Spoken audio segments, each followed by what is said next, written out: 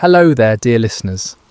Before we begin tonight's tale, I hope your day has treated you kindly, wherever you may be in this vast world of ours. Perhaps it's evening where you are, or maybe the quiet hours of early morning have found you seeking rest. Whether you're listening from bustling cities or peaceful countryside, from mountain peaks or seaside shores, know that you're welcome here in this sacred space we've created together. If you find comfort in these stories, please consider subscribing to Sacred Slumber, where we gather each night to explore the timeless truths that have guided humanity through the ages. Tonight, we journey back through the mists of time to ancient Babylon, to a night when the very finger of the divine wrote upon palace walls, and an empire learned that no earthly power stands beyond the reach of heaven's justice.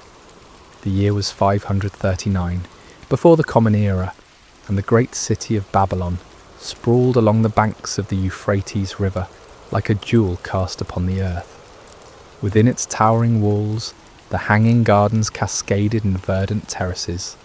The Tower of Babel reached toward the heavens, and the palace of King Belshazzar gleamed with the accumulated wealth of conquered nations. On this particular evening, as the sun painted the western sky in shades of gold and crimson, the palace hummed with preparation for a feast unlike any other. Servants scurried through corridors lined with glazed brick murals depicting lions and dragons, carrying platters of delicacies from every corner of the known world. The finest wines from the hills of Judah, exotic spices from distant India, and fruits that glistened like precious stones filled the tables. King Belshazzar, grandson of the great Nebuchadnezzar, had spared no expense.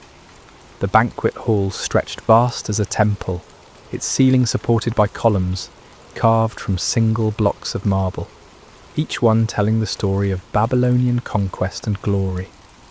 Golden lamps suspended on silver chains cast dancing shadows across walls adorned with tapestries, depicting the gods of Babylon in all their imagined splendour. Yet beyond the palace walls, unseen by the revellers within, the armies of Cyrus the Persian stretched across the horizon like a dark sea. For months they had laid siege to the great city, but Babylon's walls had never been breached, her gates never forced. The Babylonians had grown complacent in their strength, confident that their city was impregnable, their empire eternal. As night fell and torches blazed to life throughout the city, 1,000 noble guests made their way through the palace gates.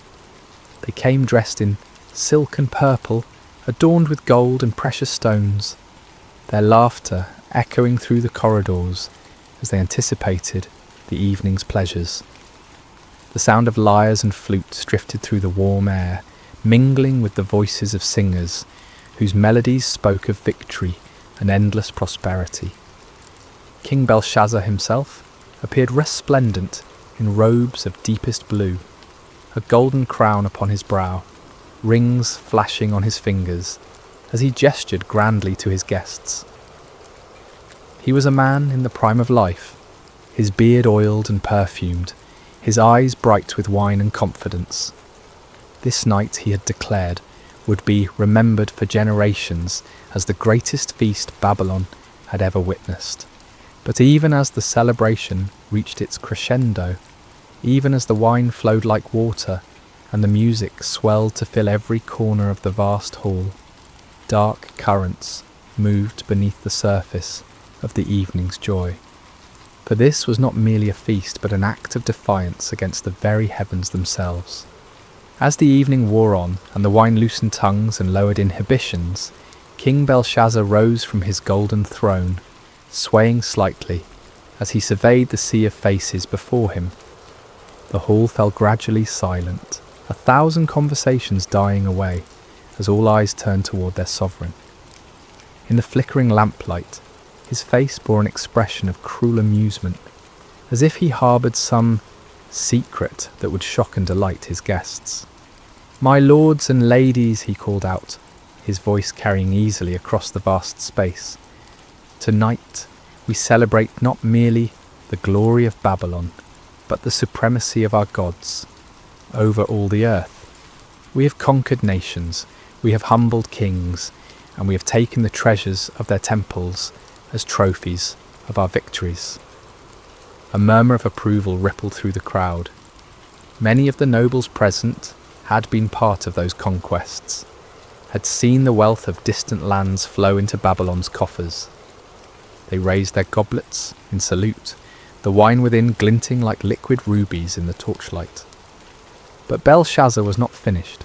His eyes gleamed with a dangerous light as he continued, "Yet there is one treasure, taken from one temple, that we have never properly honoured. Tonight that changes."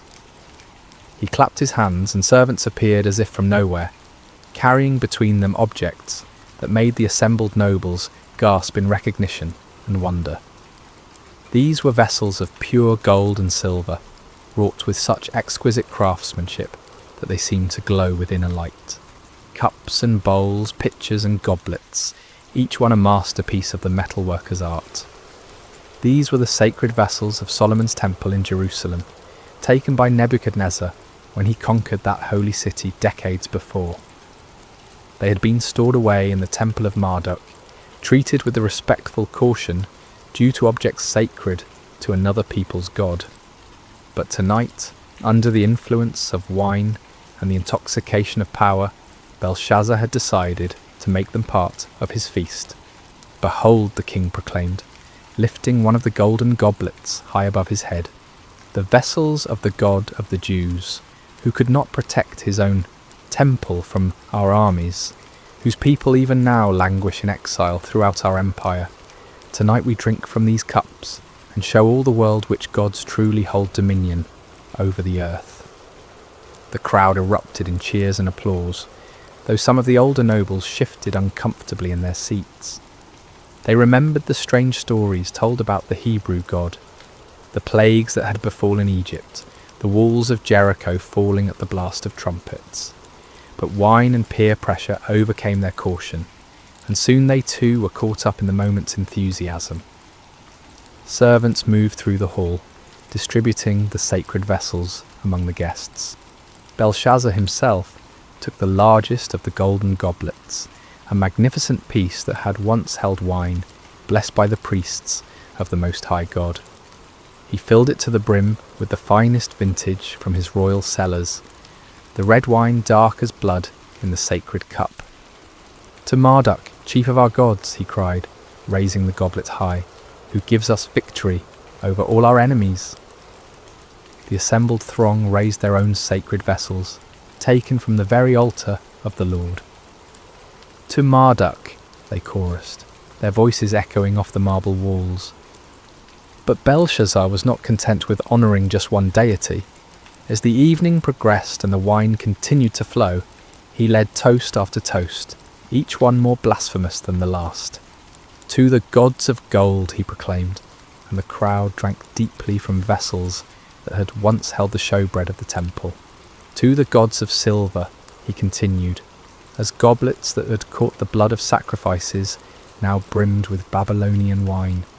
"To the gods of bronze and iron," the king shouted, his voice growing hoarser with each proclamation. "To the gods of wood and stone, who have made Babylon the greatest empire the world has ever seen." With each toast the revelry grew wilder, the laughter louder, the dancing more frenzied. Noble ladies spun in their silk gowns, their jewellery catching the lamplight as they moved. Men struck up drinking songs, their voices blending in harmony that spoke of triumph and excess. The very air seemed thick with incense and wine fumes, creating an atmosphere of decadent celebration. But high above the palace, in the courts of heaven, other eyes watched this display of pride and blasphemy. The sacred vessels, fashioned for the worship of the one true God, profaned by lips that praised idols of metal and wood. The moment had come for divine justice to make itself known upon the earth. It was in the midst of the wildest revelry, as the feast reached its crescendo of blasphemous celebration, that the atmosphere in the great hall began to change. At first it was subtle, a gradual shift that few noticed amid the chaos of music and laughter. The temperature seemed to drop slightly, though the braziers still burned brightly, and the press of bodies should have kept the air warm. A strange stillness crept into the room, not the absence of sound, but something deeper, as if the very air had grown heavy with an unseen presence. King Belshazzar stood near his throne, swaying slightly from the effects of wine, his golden goblet raised in yet another toast to the gods of Babylon. His nobles surrounded him, their faces flushed with drink and excitement, sacred vessels clutched in their hands as they prepared to echo their sovereign's words. The musicians played with passionate intensity, their instruments weaving melodies that spoke of earthly glory and endless prosperity. And then, in the space of a single heartbeat, everything changed. The music faltered first, not as if the musicians had stopped playing, but as if the very air had grown too thick to carry their melodies. Conversations died mid-sentence, laughter cut off as abruptly as if severed by a blade. Even the flickering flames of the lamps seemed to burn lower, their light growing dim and uncertain. It was then that someone screamed. The cry came from a noble woman near the eastern wall, her voice sharp with terror as her trembling finger pointed upward. Every head in the vast hall turned to follow her gaze, and what they saw there drove the colour from their faces and the strength from their limbs. There, upon the wall directly opposite the king's throne, a human hand had appeared, not attached to any arm or body, but suspended in the air as if emerging from the very substance of eternity itself. The hand was illuminated by its own light, pale and ghostly, yet undeniably real, casting shadows that danced across the painted murals of Babylonian gods. The fingers were long and elegant, neither young nor old, but possessed of a timeless quality that spoke of power beyond human understanding. They moved with deliberate precision, as if guided by a will that brooked no resistance, no hesitation. And as the assembled throng watched in growing horror, those fingers began to write. The writing appeared as lines of fire upon the polished marble, each character burning itself into the stone with the permanence of divine judgment. The script was unlike any earthly language, neither Babylonian cuneiform nor Hebrew letters, but something older and more fundamental, as if the very essence of meaning was being carved directly into reality itself. King Belshazzar felt his knees begin to shake, his golden goblet slipping from nerveless fingers to shatter upon the floor. The sacred vessel that moments before had held wine, offered in mockery to false gods, now lay broken, its precious contents spreading like blood across the marble. His face, so recently flushed with wine and arrogance, had gone pale as death, his eyes wide with a terror he had never before experienced. The hand continued its work, unmoved by the chaos it had caused in the hall below. Characters appeared one after another, each one blazing within a fire before settling into a steady glow that seemed to penetrate the very souls of all who looked upon it. The writing was clear and bold, demanding attention, impossible to ignore or dismiss. Around the hall, the reaction was immediate and visceral. Some of the nobles had fallen to their knees, whether from terror or instinctive reverence, it was impossible to say. Others pressed against the walls, as if trying to escape through solid stone, their eyes never leaving the supernatural display before them. The sacred vessels of Solomon's temple lay scattered across the floor, abandoned by hands that now trembled too violently to hold them. The musicians had long since set down their instruments, their faces pale masks of fear. Servants cowered in doorways, torn between the desire to flee and their duty to remain. The dancing girls who moments before had spun and laughed now stood frozen like statues, their silk scarves trailing forgotten around their feet. But it was upon King Belshazzar that the greatest terror fell, as the ruler who had ordered the profanation of the sacred vessels As the one who had led the blasphemous toasts, he felt the weight of divine displeasure focusing upon him like the heat of a burning glass. His crown, so recently a symbol of earthly power, now felt heavy as lead upon his brow. His royal robes, dyed in the finest purples and blues, seemed to hang upon him like grave clothes. The hand finished its work and faded from view as suddenly as it had appeared, leaving behind only the words burning upon the wall like coals of fire. But even in its absence, the presence that had guided it remained, filling the hall with an atmosphere of judgment that made every breath a struggle. Silence reigned in the great banquet hall of Babylon, broken only by the occasional sob or whispered prayer. The greatest feast in the empire's history had become a scene of terror and divine revelation, and upon the wall, where gods and heroes had been painted in their imagined glory, 4 words now blazed with the fire of heaven's judgment. Mene, Mene, Tekel, Parsin. In the awful silence that followed the hand's disappearance, King Belshazzar stood transfixed, his gaze locked upon the burning words that seemed to sear themselves deeper into his consciousness with each passing moment. The weight of divine judgment pressed down upon the hall like a physical force, and the king's breath came in short, sharp gasps, as if the very air had grown too thin to sustain life. Gradually, as the initial shock began to wear off, the practical reality of the situation asserted itself. Here were words written by a supernatural hand, clearly intended as some form of message or warning, but their meaning remained utterly mysterious. The script was unlike anything in the libraries of Babylon, the characters seeming to shift and dance, even as they maintained their fixed positions upon the wall. "The wise men," Belshazzar managed to croak, his voice barely recognisable.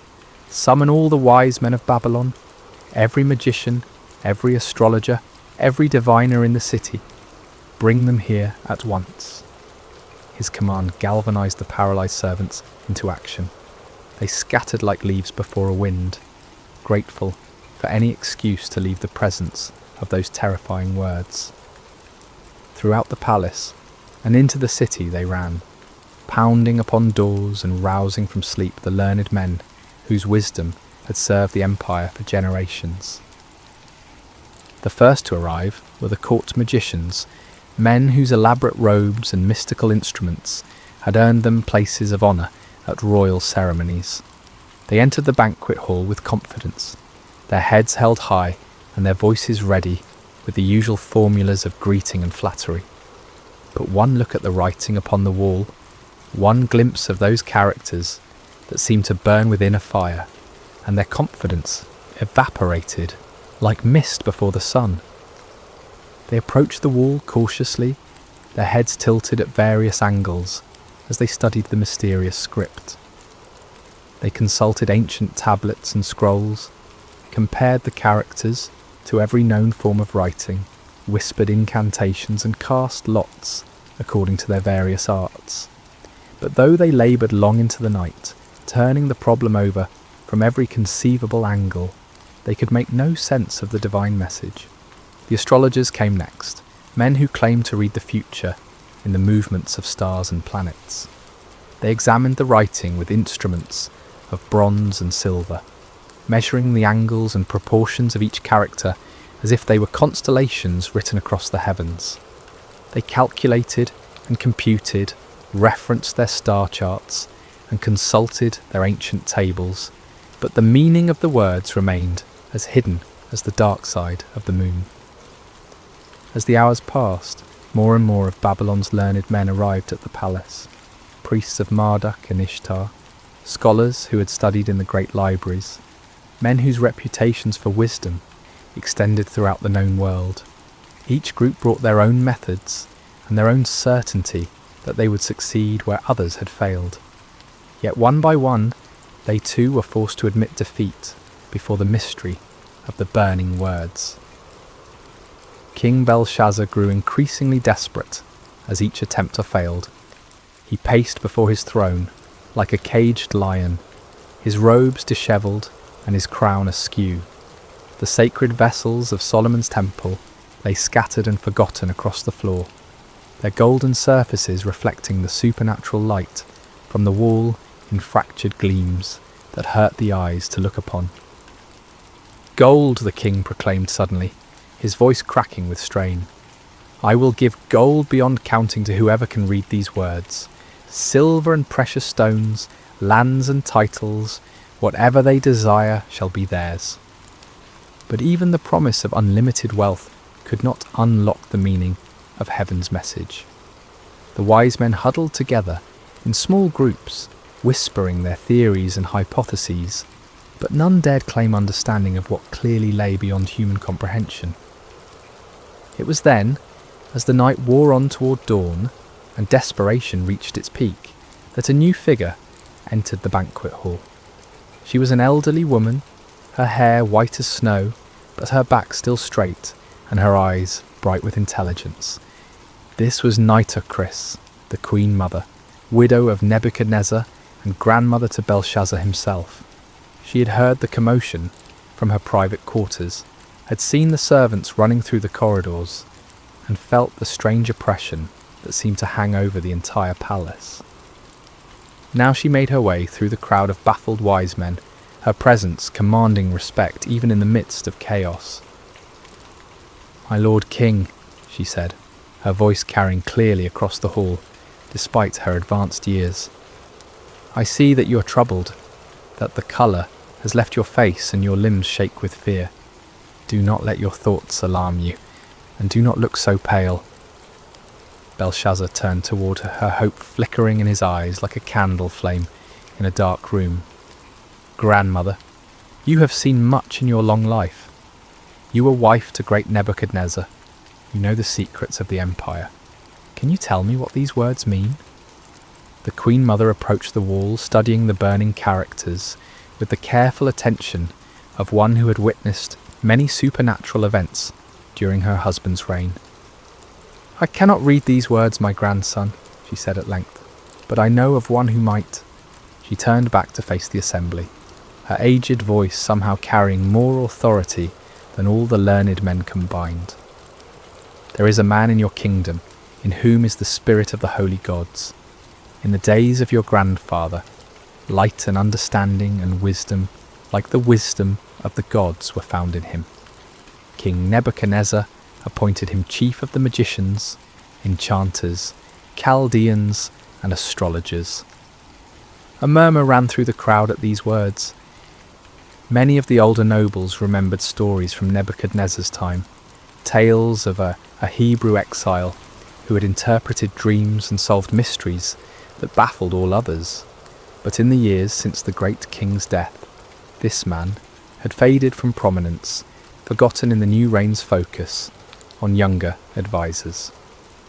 "This man Daniel," the Queen Mother continued, "whom the king named Belteshazzar, has an excellent spirit, knowledge, and understanding to interpret dreams, explain riddles, and solve problems.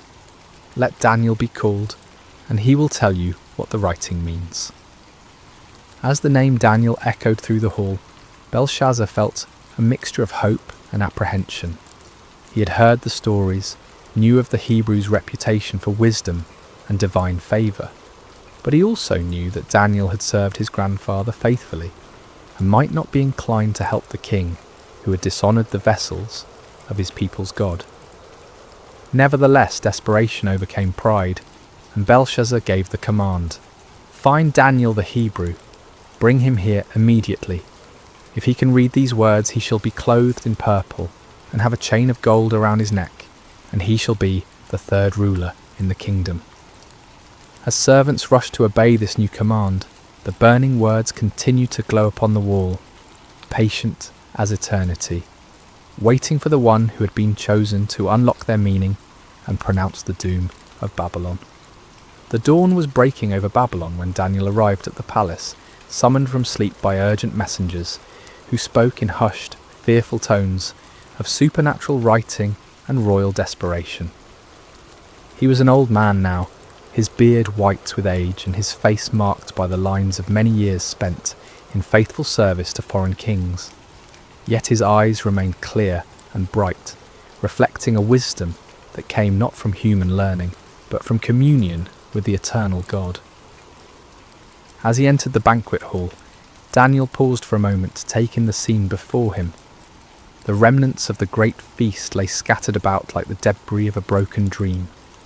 Golden plates and silver cups, many of them the sacred vessels of Solomon's temple, littered the floor, among pools of spilled wine and trampled delicacies. The nobles who had revelled so wildly just hours before now stood in small frightened groups, their fine clothes dishevelled and their faces pale with terror. But it was the writing upon the wall that commanded his attention, those 4 words blazing with divine fire that no earthly wisdom could extinguish. Daniel looked upon them without fear, for he recognised the hand that had written them, and he understood that he stood in the presence of the Almighty's judgment. King Belshazzar approached him with hasty, desperate steps, his royal dignity forgotten in his need for answers. "Are you Daniel, one of the exiles from Judah, whom my grandfather the king brought from Judah?" he asked, though he already knew the answer. "I have heard of you, that the spirit of the gods is in you, and that light and understanding and excellent wisdom are found in you."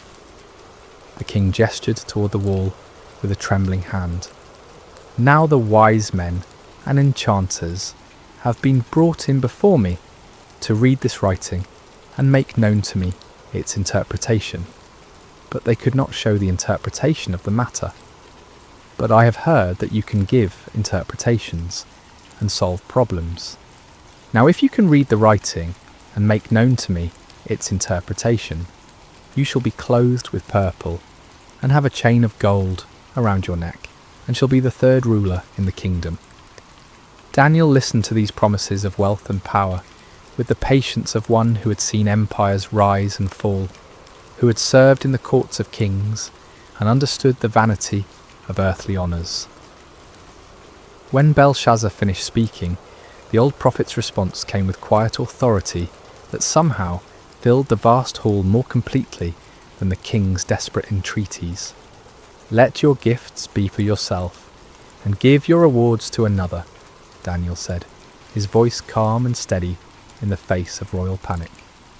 "Nevertheless, I will read the writing to the king and make known to him the interpretation." But before he would interpret the supernatural message, Daniel had words of his own to speak, words that cut to the heart of the night's blasphemous revelry, and laid bare the spiritual rebellion that had brought divine judgment upon Babylon. "O king," he began, his voice growing stronger as he spoke, "the Most High God gave Nebuchadnezzar, your grandfather, kingship, and greatness, and glory, and majesty. And because of the greatness that he gave him, all peoples, nations, and languages trembled and feared before him. Whom he would, he killed, and whom he would, he kept alive. Whom he would, he raised up, and whom he would, he humbled." The assembled nobles listened in growing discomfort as Daniel recounted the story they all knew but preferred to forget. Nebuchadnezzar's pride, his claim to have built Babylon by his own power and for his own glory, and the terrible judgment that followed. How the great king had been driven from among men to live like a beast in the wilderness, eating grass like an ox, and letting his hair grow long as eagle's feathers and his nails like birds' claws. But when his heart was lifted up, and his spirit was hardened so that he dealt proudly, Daniel continued, his eyes never leaving Belshazzar's face, he was brought down from his kingly throne, and his glory was taken from him. He was driven from among the children of mankind, and his mind was made like that of a beast, and his dwelling was with the wild donkeys. He was fed grass like an ox, and his body was wet with the dew of heaven, until he knew that the Most High God rules the kingdom of mankind, and sets over it whom he will. The silence in the hall was absolute as Daniel paused, letting the weight of his words sink into the hearts of all who heard them. Then, with the authority of one who spoke for the God of heaven, he delivered his devastating rebuke. And you, his son, Belshazzar, have not humbled your heart, though you knew all this, he declared, his voice now ringing with prophetic power. But you have lifted up yourself against the Lord of heaven, and the vessels of his house have been brought in before you, and you and your lords, your wives, and your concubines have drunk wine from them. And you have praised the gods of silver and gold, of bronze, iron, wood and stone, which do not see or hear or know, but the God in whose hand is your breath, and whose are all your ways you have not honoured. Each word fell upon the assembled company like blows from a hammer, shattering their illusions of security and exposing the full extent of their rebellion against the Most High. Belshazzar himself seemed to shrink before Daniel's accusing words, his royal robes hanging loose about his diminished frame, his crown sitting askew upon a head bowed with shame and terror. The sacred vessels lay scattered around the hall like silent witnesses to the truth of Daniel's words. These cups and bowls, crafted for the worship of the one true God, had been defiled by lips that praised idols of metal and stone. The wine that had flowed so freely in blasphemous toasts now seemed to accuse those who had drunk it, its red stains upon the marble floor like drops of blood that cried out for justice. Then from his presence the hand was sent, Daniel concluded, pointing toward the burning words upon the wall, and this writing was inscribed. The hall remained wrapped in profound silence, as all waited to hear the interpretation that would seal Babylon's fate. The wise men who had laboured through the night stood humbled before this Hebrew exile who had succeeded where they had failed. The nobles who had revelled in their blasphemy now cowered before the prospect of divine judgment. And King Belshazzar, who had thought himself secure in his power, waited to hear the doom that had been written by the finger of God upon his palace wall. Daniel turned from the cowering king to face the wall where the divine words blazed with undiminished fire. The characters seemed to pulse within a light, each one carrying the weight of heaven's judgment and the certainty of prophetic fulfillment. In the profound silence of the great hall, the aged prophet lifted his voice and began to speak the words that would seal the fate of the Babylonian Empire. And this is the writing that was inscribed, Daniel announced, his voice carrying to every corner of the vast space. Many, many tekel and parsin. He paused, allowing the strange words to echo through the hall, their sounds somehow both foreign and familiar, like a half-remembered dream that carries portents of future sorrow. The assembled nobles leaned forward despite their fear, desperate to understand the message that had struck such terror into their hearts. This is the interpretation of the matter, Daniel continued, his aged voice gaining strength as he spoke for the God of heaven. Mene, God has numbered the days of your kingdom and brought it to an end. The first word fell upon the assembly like a death sentence. Here was the divine accountant taking inventory of Belshazzar's reign, counting each day of blasphemy and rebellion, each moment of pride and defiance against the Most High. The king's face went even paler, if such a thing were possible, and several of the nobles gasped aloud at the finality of the pronouncement. But Daniel was not finished. The second judgment followed hard upon the first, each word a hammer blow against the foundations of Babylonian pride. Tekel, you have been weighed on the scales and found wanting. Here was the divine judge placing Belshazzar's reign, his character, his very soul, upon the perfect scales of heaven's justice. And the verdict was damning beyond appeal. Found wanting, found lacking, found insufficient when measured against the standards of righteousness and truth. The king, who had thought himself great in his own eyes, was revealed to be nothing more than a feather in the balance when weighed against divine holiness. Belshazzar's knees gave way completely at these words, and he would have fallen had not two of his guards stepped forward to support him. The golden crown tumbled from his head to ring against the marble floor, the sound echoing through the hall like a funeral bell. His royal robes, so recently symbols of power and majesty, now seemed to hang upon him like burial shrouds. Peres, Daniel proclaimed, using the singular form of the final word, your kingdom is divided and given to the Medes and Persians. The last judgment was perhaps the most terrible of all, for it spoke not merely of the king's personal doom, but of the end of the empire itself. Babylon, the golden head of Nebuchadnezzar's dream, the city that had ruled the world with rod of iron, was to be divided like a carcass among its enemies. The Medes and Persians, even now camped outside the city walls, would soon walk through its gates as conquerors and claim its treasures as their own. A wail of despair went up from some of the assembled nobles as the full weight of the prophecy struck home. They had thought themselves secure behind Babylon's mighty walls, protected by their gods and their armies from any earthly threat. But now they understood that their true enemy was not the Persian host outside their gates, but the God of heaven himself, against whom no wall could stand and no army could prevail. Daniel stood unmoved amid the chaos of fear and lamentation, his weathered face reflecting the sorrow of one who took no pleasure in the pronouncement of judgment, yet understood its necessity.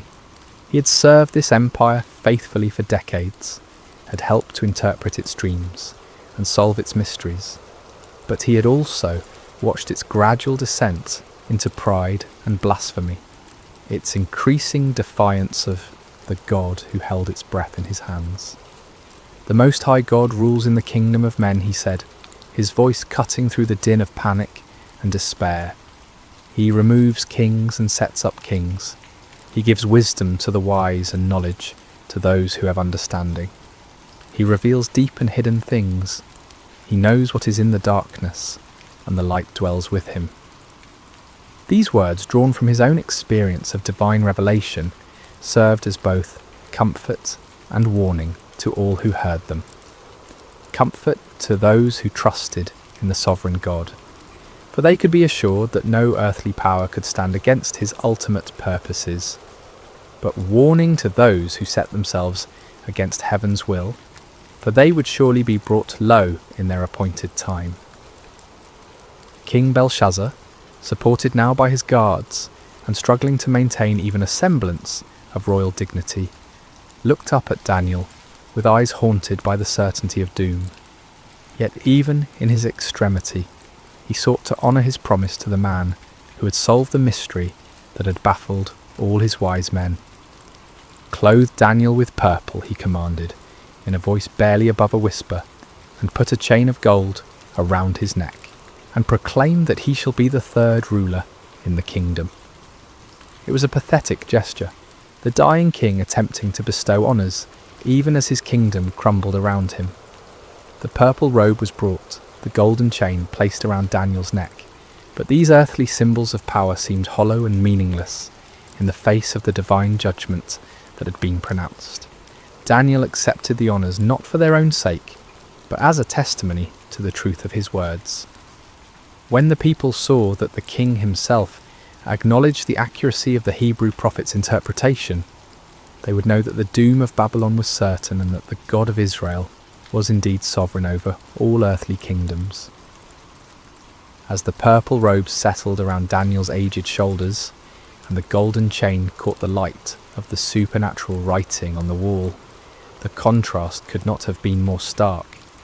Here stood a man clothed with earthly honours, yet serving a heavenly king, while around him an empire clothed in pride and blasphemy faced its final hour of judgment. The words on the wall continued to burn with undiminished intensity, their message now fully revealed but their power unabated. They served as a permanent reminder that the kingdoms of this world are temporary, subject to the sovereign will of the God who numbers their days and weighs their deeds in the balance of perfect justice. Even as Daniel spoke his interpretation and received the hollow honours of a doomed king, the wheels of divine judgment were already turning beyond the palace walls. For months, the Persian army under Cyrus had maintained their siege of the great city, but the Babylonians had felt secure behind walls that had never been breached by any earthly foe. They had provisions to last for years, abundant water from the Euphrates River, and an unshakable confidence in the strength of their defences. But on this night, a supernatural writing blazed upon the palace wall, and prophecy sealed the empire's fate. Cyrus was putting into motion a plan of breathtaking audacity that would prove that no human fortress can stand against the purposes of the Almighty. The Euphrates River, which flowed through the heart of Babylon and provided both water and transportation for the great city, was also its greatest vulnerability. The river entered the city through massive gates that could be lowered into the water, and it flowed beneath the walls through channels that were thought to be too narrow and well defended for any army to use as an entrance.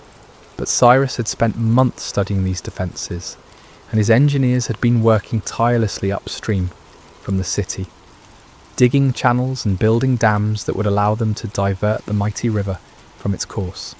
The work had been done quietly, secretly, hidden from Babylonian scouts by the darkness of night and the cleverness of Persian engineering. As the banquet hall erupted in chaos at Daniel's interpretation, as nobles fled in terror and servants cowered in corners, the Persian engineers upstream were opening their carefully constructed channels. The waters of the Euphrates, which had flowed through Babylon for centuries, began to turn aside into the new channels that Cyrus had prepared. At first the change was barely noticeable. The river level dropped slowly, gradually, as if affected by nothing more than seasonal variations. But as more water was diverted, as the new channels carried away the river's flow, the level within the city began to drop significantly. By midnight, Persian soldiers were wading through knee-deep water where once the river had flowed deep and strong. They moved silently through the darkness, following the riverbed beneath the great walls of Babylon, their weapons wrapped in cloth to prevent any sound that might alert the guards above. The Babylonian sentries, focused on watching for attacks against the massive gates and towering walls, never thought to look down at the river that had always been their protection.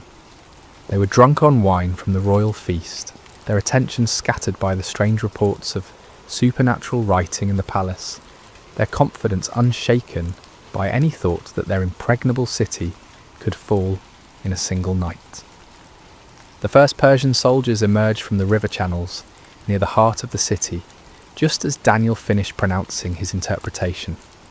While the prophet spoke of kingdoms divided and given to the Medes and Persians, those very conquerors were already inside Babylon's walls, moving swiftly through streets where citizens slept peacefully, unaware that their empire was breathing its last.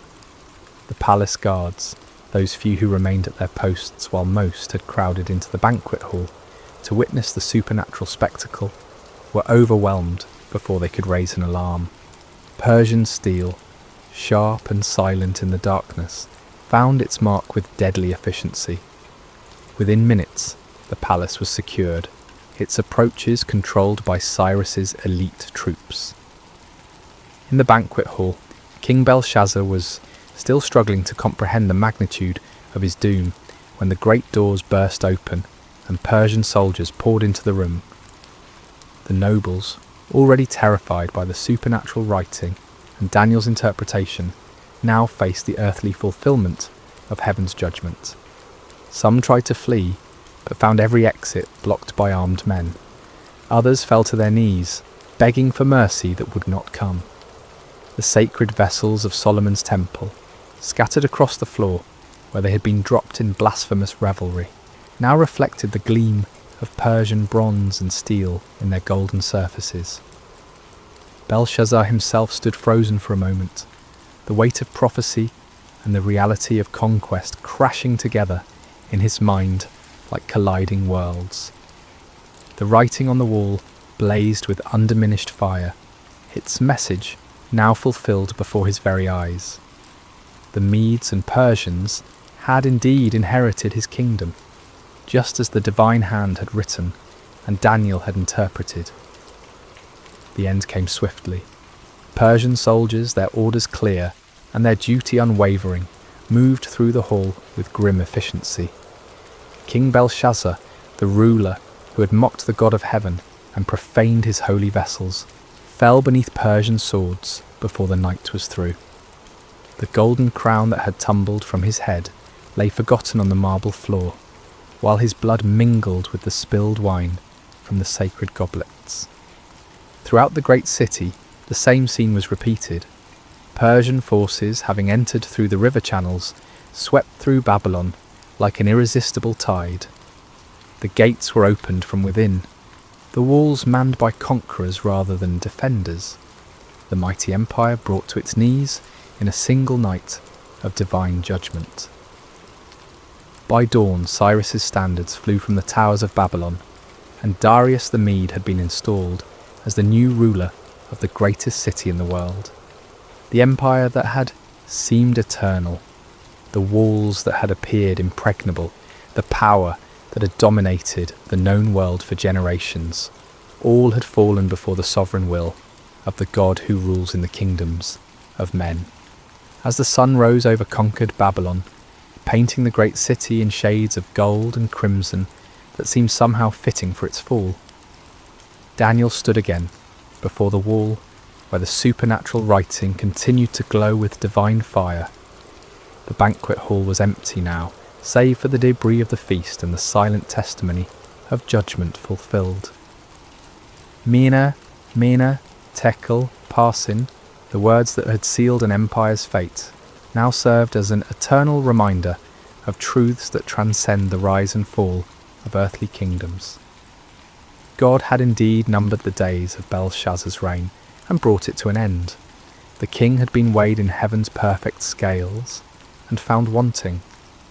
The kingdom had been divided and given to the Medes and Persians, just as the supernatural hand had written and the faithful prophet had interpreted. The sacred vessels of Solomon's temple, once profaned by blasphemous lips, would soon be restored to their proper place of honour. Under Cyrus's benevolent rule, the Jewish exiles would be free to return to Jerusalem and rebuild their temple, carrying with them the golden cups and silver bowls that had witnessed both the depths of human pride and the certainty of divine justice. Daniel himself, now clothed in the purple of a dying empire, yet serving the eternal kingdom of heaven, had once again demonstrated that those who trust in the Most High God will never be disappointed. Through him, the sovereignty of the Almighty had been proclaimed in the halls of earthly power, and the vanity of human pride had been exposed for all to see. The lesson of that terrible night echoes through the corridors of history, speaking to every generation that dares to lift itself up against the Lord of heaven. Kingdoms rise and fall like waves upon the shore. Empires that seem eternal prove to be as fleeting as morning mist, but the kingdom of God endures forever. No wall can stand against his purposes, no power can resist his will, no pride can escape his judgments. In our own age, when earthly kingdoms still vie for dominion and human pride still challenges heaven's authority, the writing on Babylon's wall remains as relevant as ever. We who read these ancient words would do well to remember that the God who humbled Nebuchadnezzar, who numbered Belshazzar's days, who gave Babylon to the Medes and Persians, is the same yesterday, today, and forever. The scales of divine justice still weigh the actions of nations and individuals. The sovereign hand that writes the destiny of empires still guides the course of human history, and the kingdom that Daniel served, the kingdom that outlasted Babylon and Persia and all the empires that followed, remains the only power that will never pass away. As night falls once again over the ancient site where Babylon once stood in all its glory, as stars appear in the darkness above ruins that once housed the pride of earthly kingdoms. The eternal truth, proclaimed by that supernatural hand, continues to shine with undiminished light. The Most High God rules in the kingdom of men, and blessed are those who humble themselves before his throne. May we who hear this ancient story find in it not merely a tale of judgment long past, but a present reminder of the God who sees all, knows all, and judges all with perfect righteousness. And may we, like Daniel, serve faithfully in whatever earthly kingdom we find ourselves, while keeping our ultimate allegiance to the kingdom that cannot be shaken, the kingdom that endures forever and ever. The writing is on the wall, dear friends. The question that remains is whether we will read it in time to humble ourselves before the King of Kings, or whether we will follow Belshazzar's path to destruction. The choice, as always, is ours to make, is ours to... There are moments in history when a single choice echoes across generations, when one act of hesitation unravels everything that came before it. Tonight, we explore a story buried in ancient text, a narrative so stark and uncompromising that it forces us to confront an uncomfortable truth. Obedience delayed is obedience denied. This is not a story about villains or heroes in the traditional sense. It is about a faithful servant, a clear command, and the catastrophic consequences of listening to the wrong voice at the wrong moment. It is about the razor-thin line between trust and doubt, between following instruction and negotiating with it. In a time when kingdoms fractured and worship became a tool of politics, one man was chosen to deliver a message that would shake the foundation of power itself. He succeeded in his mission. He spoke truth to authority. He witnessed miracles unfold before the eyes of a king, and yet he never made it home. This is the story of the prophet who obeyed too late. A story that begins not with the prophet himself, but with the shattering of a nation that had once stood united under God. A story that unfolds in the shadow of golden calves and false altars, in the quiet moments of temptation that follow great acts of faith, in the devastating realization that partial obedience is still disobedience. What you're about to hear is drawn from the ancient texts, from the historical record of a people who understood that every action carries weight, that every choice reverberates through time, that the voice we choose to follow determines not just our destination, but our very survival. This is a story about power and prophecy, about truth and deception, about the terrible cost of listening to secondary voices when the primary command was already crystal clear. The man at the centre of this story has no name.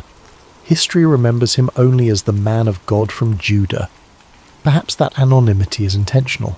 Perhaps it reminds us that this story is not really about one man's failure, but about a pattern we all face, the temptation to negotiate with clear instructions, to seek permission for what we already want to do, to trust the voice that tells us what we wish to hear. So, settle in, let the world around you fade, and prepare to walk a road that leads from triumph to tragedy, from obedience to compromise, from faithfulness to consequence. This is the prophet who obeyed too late. Chapter 1. A kingdom divided. The kingdom of Israel had not always been broken.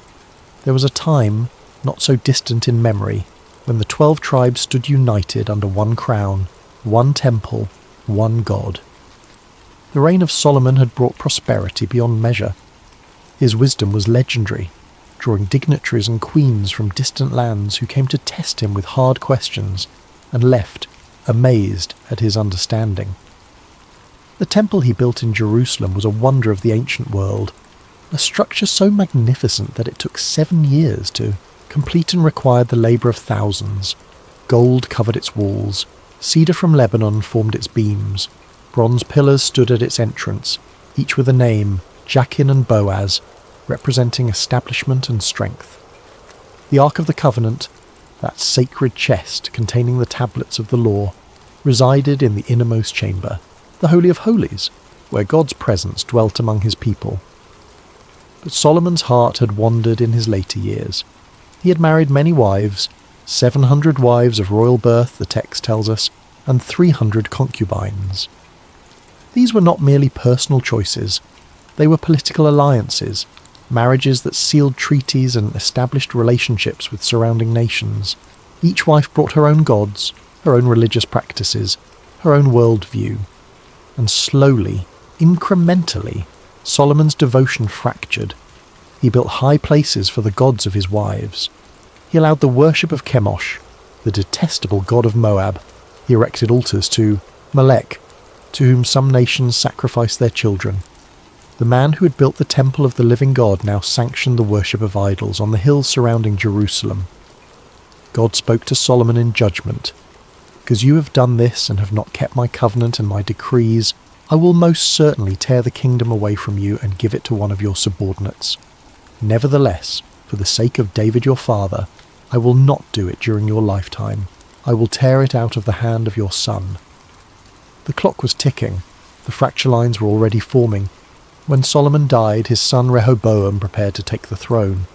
The transition should have been smooth. Rehoboam was the legitimate heir, the son born to Solomon's first wife, the expected successor.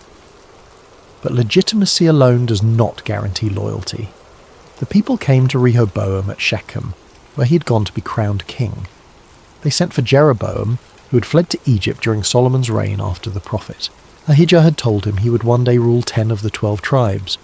Jeroboam had been a capable administrator under Solomon, put in charge of the labour force from the tribes of Ephraim and Manasseh. But when Solomon learned of the prophecy concerning Jeroboam's future kingship, he tried to kill him. So Jeroboam had fled and remained in Egypt until Solomon's death. Now he returned, and the people made their request through him. Your father put a heavy yoke on us, they said, but now lighten the harsh labour and the heavy yoke he put on us, and we will serve you. It was a reasonable request.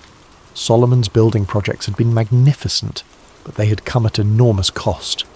The labour required to build the temple, the palace, the fortifications, the cities, all of it had been extracted from the people. Taxes had been heavy, work crews had been conscripted. The burden had grown with each passing year. The people were not asking for revolution, they were asking for relief. Rehoboam asked for 3 days to consider their request. During that time, he consulted 2 groups of advisers. First, he spoke with the elders who had served his father Solomon. These were men of experience, men who had witnessed the glory years of the United Kingdom and also seen the growing discontent. Their advice was measured and wise.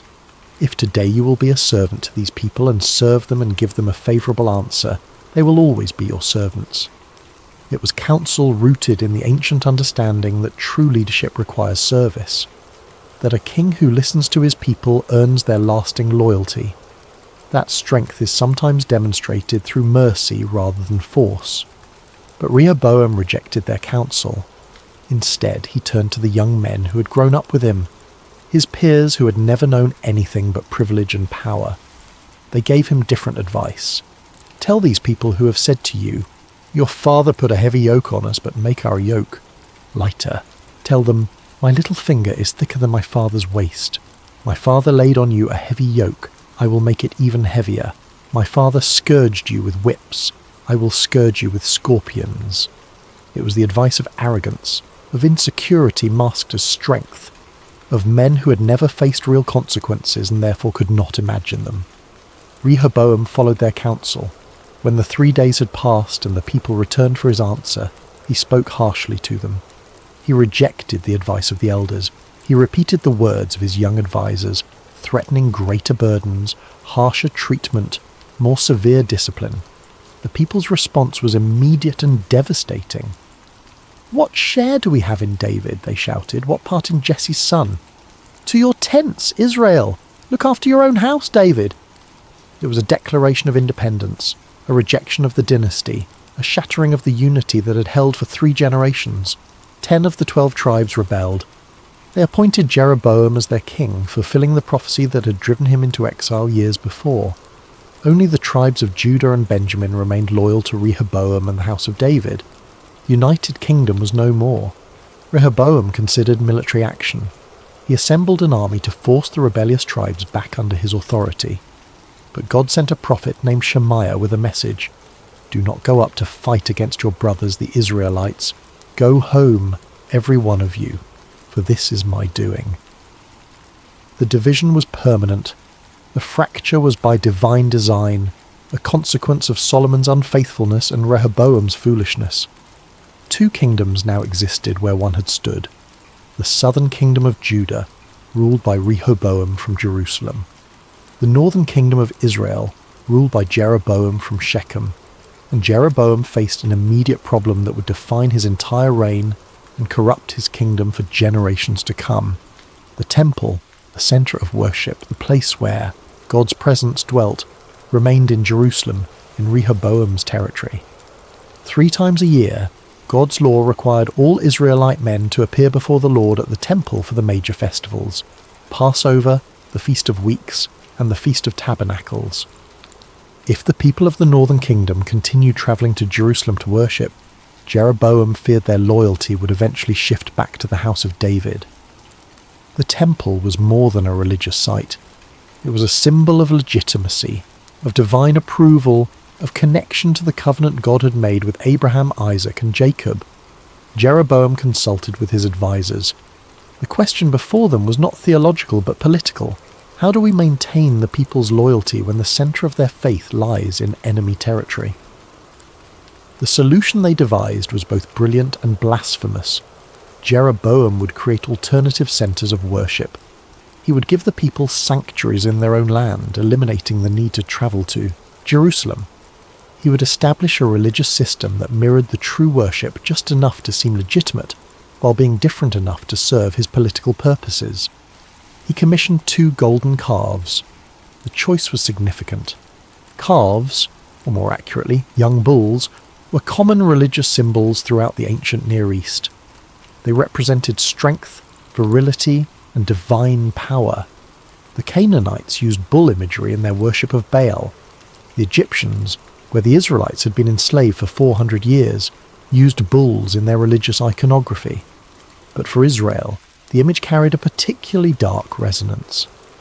When Moses had been on Mount Sinai receiving the law from God, the people had grown impatient. They had gathered their gold and fashioned a calf, declaring, "These are your gods, Israel, who brought you up out of Egypt." It had been the first great apostasy, the first great breaking of the covenant. Moses had come down from the mountain to find the people dancing around the golden calf, and 3,000 had died that day as judgment for their idolatry. Now Jeroboam deliberately echoed that rebellion. He placed one golden calf in Bethel, at the southern border of his kingdom, conveniently located for those who might otherwise have continued to Jerusalem. The other he placed in Dan, at the far northern extent of his territory, and he used the exact same words spoken at the first apostasy. "It is too much trouble for you to go up to Jerusalem. Here are your gods, Israel, who brought you up out of Egypt." It was a masterful piece of political manipulation. He was telling the people that these images represented the same God who had delivered them from slavery. He was not asking them to abandon their faith, only to worship in a more convenient location. He was wrapping apostasy in the language of practicality and accessibility. But he did not stop there. True worship in Israel had always been mediated through the Levitical priesthood. God had specifically set apart the tribe of Levi to serve in the tabernacle and later in the temple. The priests had to be descendants of Aaron. The requirements were clear, specific, and non-negotiable. Jeroboam threw out those requirements. He appointed priests from all sorts of people, even though they were not Levites. Anyone who wanted to become a priest could do so by offering a sacrifice. The priesthood, which had been a sacred calling reserved for those God had chosen, became a position available to whoever could afford the entrance fee. He also altered the religious calendar. God had established specific dates for the festivals, times that were tied to the agricultural cycle and to the historical events of Israel's redemption. The Feast of Tabernacles, for instance, was to be celebrated in the 7th month. Jeroboam moved it to the 8th month. It was a subtle change, but it was significant. By shifting the date, Jeroboam was asserting his authority to define religious practice. He was telling the people that worship could be adjusted to fit political and practical considerations. He was making himself the arbiter of what was acceptable to God. He built shrines on high places, those elevated locations that had always been associated with pagan worship. He instituted a religious system that borrowed elements from the true faith while fundamentally perverting it, and the people accepted it. They came to the altars, they brought their sacrifices, they bowed before the golden calves and called it worship of the God of Israel. For a time, the system worked. Jeroboam maintained control of his kingdom. The people did not revolt. The practical advantages of having local worship sites seemed to outweigh any theological concerns. But God was watching, and he was not silent. The altar at Bethel became the focal point of the northern kingdom's corrupt worship. It was there that Jeroboam himself often presided over ceremonies personally, legitimizing the false system he had created. It was there that priests who had no right to the office performed rituals that mimicked true worship while being hollow at their core. It was there that God decided to send a message that could not be ignored, a sign that could not be explained away, a confrontation that would shake the very foundations of Jeroboam's carefully constructed religious political system. And the messenger he chose was a man from the southern kingdom of Judah, a prophet whose name is never given, whose identity mattered less than the words he carried, a man who would succeed in his mission but fail in his obedience, a man who would deliver God's truth but fall victim to a lie, a man who would confront a king but could not resist an invitation. The stage was set, the kingdoms were divided, the false worship was established, and into this fractured, compromised world, God was about to send his word. Chapter 2. The man of God sent thee.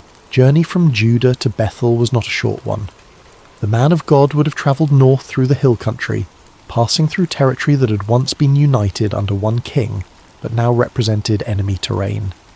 He was crossing a border, entering a foreign kingdom, carrying a message that would directly challenge the authority and religious system of that kingdom's ruler.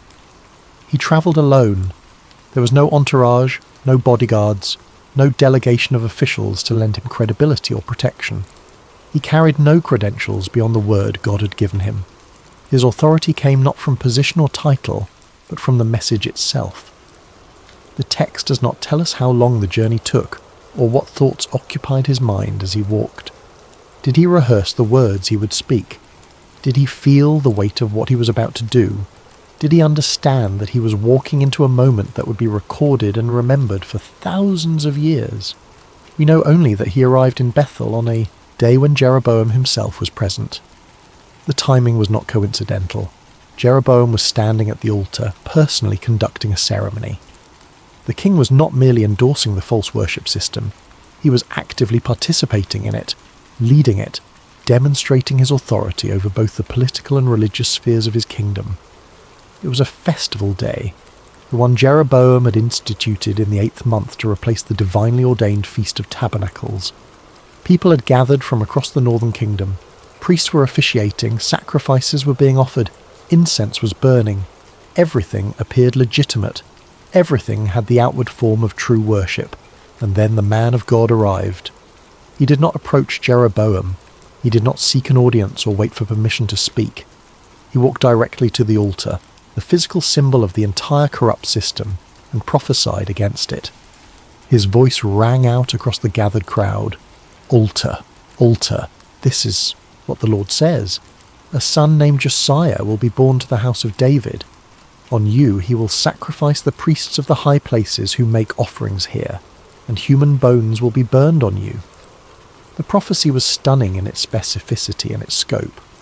First, it named the altar itself as the target of God's judgment. Not just the worship practices, not just the priests, not just the king, the physical structure, the symbol of the entire system. Second, it named a specific individual who would carry out the judgment, Josiah. This was extraordinary.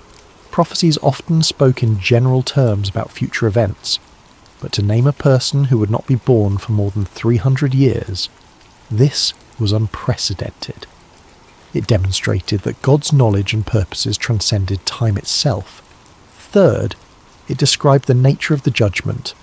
The priests of the high places would be sacrificed on the very altar where they had offered false sacrifices. Human bones, defiling, polluting, rendering the altar ceremonially unclean, would be burned on it. It was a prophecy that reached centuries into the future while addressing the immediate present. And it declared unequivocally that the worship system Jeroboam had established was not merely politically inconvenient or theologically questionable, it was an abomination that God would not tolerate forever. But the people needed more than words. Prophecies could be dismissed as the ravings of a fanatic. Claims of divine authority could be questioned. Without some immediate confirmation, the man of God's message might have been written off as political theatre or religious extremism, so he gave them a sign. This is the sign the Lord has declared. The altar will be split apart and the ashes on it will be poured out. A sign in the present to confirm a prophecy about the future. Physical evidence that the words he spoke carried divine authority. King Jeroboam's reaction was immediate and visceral. He was not a man, accustomed to being challenged. He had led a rebellion against the house of David. He had established his own kingdom. He had created an entire religious system to serve his political purposes. His word was law. His authority was absolute within the borders of the northern kingdom. And now a prophet from Judah, from enemy territory, was standing before his altar, in front of his people, declaring that everything Jeroboam had built would be destroyed. Jeroboam stretched out his hand toward the man of God and shouted, "Seize him!" It was a command that should have been instantly obeyed. Guards should have rushed forward. The prophet should have been arrested, possibly executed on the spot for sedition and blasphemy. But something went terribly wrong. The hand Jeroboam had stretched out toward the prophet shriveled. The arm that had gestured in royal command froze in place, withered and useless. Jeroboam tried to pull it back, but he could not move it. The limb that had pointed in, judgment now hung paralyzed, a visible demonstration that there was a power greater than the king's authority. And then the altar split. The sound must have been tremendous. Stone and mortar cracking, the structure breaking apart down the middle. Ashes that had been contained within the altar's boundaries now spilled out onto the ground, scattering in the dust, contaminating the sacred space. The sign had been given exactly as promised. Silence fell over the gathered crowd. The ceremony had been interrupted. The king stood paralyzed. The altar lay broken, and the man of God from Judah stood as the only one present who did not seem surprised by what had just occurred. Jeroboam's rage collapsed into desperation. His withered hand was more than a physical ailment. It was a symbol of his powerlessness in the face of God's authority. It was a public humiliation. It was a demonstration that all his political maneuvering and religious innovation meant nothing when confronted with genuine divine power. The king who had seized power now begged for mercy. "Intercede with the Lord your God," he pleaded. "Pray for me that my hand may be restored." There was bitter irony in his words. He asked the man of God to pray to your God, as though the God of Judah were somehow different from the God of Israel, as though the golden calves he had erected represented a different deity, a separate authority. But the God of Judah was the God of Israel, the God who had brought both kingdoms out of Egypt, the God who had given the law at Sinai, the God whose presence had dwelt in the tabernacle and now dwelt in the temple in Jerusalem. There was only one God. And Jeroboam had just learned, in the most humiliating way possible, that this God would not be mocked or manipulated. The man of God did not hesitate. He did not negotiate. He did not use the moment to extract concessions or promises from the king. He simply prayed. And immediately, as instantly as the judgment had fallen, Jeroboam's hand was restored. The withered limb returned to normal. The king could move it again, flex his fingers, lower his arm. The mercy was as dramatic as the judgment had been. But Jeroboam had not learned the deeper lesson. His concern was not for his soul, but for his hand. He wanted healing, not repentance. He wanted restoration of function, not transformation of heart. And his next move revealed the shallowness of his response. "Come home with me for a meal," he said to the man of God, "and I will give you a gift." It was the gesture of a politician, not a penitent. Jeroboam was attempting to do what he did best, co-opt potential opposition.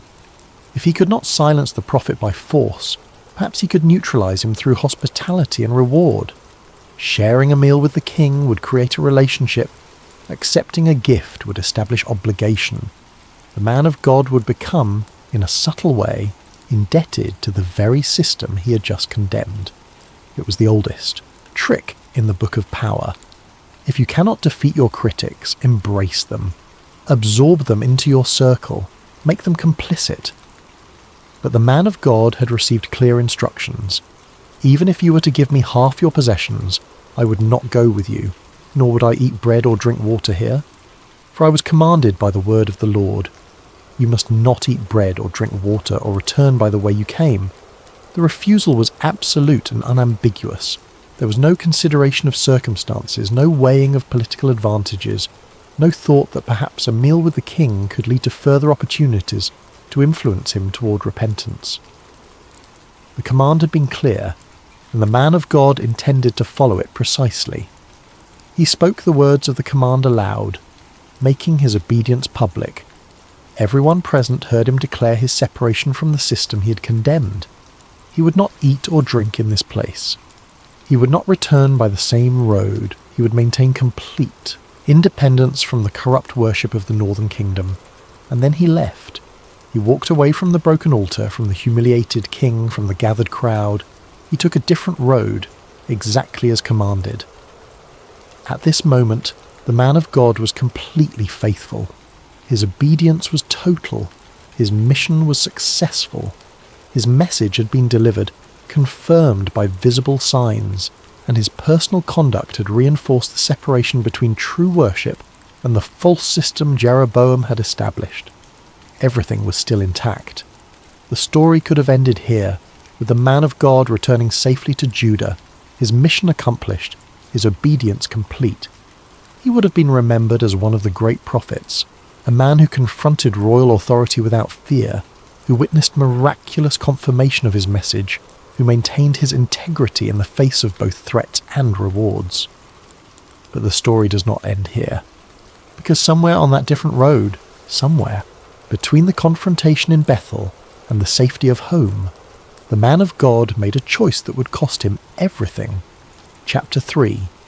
A clear command. The instructions had been explicit and simple. Before the man of God ever left Judah, before he set foot in the northern kingdom, before he stood before the altar in Bethel, God had given him 3 commands. Do not eat bread, do not drink water, do not return by the way you came. 3 simple prohibitions, 3 clear boundaries, 3 instructions that required no interpretation, no theological expertise, no complicated reasoning to understand. But understanding the words was not the same as understanding the purpose. Why these specific commands?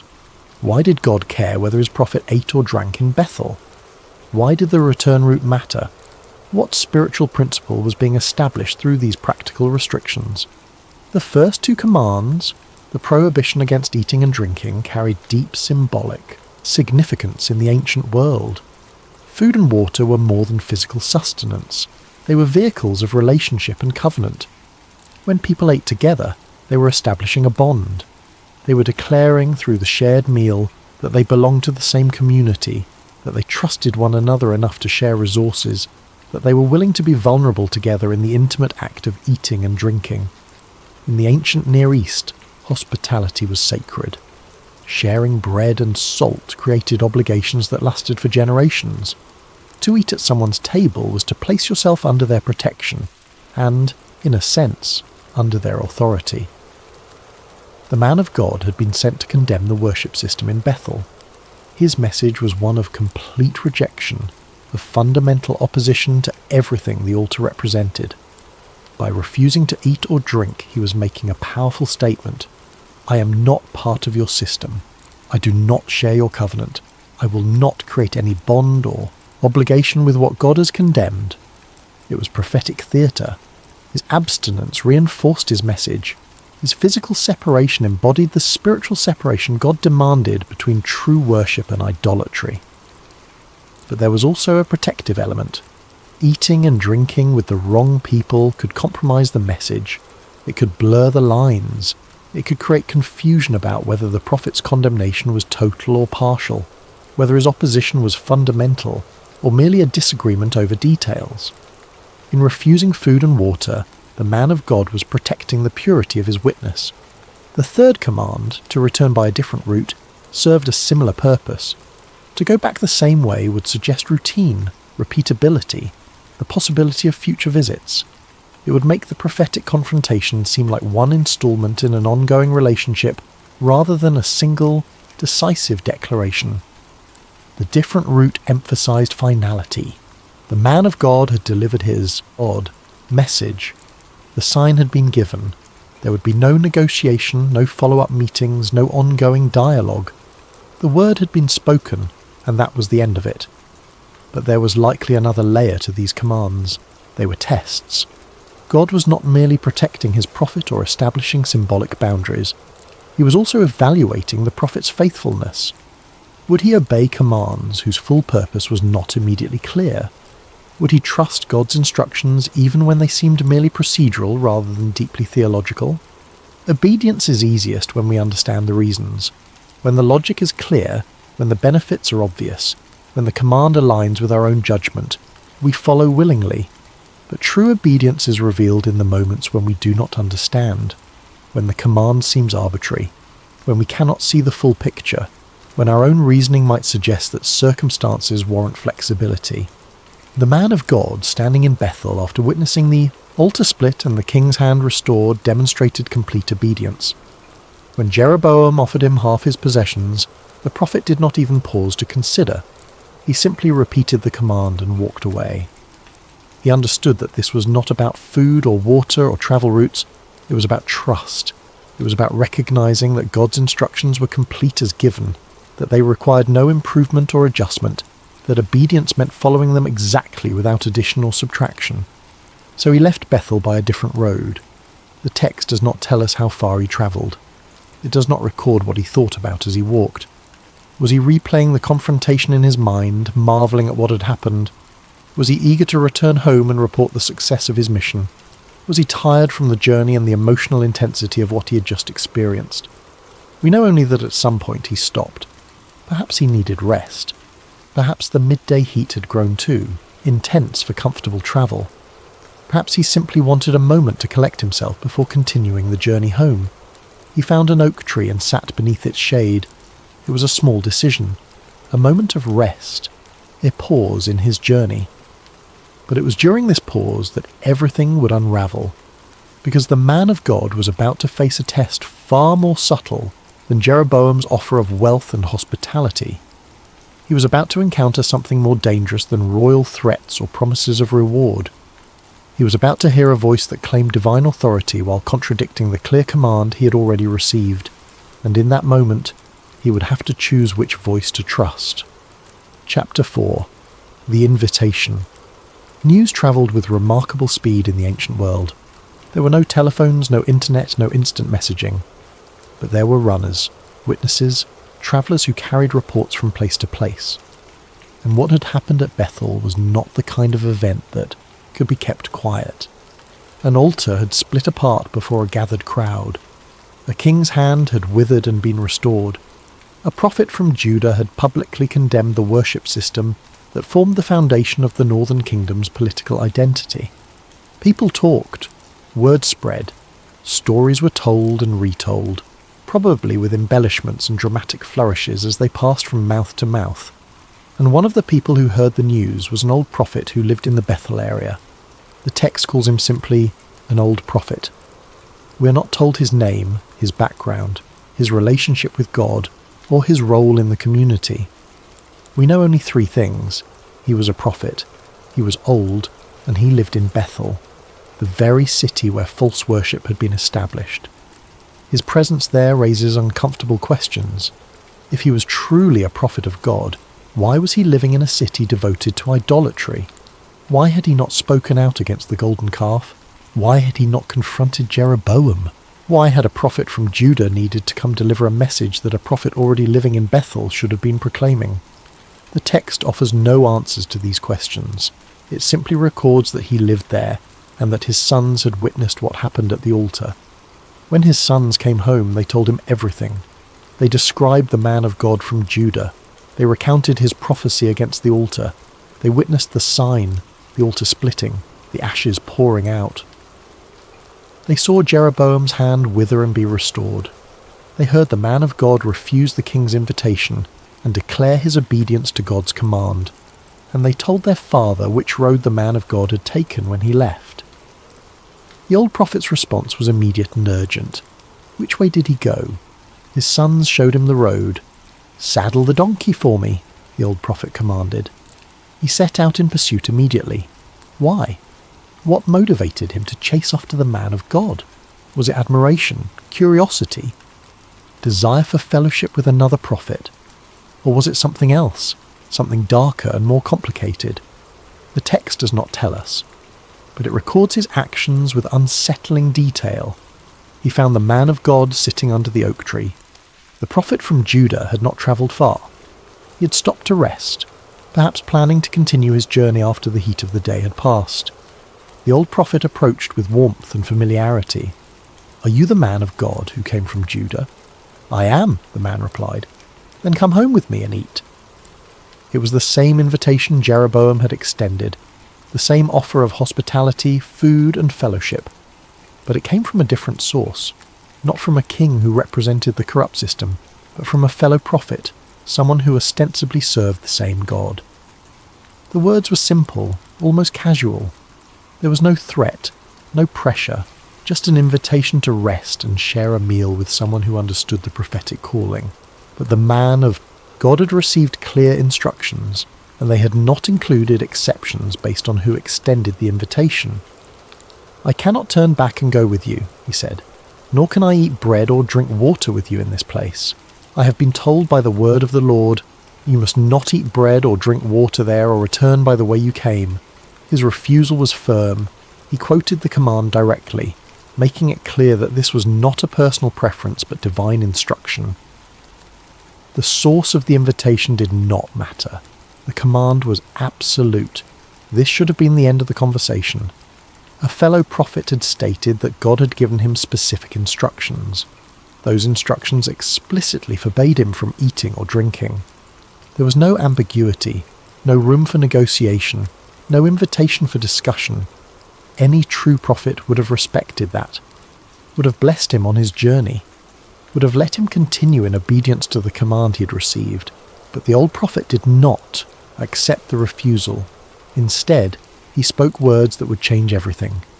"I too am a prophet as you are, and an angel said to me by the word of the Lord, bring him back with you to your house, so that he may eat bread and drink water." The claim was specific and authoritative. He was establishing his credentials, "I too am a prophet," claiming equal standing with the man of God. He was citing a supernatural source, an angel.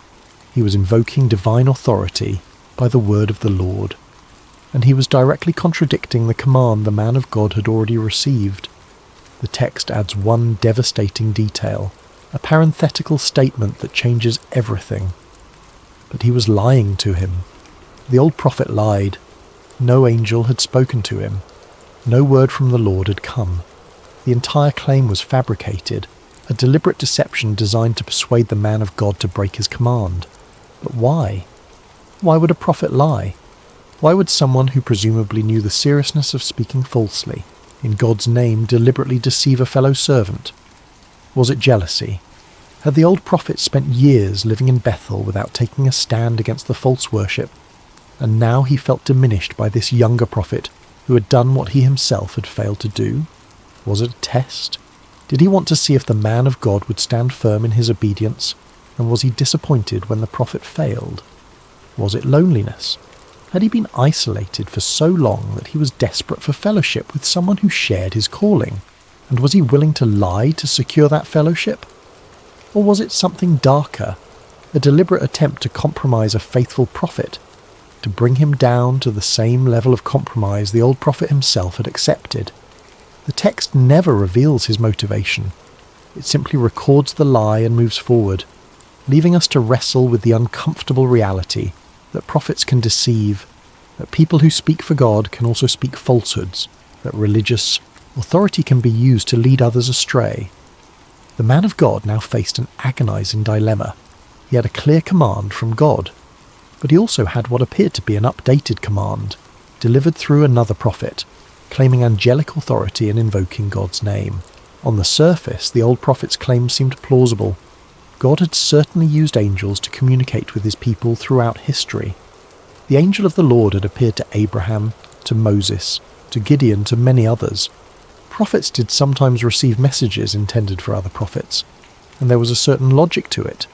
Perhaps God had seen that the man of God was tired.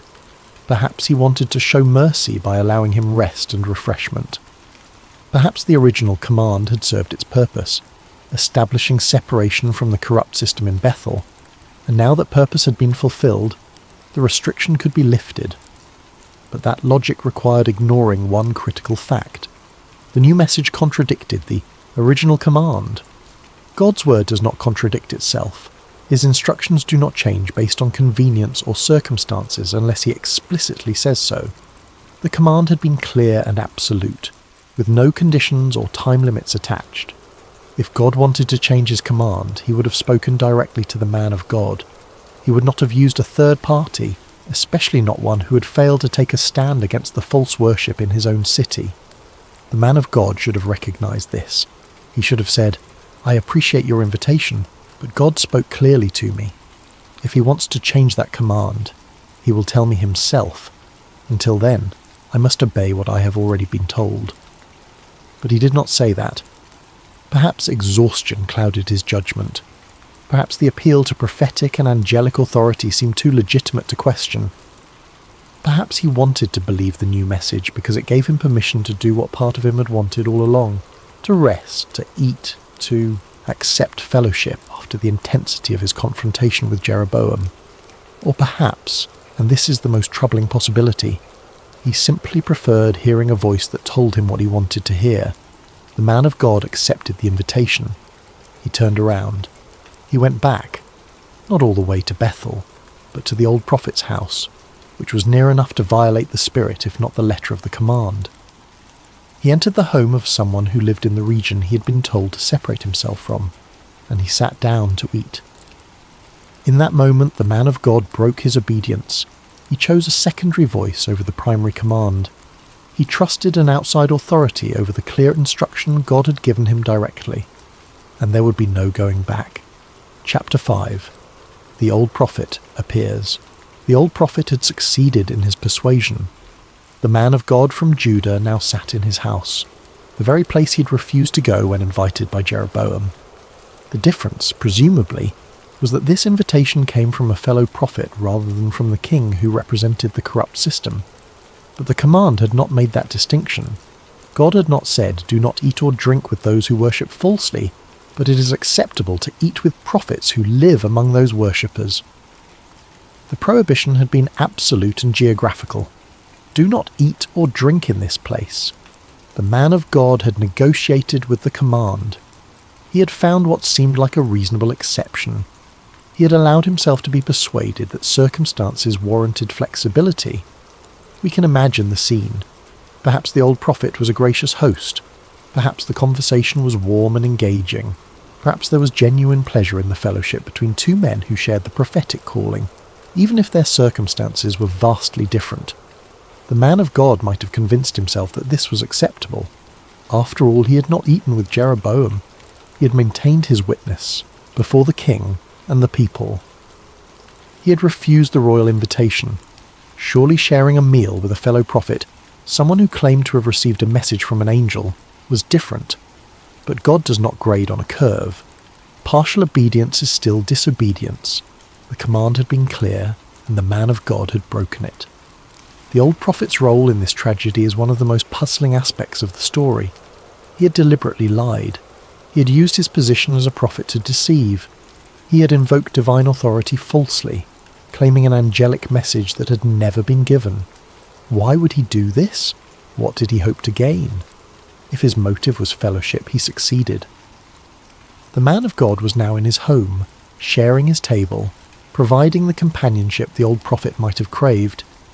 If his motive was to test the man of God's faithfulness, he succeeded as well, though the result was tragic. He had discovered that even a prophet who could stand firm before a king could be swayed by the right words from the right source. If his motive was jealousy or resentment, wanting to bring down someone who had demonstrated courage he himself lacked, then he succeeded in that too. The man of God's failure would now be part of his story, a stain on what should have been a tale of complete faithfulness. But whatever his motive, the old prophet was about to discover that deceiving a servant of God carries consequences, not just for the deceived, but for the deceiver as well. Because as they sat at the table, something shifted. The comfortable conversation stopped, the atmosphere changed, and the word of the Lord, the genuine word, not a fabricated claim, came to the old prophet. Chapter 6. The Lie. The meal had begun normally enough. Bread was broken, water was poured. The ordinary rituals of hospitality unfolded in the home of the old prophet. Two servants of God, separated by geography and circumstances, but united by calling, shared food and conversation. The man of God might have felt relief. The tension of the confrontation in Bethel had passed. His mission was complete. He had delivered God's message, witnessed the miraculous confirmation, maintained his integrity before the king. Now he could rest for a moment before completing his journey home. Perhaps the old prophet was a skilled conversationalist. Perhaps he asked questions about life in Judah, about the temple in Jerusalem, about the man of God's prophetic experiences. Perhaps he shared stories from his own life, tales from years of ministry, reflections on the challenges of maintaining faith in a culture that had turned toward idolatry. We do not know what they discussed. The text does not record their conversation, but it records what happened in the middle of the meal. The word of the Lord came to the old prophet who had brought him back, not to the man of God, not to the one who had been faithful up until this moment, not to the prophet who had confronted Jeroboam and witnessed miracles, to the old prophet, the liar, the deceiver, the one who had deliberately led another prophet into disobedience. It is one of the strangest reversals in all of Scripture. The man who had lied now became the vessel of truth. The deceiver became the oracle of judgment, and what he spoke was devastating. He cried out. The text uses a word that suggests loud proclamation, not gentle conversation. This was not a whisper or a quiet aside. It was a prophetic declaration, impossible to ignore or misunderstand. This is what the Lord says. You have defied the word of the Lord and have not kept the command the Lord your God gave you. You came back and ate bread and drank water in the place where he told you not to eat or drink. The accusation was direct and specific. There was no ambiguity, no room for interpretation. The man of God had broken his command. He had defied God's word. He had failed in his obedience. And then came the sentence, therefore your body will not be buried in the tomb of your ancestors. In the ancient world, proper burial in the family tomb was critically important. It represented connection to heritage, continuity with generations past, the hope of being gathered to one's fathers. To be denied burial with one's ancestors was to be cut off, separated, left alone even in death. It was a sentence of tragic finality. The man of God would not complete his journey home. He would not see his family again. He would not be laid to rest among his people.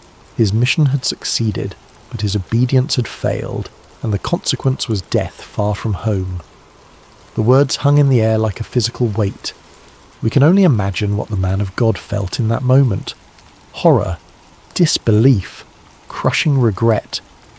The realization that he had traded his life for a meal, that he had allowed himself to be persuaded away from clear obedience, that he had trusted the wrong voice at the wrong moment.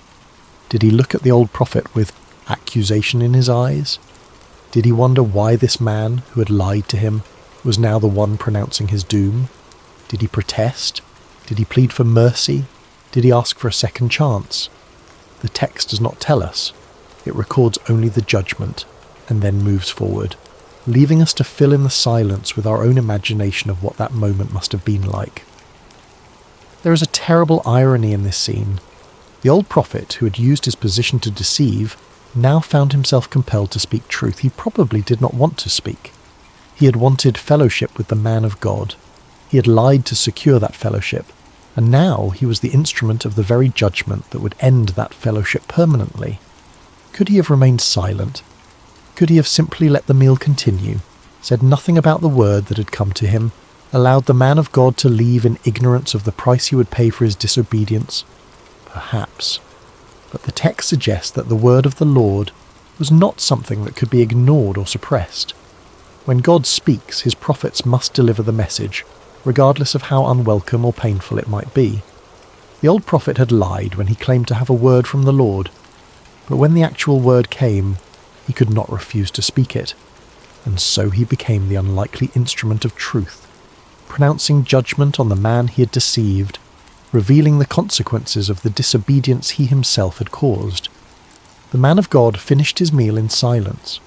What else could he do? The judgment had been spoken.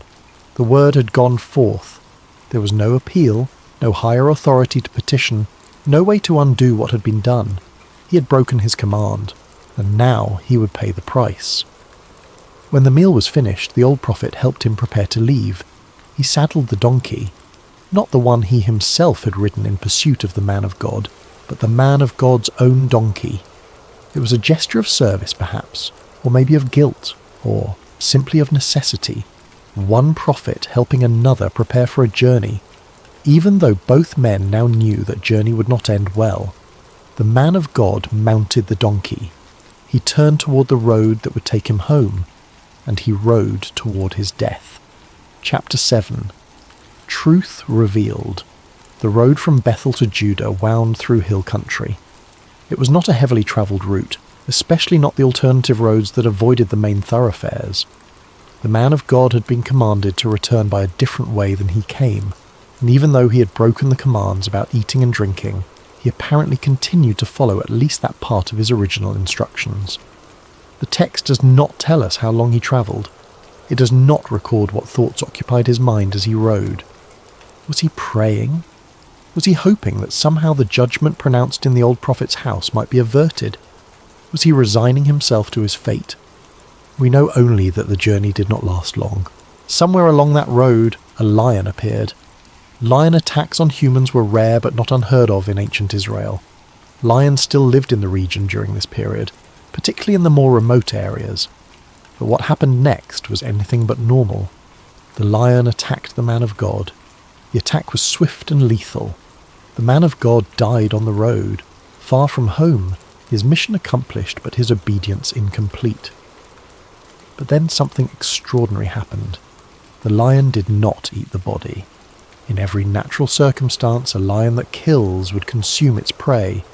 That is the purpose of the hunt, the reason for the attack. A predator does not kill and then simply stand guard over an uneaten carcass. But this lion did exactly that. It stood beside the body, neither eating it nor leaving. The donkey, which should have bolted in terror at the first sight of the lion, remained standing nearby. The lion did not attack the donkey. The donkey did not flee from the lion. The entire scene was frozen in a tableau that defied natural behaviour. Travellers passing along the road saw this strange sight. A dead man lying on the ground, a lion standing guard beside him, a donkey waiting patiently. It was so unusual, so obviously supernatural, that they could not simply pass by. They carried the news to the nearest city. When the old prophet heard the report, he knew immediately what it meant. That is the man of God who defied the word of the Lord, he said.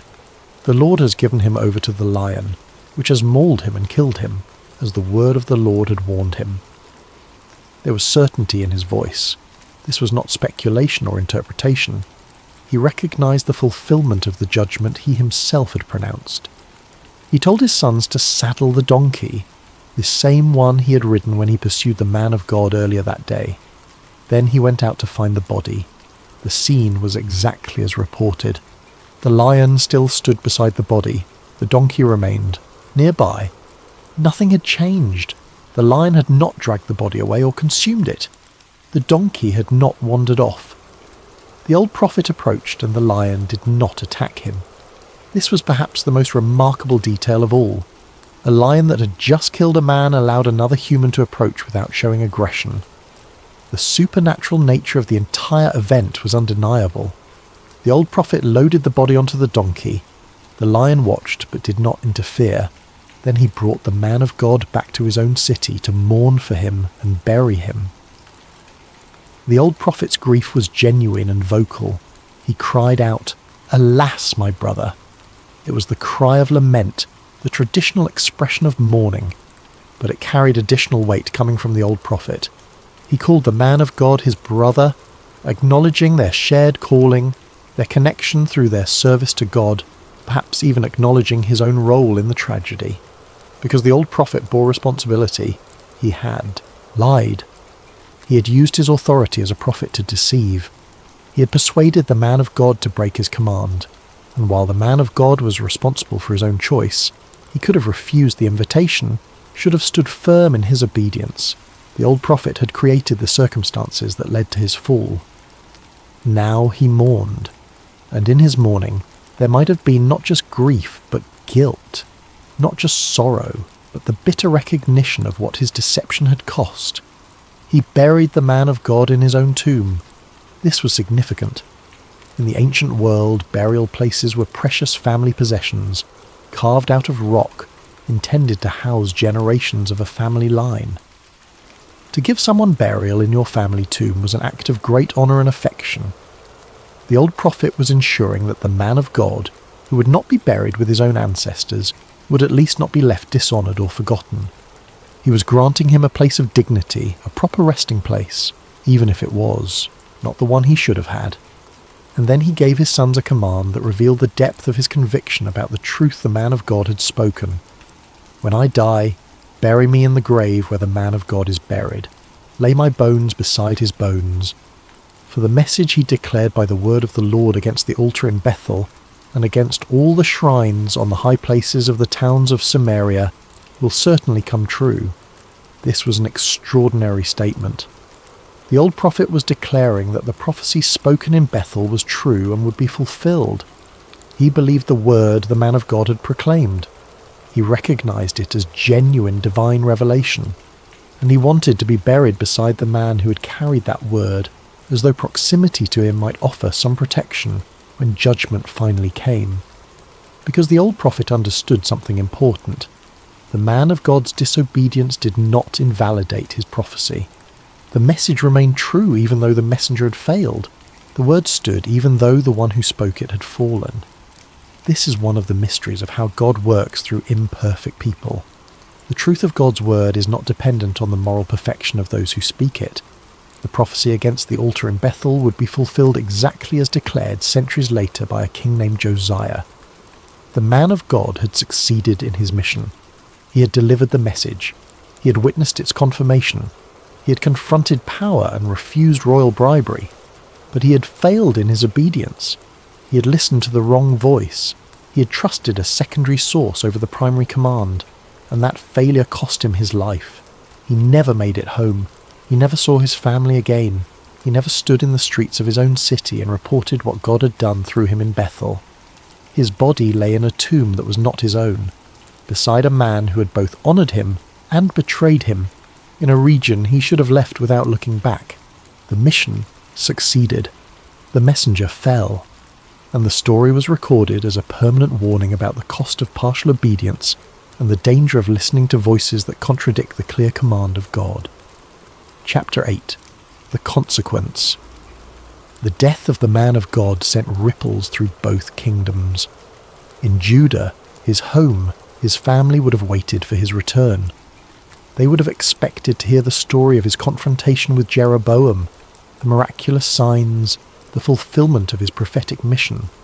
Instead, they eventually received news of his death far from home, killed by a lion under circumstances so unusual they could only be understood as divine judgment. In Bethel and throughout the northern kingdom, the news spread differently. The prophet who had condemned the altar and witnessed its destruction had himself been destroyed. Some might have interpreted this as vindication of Jeroboam's system. Look what happened to the one who spoke against us. Others might have seen it as confirmation of the prophecy's power. Even the messenger was subject to the word of God.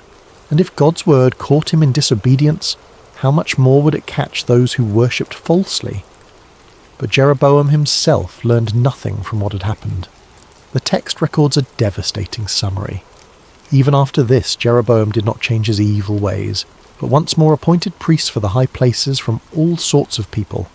Anyone who wanted to become a priest he consecrated for the high places. The altar had been broken. The king's hand had withered and been restored. A prophet had pronounced judgment that would be fulfilled centuries later, and none of it mattered. Jeroboam continued in his corruption, maintained his false worship system, appointed unqualified priests, led his people deeper into idolatry. The text adds, "This was the sin of the house of Jeroboam that led to its downfall and to its destruction from the face of the earth." The man of God's prophecy would be fulfilled, but not in Jeroboam's lifetime. The judgment would come, but it would come slowly, building over generations, culminating in the complete destruction of the northern kingdom and the scattering of its people. For now, the false worship continued. The golden calves remained in place. The priests who had no right to the office continued their ceremonies. The people continued to confuse convenience with faithfulness, political expediency with spiritual truth. And the man of God lay in a tomb in Bethel, his mission accomplished, his obedience incomplete, his life cut short by a single act of listening to the wrong voice. The manner of his death was crucial to understanding the story. This was not a random tragedy. It was not an unfortunate accident. The supernatural elements were too pronounced to be dismissed as coincidence. A lion that killed but did not eat. A donkey that did not flee. A scene frozen in time, waiting to be discovered by travellers who would carry the news and confirm the judgment that had been pronounced. God could have simply let the man of God return home and die there of natural causes later.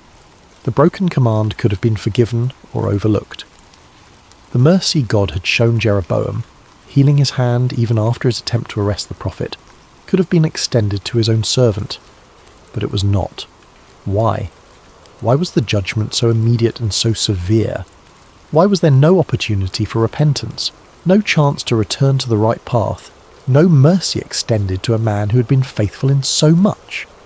The text does not provide a comfortable answer, but it suggests several possibilities. First, the man of God was a prophet, a representative of God's word to the people. His obedience or disobedience carried symbolic weight beyond his personal situation. If a prophet could negotiate with God's commands, what message did that send to everyone else? If God's chosen messenger could be swayed by secondary voices, how could the people be expected to stand firm? The severity of the judgment was partly about maintaining the authority and clarity of God's word. Prophets were held to a higher standard precisely because they spoke for God. Their failures were not merely personal, they had public implications for how people understood God's character and his commands.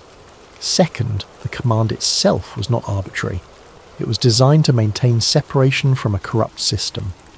By eating and drinking in the region he had condemned, the man of God was symbolically compromising his message. He was creating confusion about whether his opposition to the false worship was absolute or negotiable. The command was protective. It was meant to guard the purity of his witness. By breaking it, he was not just disobeying a rule, he was undermining the very message he had been sent to deliver. Third, the nature of his disobedience revealed something important about spiritual vulnerability. The man of God had stood firm before a king. He had refused wealth and honour. He had maintained his integrity in the face of direct pressure and temptation.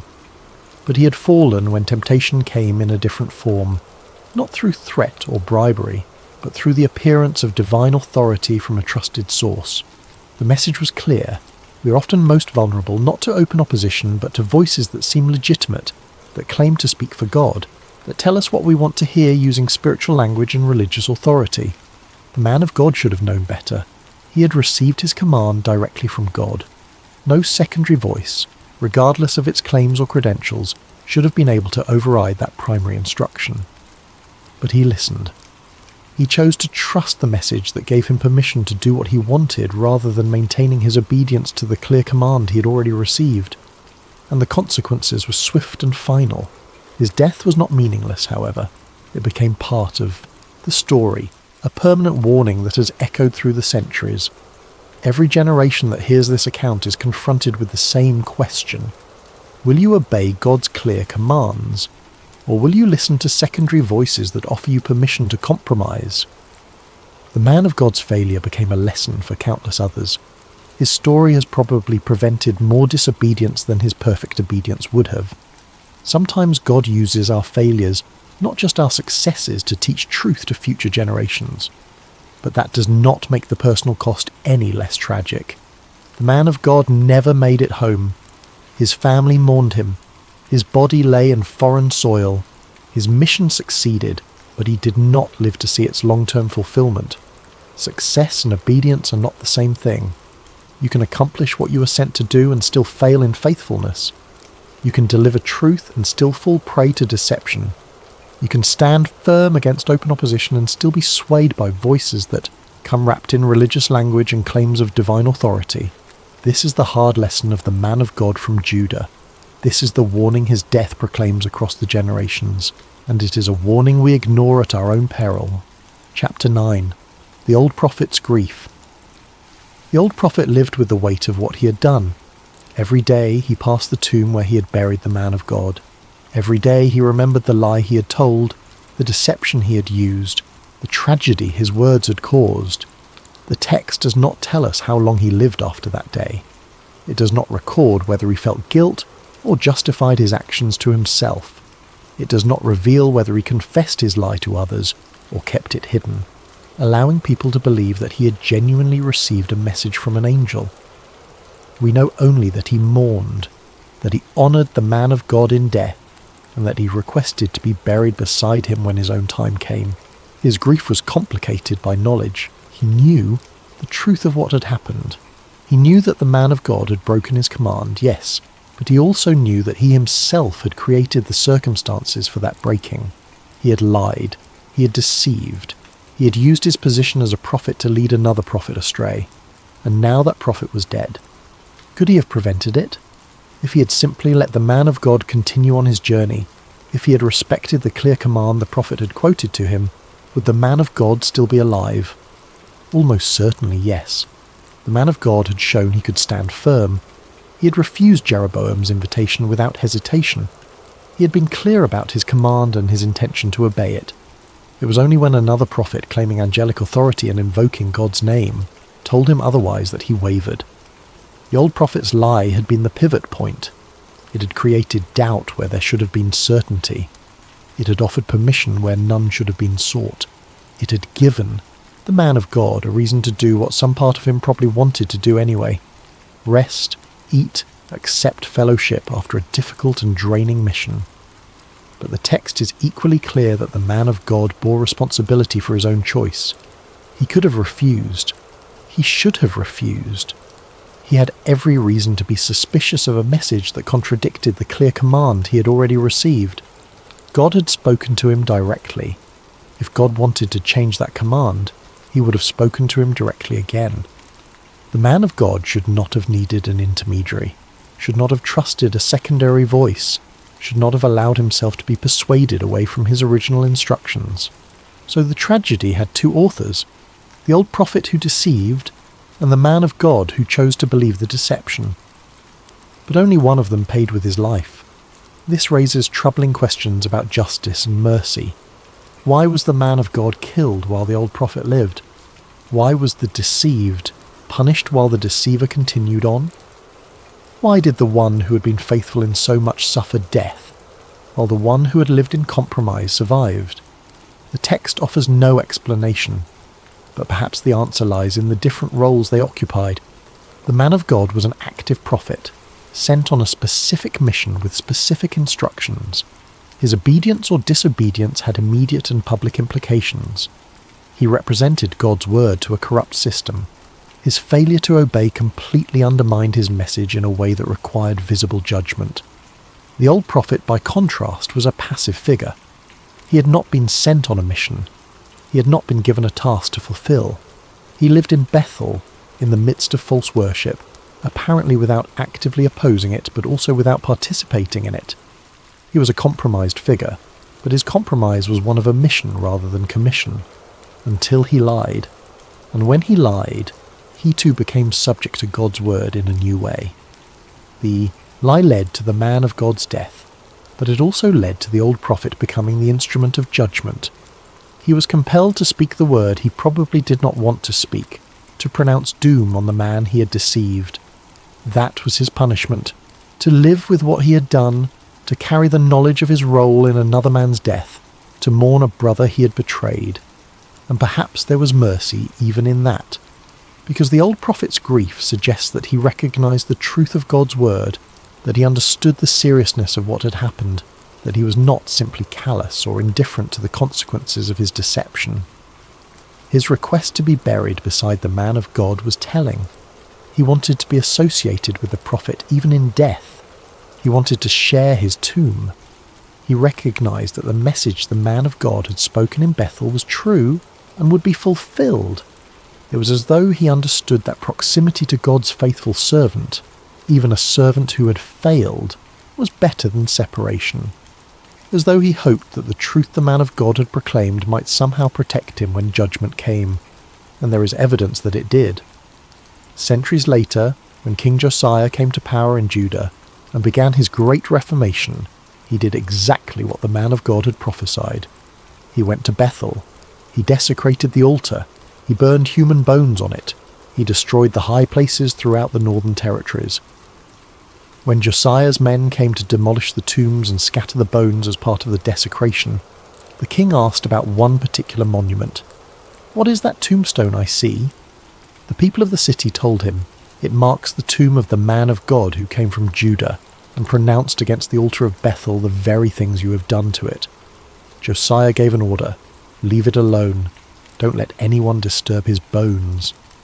So they spared his bones and the bones of the prophet who had come from Samaria, the old prophet who had been buried, alongside him. The prophecy was fulfilled. The judgment came. The altar was destroyed, but the tomb was protected. The man of God, who had failed in his obedience but succeeded in his mission, was honoured in death by the very king whose coming he had prophesied. And the old prophet who had lied and deceived was also spared because of his association with the one who had spoken truth. There is a strange mercy in this ending. Both prophets, flawed and failed in different ways, found protection through the truth of God's word. The message outlasted the messengers.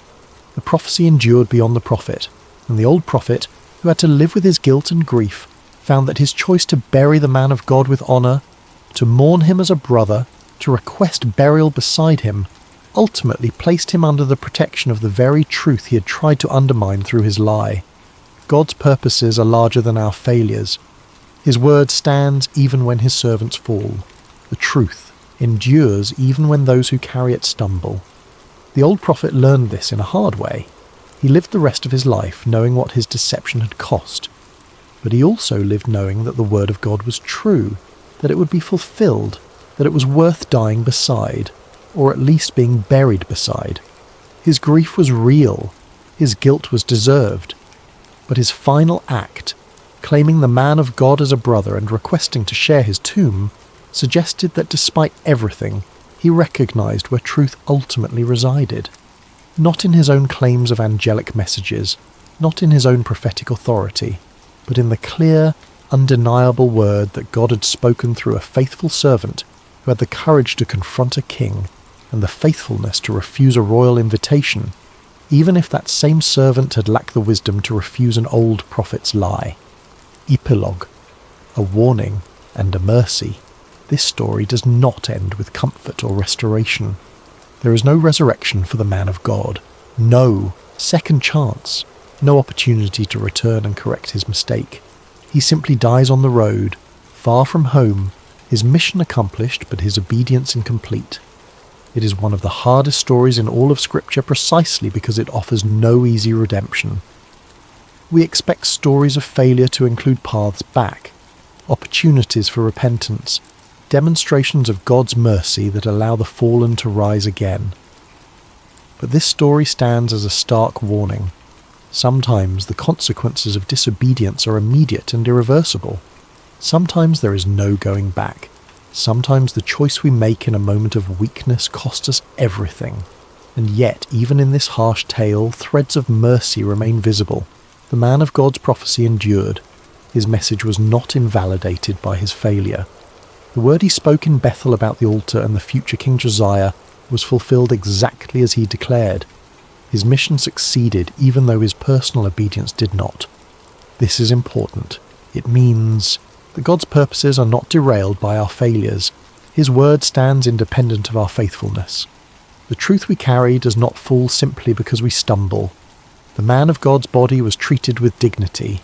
He was not left to decay on the roadside. The old prophet, despite his lie, gave him honourable burial. His tomb was eventually protected by the very king whose coming he had prophesied. Even in death, he was not abandoned or forgotten. His story became a permanent warning that has protected countless others from similar failure. Every generation that encounters this account is confronted with the same essential questions. Will you obey God's clear commands? Will you trust secondary voices that contradict primary instructions?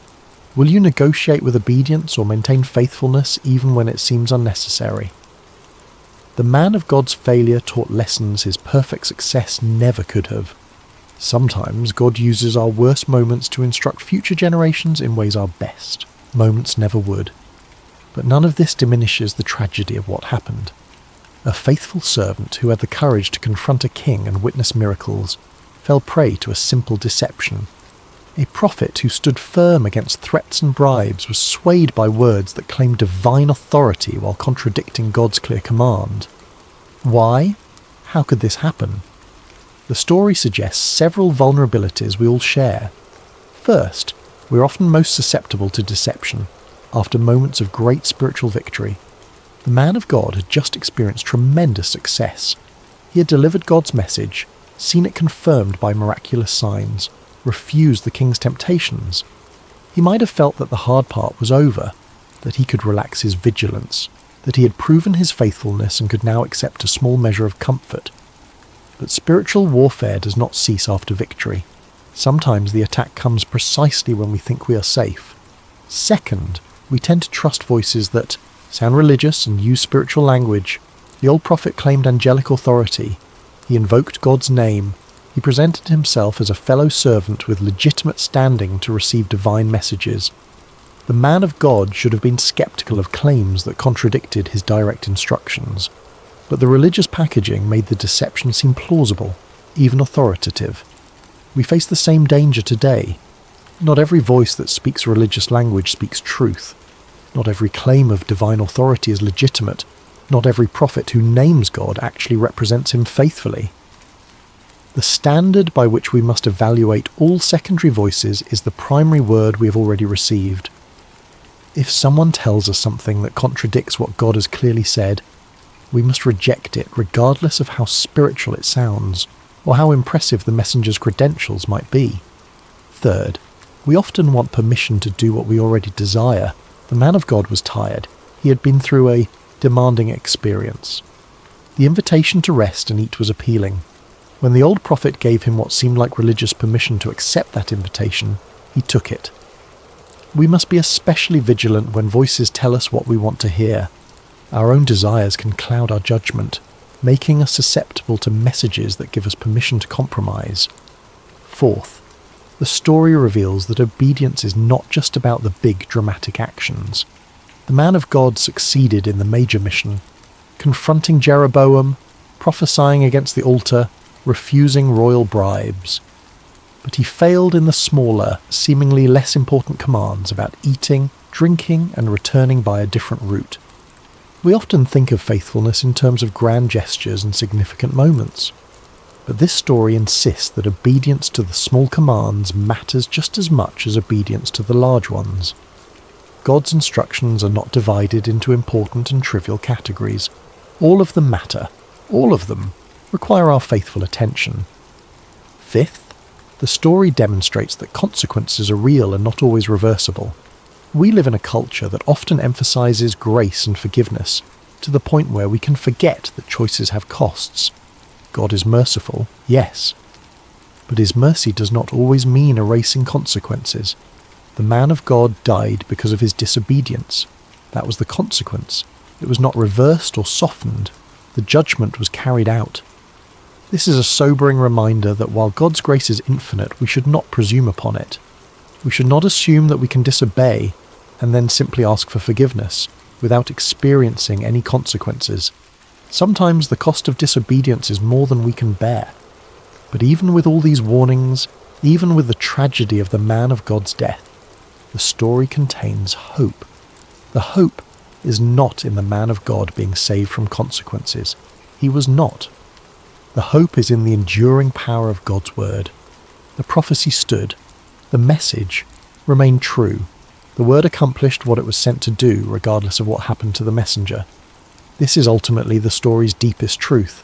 God's purposes cannot be thwarted by human failure. His word will be fulfilled. His plans will be accomplished. His truth will endure. We who serve him are privileged to be part of that work, but we are not essential to it in the sense that God's purposes depend on our perfection. He can work through our faithfulness, and he can also work through our failures to teach lessons we never intended. The man of God did not intend to become a warning. He intended to be a successful prophet who delivered God's message and returned home safely. But his failure became part of God's larger purpose, a permanent reminder about the cost of compromise and the danger of listening to voices that contradict clear commands. For those of us who hear this story today, the question remains, what will we do with clear commands we have received?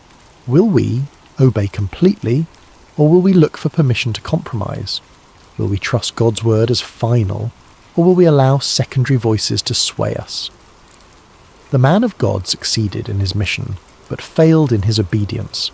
His story warns us that both matter, that we cannot excuse disobedience by pointing to our successes elsewhere, that God's commands are not negotiable, even when we have proven ourselves faithful in other areas. But his story also reminds us that even when we fail, God's word continues. The truth stands, the purposes endure. We are called to faithful obedience, but we are not the foundation on which God's work rests. His word is that foundation, and it cannot be shaken by our failures, however tragic they might be. This is both warning and comfort. Warning: obey completely, trust God's clear commands, resist voices that tell you otherwise. Comfort: even when we fail, God's purposes continue. Even when we fall, his word stands. Even when we are buried far from home, his truth endures. The man of God never made it back to Judah, but his message reached across centuries and continues to speak today. He is still warning us, still teaching us, still reminding us that obedience cannot be partial, that commands cannot be negotiated, that secondary voices must never override primary instructions. And he is still showing us that while consequences are real and sometimes devastating, God's word remains true, regardless of what happens to those who carry it. May we learn from his success without repeating his failure. May we deliver God's truth faithfully and live it completely. May we resist the voices that offer us permission to compromise. And may we remember that when God gives a clear command, there are no conditions, no exceptions, no secondary authorities that can override his word. Only obedience, or its consequences.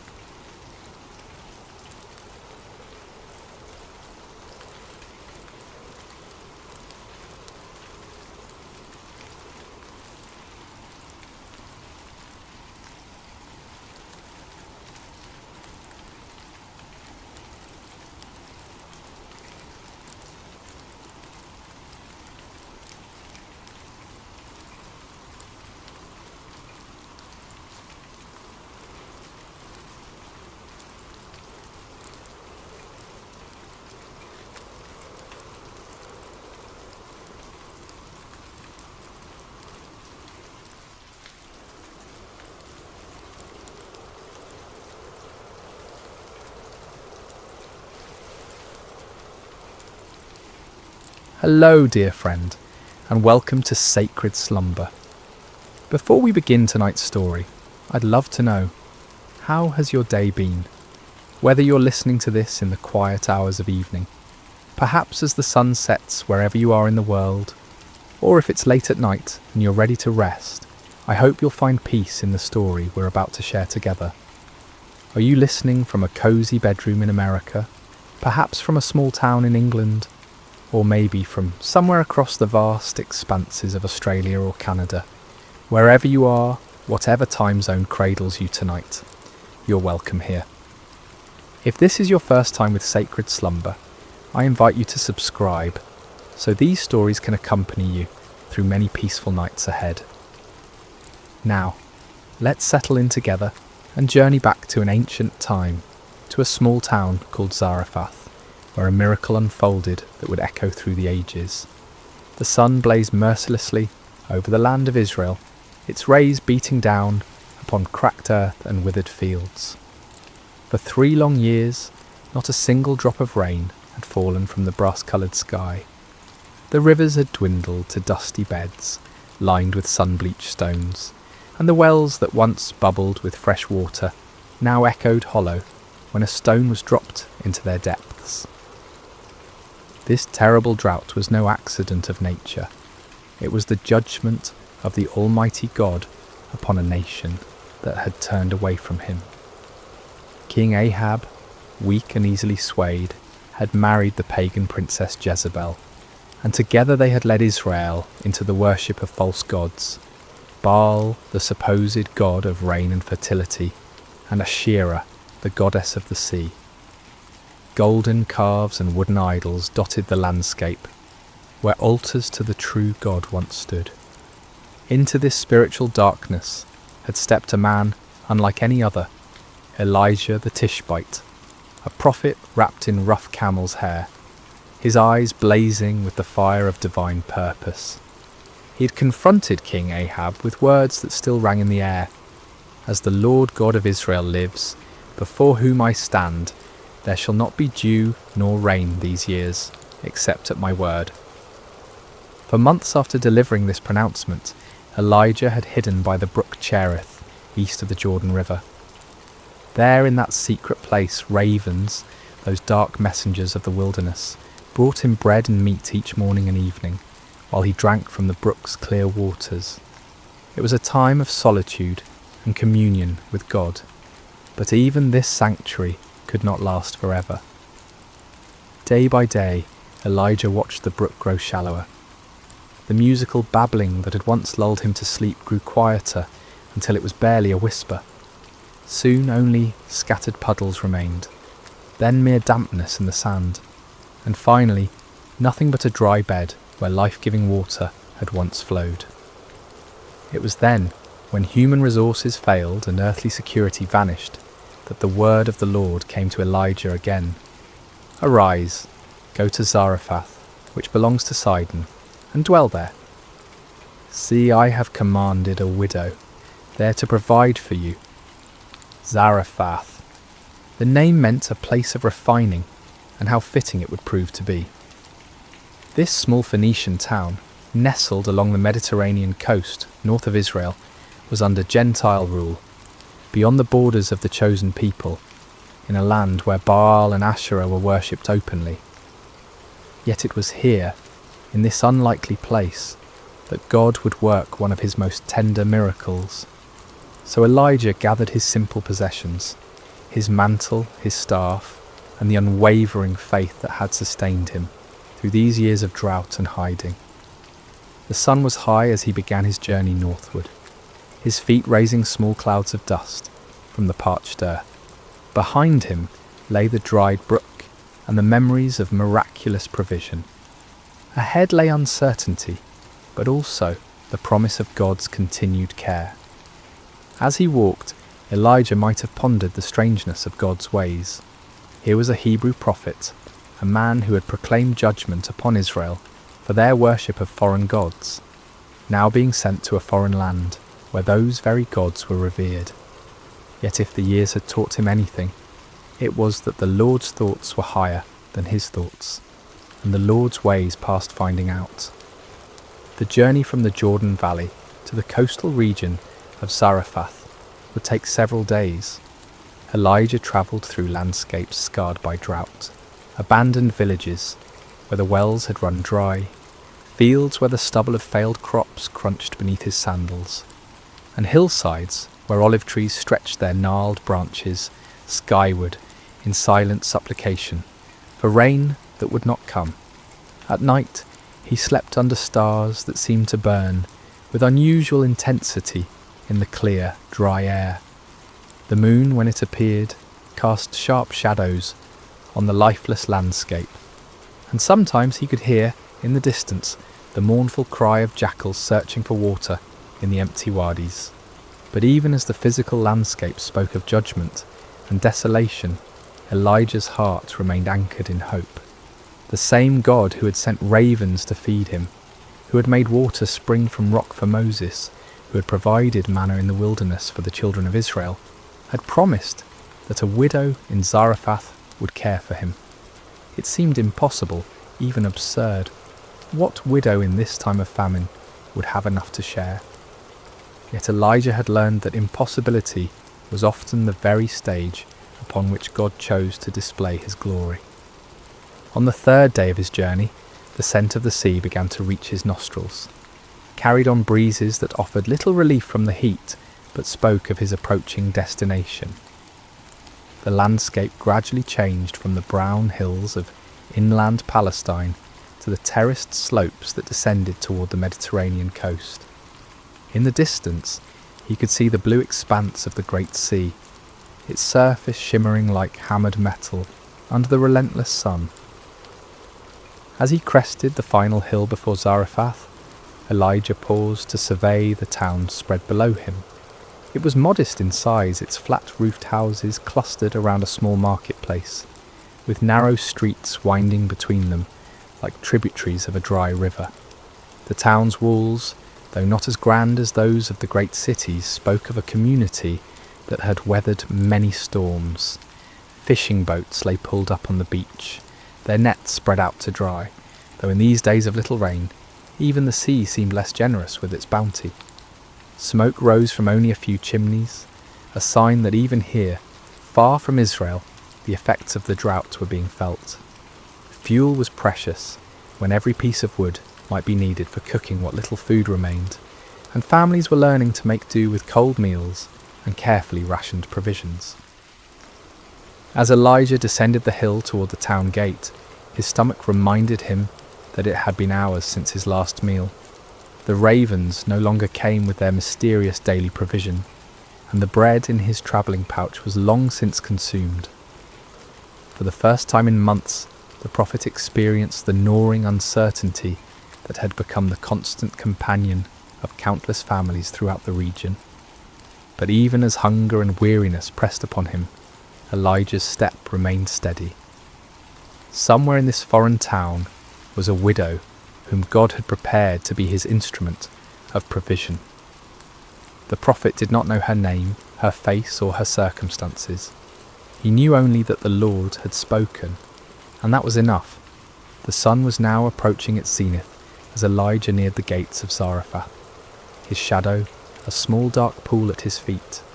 Soon, very soon, he would meet the woman through whom God intended to demonstrate that his care extends beyond all human boundaries, his provision beyond all human understanding, and his power beyond even the finality of death itself. The stage was set for a miracle that would begin with a simple request for water and a piece of bread, but would culminate in wonders that neither the prophet nor the widow could have imagined. In this place of refining, in this encounter between a Hebrew man of God and a Gentile woman of faith, the character of the Almighty would be revealed in ways both tender and magnificent. The gates of Zarephath stood open in the midday heat, their wooden beams weathered and worn by countless seasons of sun and storm. As Elijah approached, he could see that the usual bustle of a town entrance was notably absent. No merchants haggled over goods, no children played in the dust, No elders sat in the shade discussing the affairs of the day. The drought and its accompanying famine had drained the life from this place, leaving behind only the essential movements of survival. Elijah's throat was parched from his long journey, and his lips were cracked from the dry air. Each step sent small puffs of dust up from the hard-packed earth, and the prophet found himself scanning the area, hopefully for any sign of a well or fountain. His eyes, accustomed to the blazing light of the Palestinian sun, squinted as he tried to make out the details of his surroundings. It was then that he noticed her, just outside the town gates near a grove of scraggly olive trees that had somehow managed to survive the prolonged drought. A woman was bent over, methodically gathering fallen sticks and dead branches. Her movements were slow and deliberate, speaking not of laziness but of the careful conservation of energy that comes from prolonged hunger. Her clothing, once perhaps a deep blue or brown, had faded to the nondescript colour of dust and wear, patched in several places with fabric that didn't quite match. As Elijah drew closer, he could see that she was neither young nor old, but somewhere in that middle season of life, where a woman's beauty becomes less about the freshness of youth and more about the character etched in her features by joy and sorrow, hope and disappointment. Her dark hair, streaked with premature grey that spoke of hardship born before its time, was partially covered by a worn headscarf that had slipped back as she worked. There was something in her posture, a weariness that seemed to go beyond physical exhaustion, that made Elijah's heart stir with compassion. This was a woman who had carried burdens, who had made hard choices, who had watched her resources dwindle day by day until she was reduced to gathering sticks in the heat of the day. The prophet paused for a moment, studying her face as she worked. In her features, he could read the story of the drought's impact on ordinary people. Her cheeks were hollow, her eyes shadowed with the particular kind of worry that comes from watching a child grow thin. Yet there was also a quiet dignity about her, a refusal to surrender to despair, even in the face of seemingly impossible circumstances. "Excuse me," Elijah called softly, his voice rough from thirst and travel. The woman looked up, startled. Her eyes widened slightly as she took in the appearance of this stranger. His rough clothing, his weathered features, the staff in his hand that marked him as a traveller. From far away, in her gaze, Elijah could see the wariness that had become second nature to people in these hard times. Strangers might bring news, trade or help, but they might also bring additional mouths to feed when food was already desperately scarce. "Please," Elijah continued, his manner gentle and respectful, "could you bring me a little water in a cup, that I may drink?" The request hung in the air between them. Water, in this time of drought, was precious beyond measure. Every drop had to be carried from wells that were increasingly distant and depleted. Yet something in the prophet's manner, perhaps the genuine need in his voice, or the courtesy with which he had made his request, caused the woman to hesitate rather than refuse outright. She studied his face for a long moment, as if trying to read his character in his features. What she saw there must have reassured her, for she slowly straightened, her bundle of sticks still clutched in her arms. "I will bring you water," she said simply, her voice carrying the accent of this coastal region, but also a warmth that suggested a heart not yet hardened by suffering. As she turned toward the town, Elijah felt a stirring of gratitude. Here, in this foreign place, this Gentile woman was willing to share her precious water with a Hebrew stranger.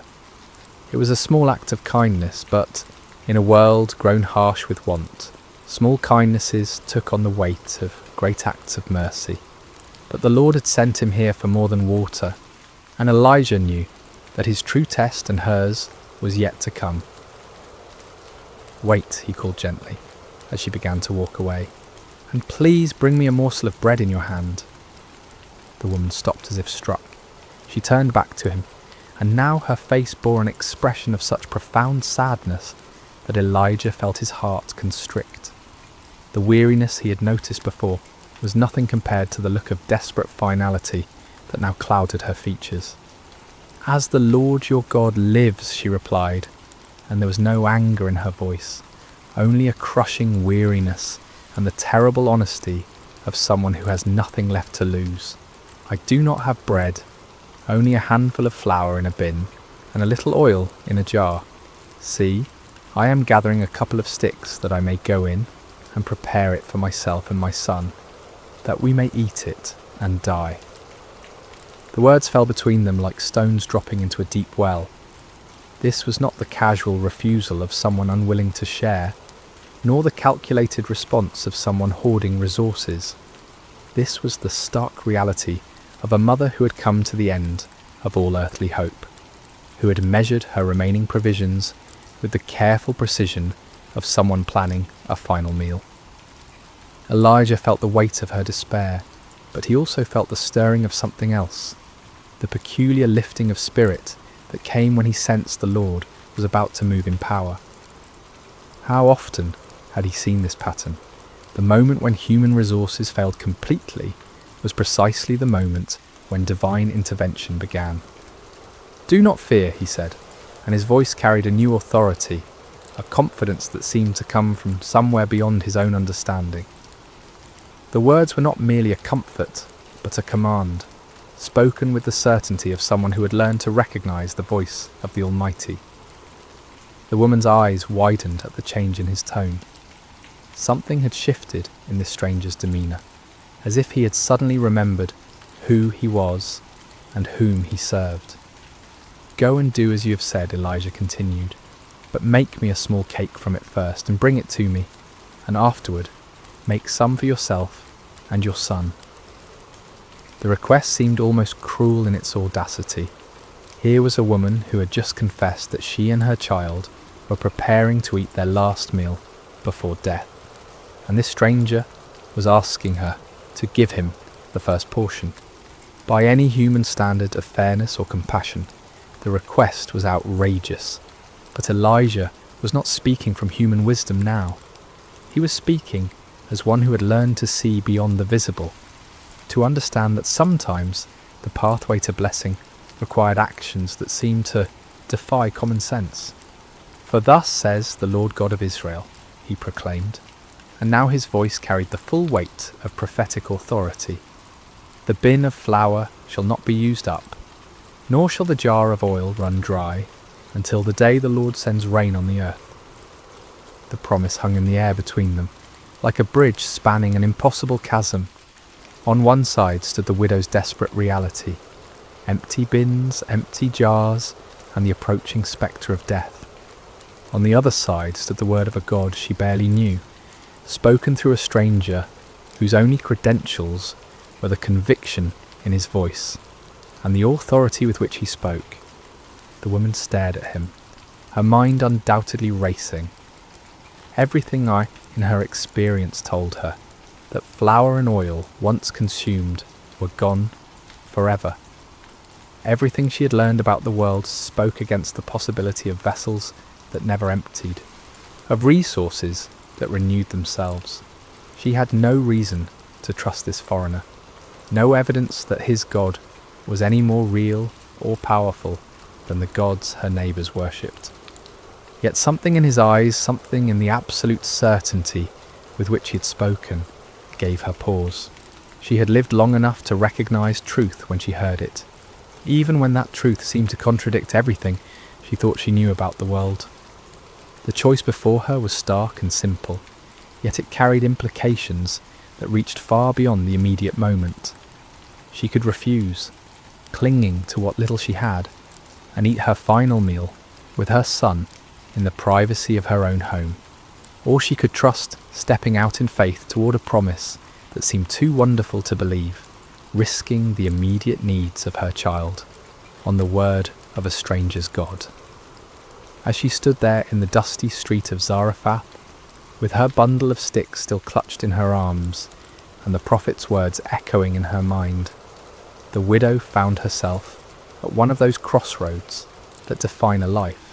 Her next decision would determine not only whether she and her son lived or died, but whether they would become part of a story that would be told for generations to come.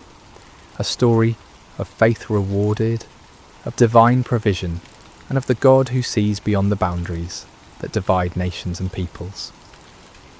The sun beat down upon them both as she weighed her choice, but in that moment of decision, neither the heat nor the hunger nor the desperate circumstances seemed to matter. All that mattered was whether she would choose to believe that the impossible might, just possibly, be true. The widow stood motionless for what seemed like an eternity, though in reality it was perhaps only the span of a few heartbeats. In that suspended moment, the entire universe seemed to be waiting for her decision. The very air around them felt charged with possibility, as if creation itself was holding its breath to see whether faith would triumph over fear, whether hope would overcome the stark mathematics of survival. Elijah watched her face carefully, seeing the battle that raged within her soul. He had delivered the word of the Lord as he had been commanded, but now the choice was hers alone to make. The prophet knew from long experience that God's miracles often hinged not on human understanding, but on human obedience, not on the ability to see how a promise might be fulfilled, but on the willingness to act as if it already had been. The woman's eyes moved from Elijah's face to the bundle of sticks in her arms, then toward the town gates where her small home awaited, where her son was undoubtedly waiting for her return, probably listening for the sound of her footsteps that would signal the beginning of their final meal together.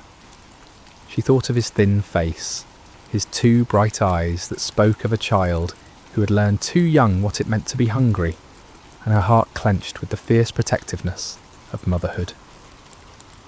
Yet something else stirred within her as well, a memory perhaps of stories she had heard as a child about the God of the Hebrews, the one who was said to part seas and rain bread from heaven.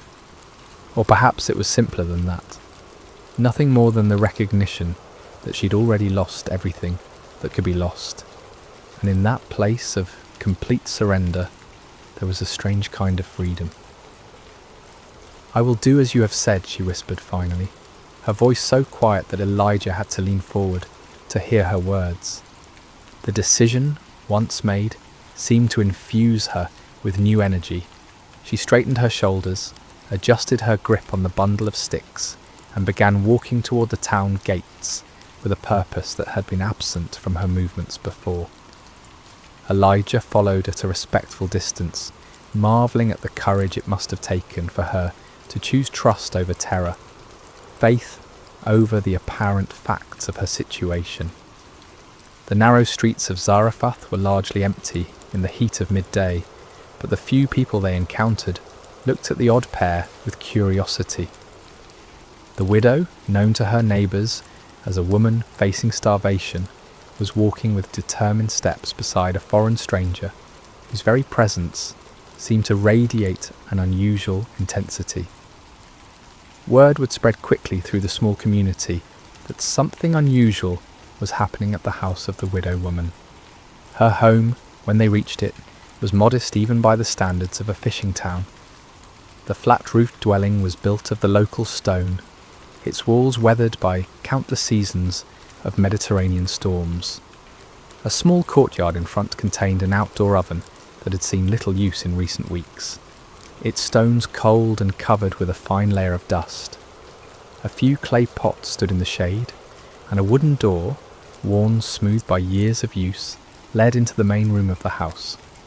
As they approached, the door opened and a boy appeared, perhaps 10 or 11 years old, with his mother's dark eyes and hair. His frame was thin in the way that spoke of prolonged hunger, but his face lit up with genuine joy at seeing his mother return.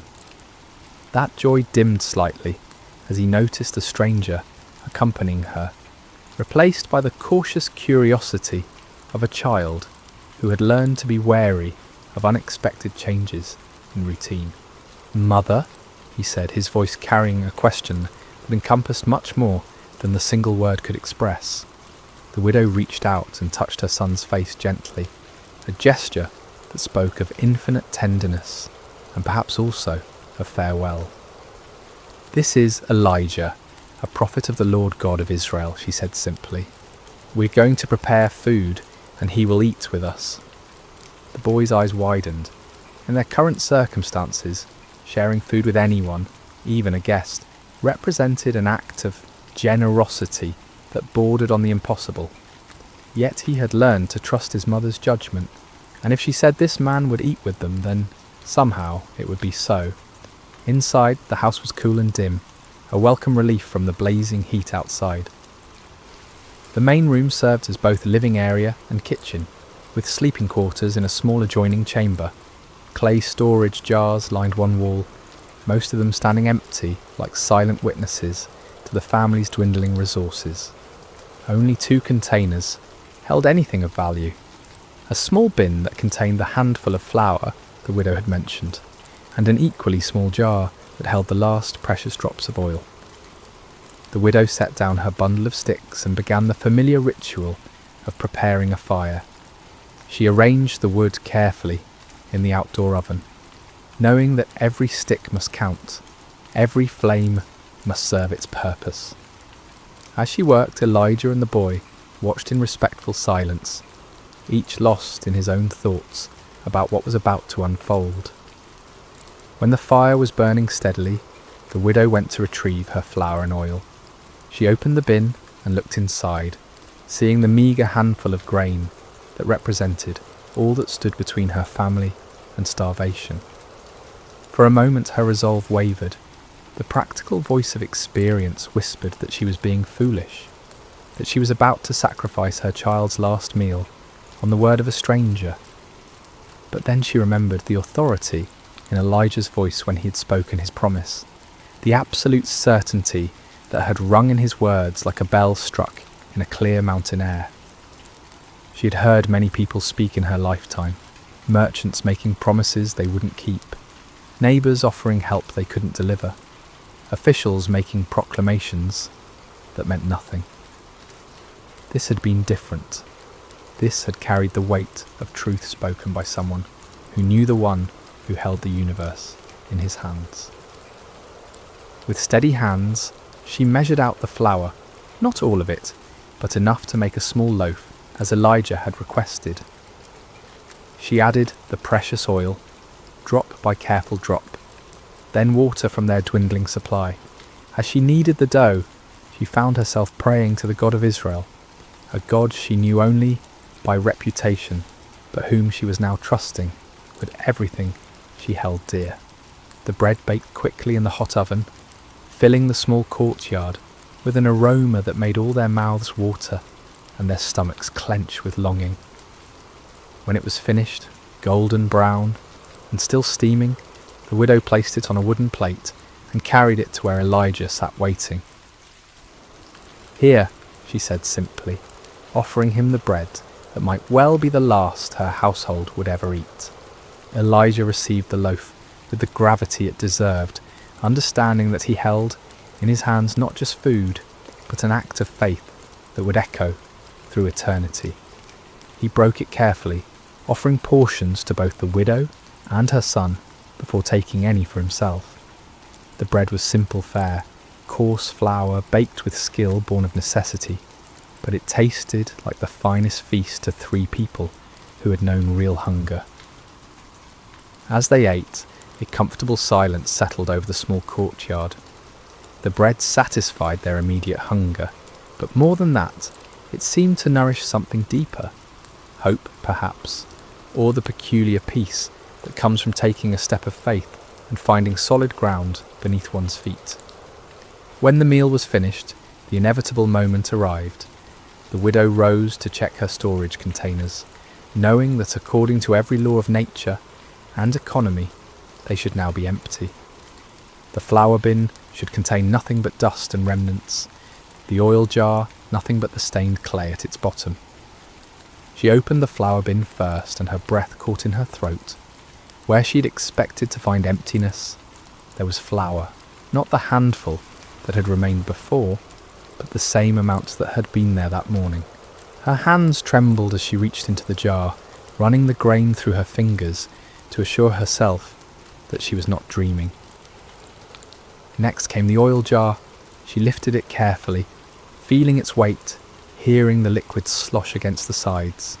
It was full as it had been when she had first measured out the precious oil for their bread. "Mother," her son whispered, seeing the wonder and disbelief that played across her features. "The word of the Lord is true," she breathed, her voice filled with awe. "The flour and oil have not diminished. They are just as they were before." From that day forward, the miracle continued. Each morning, the widow would wake expecting to find her containers empty, only to discover them filled with the same amounts they had held the day before. She would measure out flour for the day's bread, pour oil for cooking, and use what was needed to sustain her household and their guest. But each time she checked, morning, noon, and evening, the levels remained constant, as if invisible hands were replenishing what had been taken. Word of the miracle spread slowly through Zarephath. Neighbours who had expected to attend a funeral instead saw smoke rising daily from the widow's oven. They saw the boy playing in the courtyard with more energy than he had shown in months. They saw the foreign prophet living in their midst, his presence somehow bringing blessing rather than burden to the household that sheltered him. Some whispered that it was sorcery, others that the gods were showing favour to the widow for her kindness to strangers. But the widow herself knew better. She had witnessed firsthand the power of the God of Israel, the one who could multiply resources that seemed exhausted, who could bring abundance from scarcity, who could sustain life when death seemed certain. As weeks turned into months, the relationship between the widow, her son, and Elijah deepened into something like family. The prophet helped with daily tasks, told stories of his journeys and the wonders he had witnessed, and taught them both about the nature and character of the God he served. The boy, who had never known a father's presence, began to look up to Elijah with the mixture of respect and affection that a son shows to a beloved elder. For his part, Elijah found in this simple household something he had rarely experienced in his years of prophetic ministry, the warmth of ordinary human fellowship.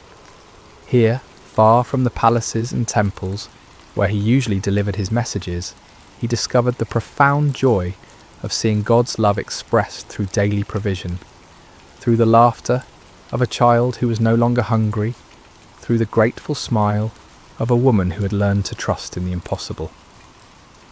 The jar and jug that never emptied became more than just a miracle of physical provision.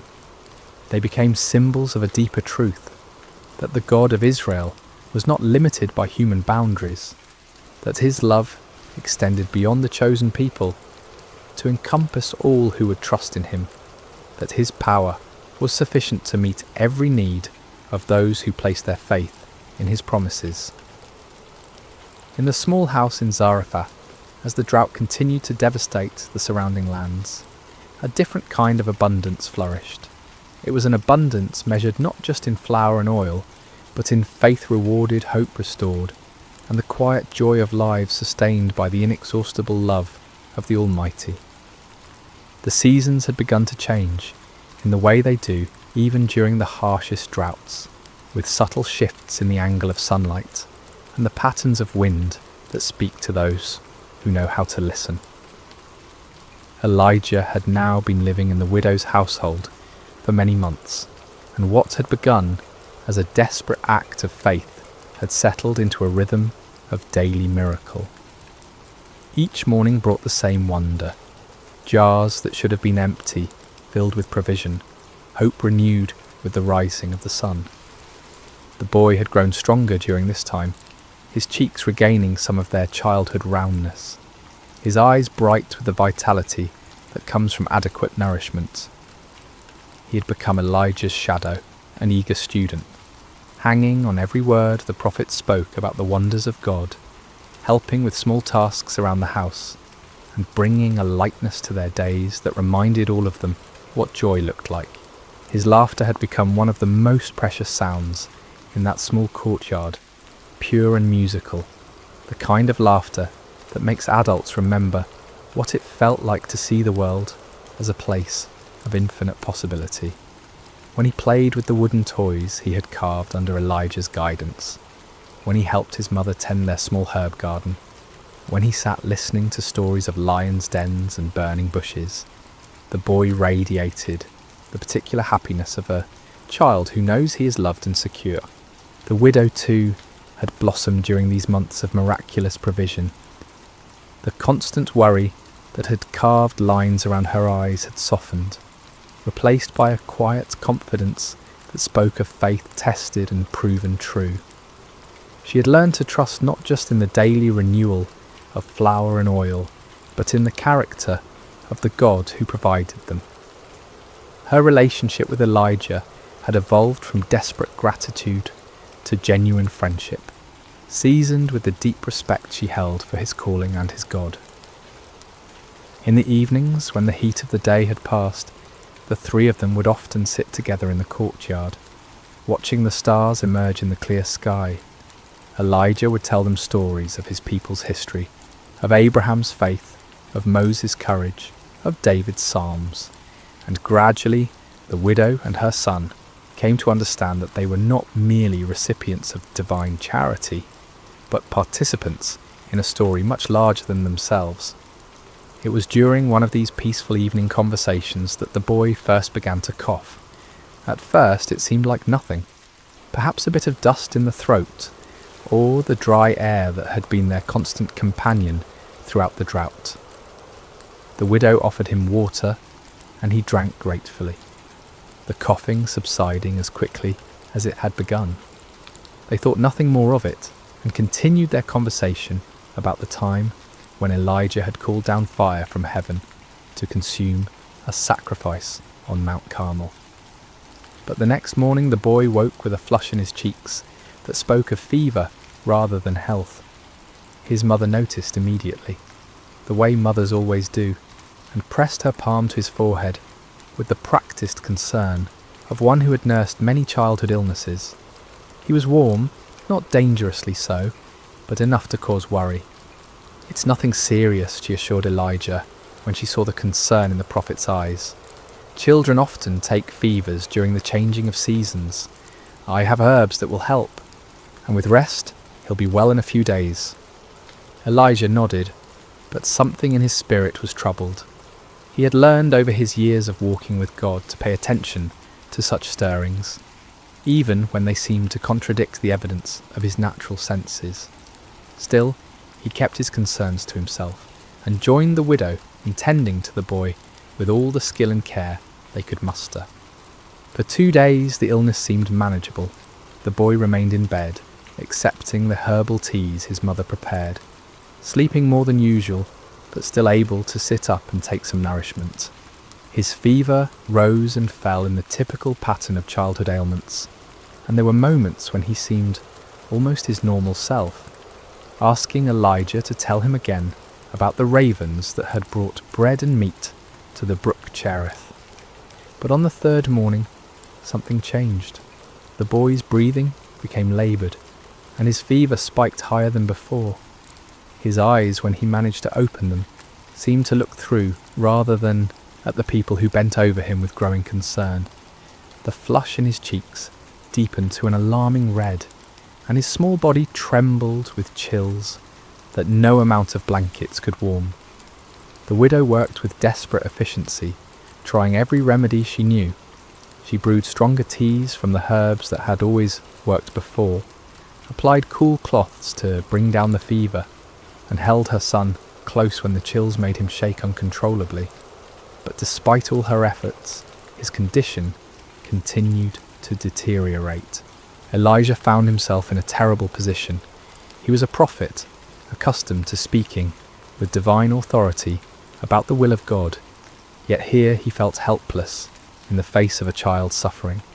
He prayed earnestly, seeking guidance, seeking healing, seeking any word from the Lord about what was happening and why. But the heavens seemed silent. offering no immediate answer to his urgent petitions. By the 4th day, the boy could barely keep his eyes open. His breathing had become so shallow that both his mother and Elijah found themselves leaning close, just to assure themselves that he was still alive. The widow had not slept in 2 nights, maintaining a constant vigil beside her son's bed, and the strain was beginning to show in every line of her face. Perhaps, she said to Elijah, during one of the boy's brief periods of peaceful sleep, perhaps we should send for the physician from the next town. I know we have little to pay him with, but surely the physicians have no more power over this illness than we do, Elijah replied gently. This is not a sickness that earthly medicine can cure. The words hung between them, carrying implications that neither wanted to fully acknowledge.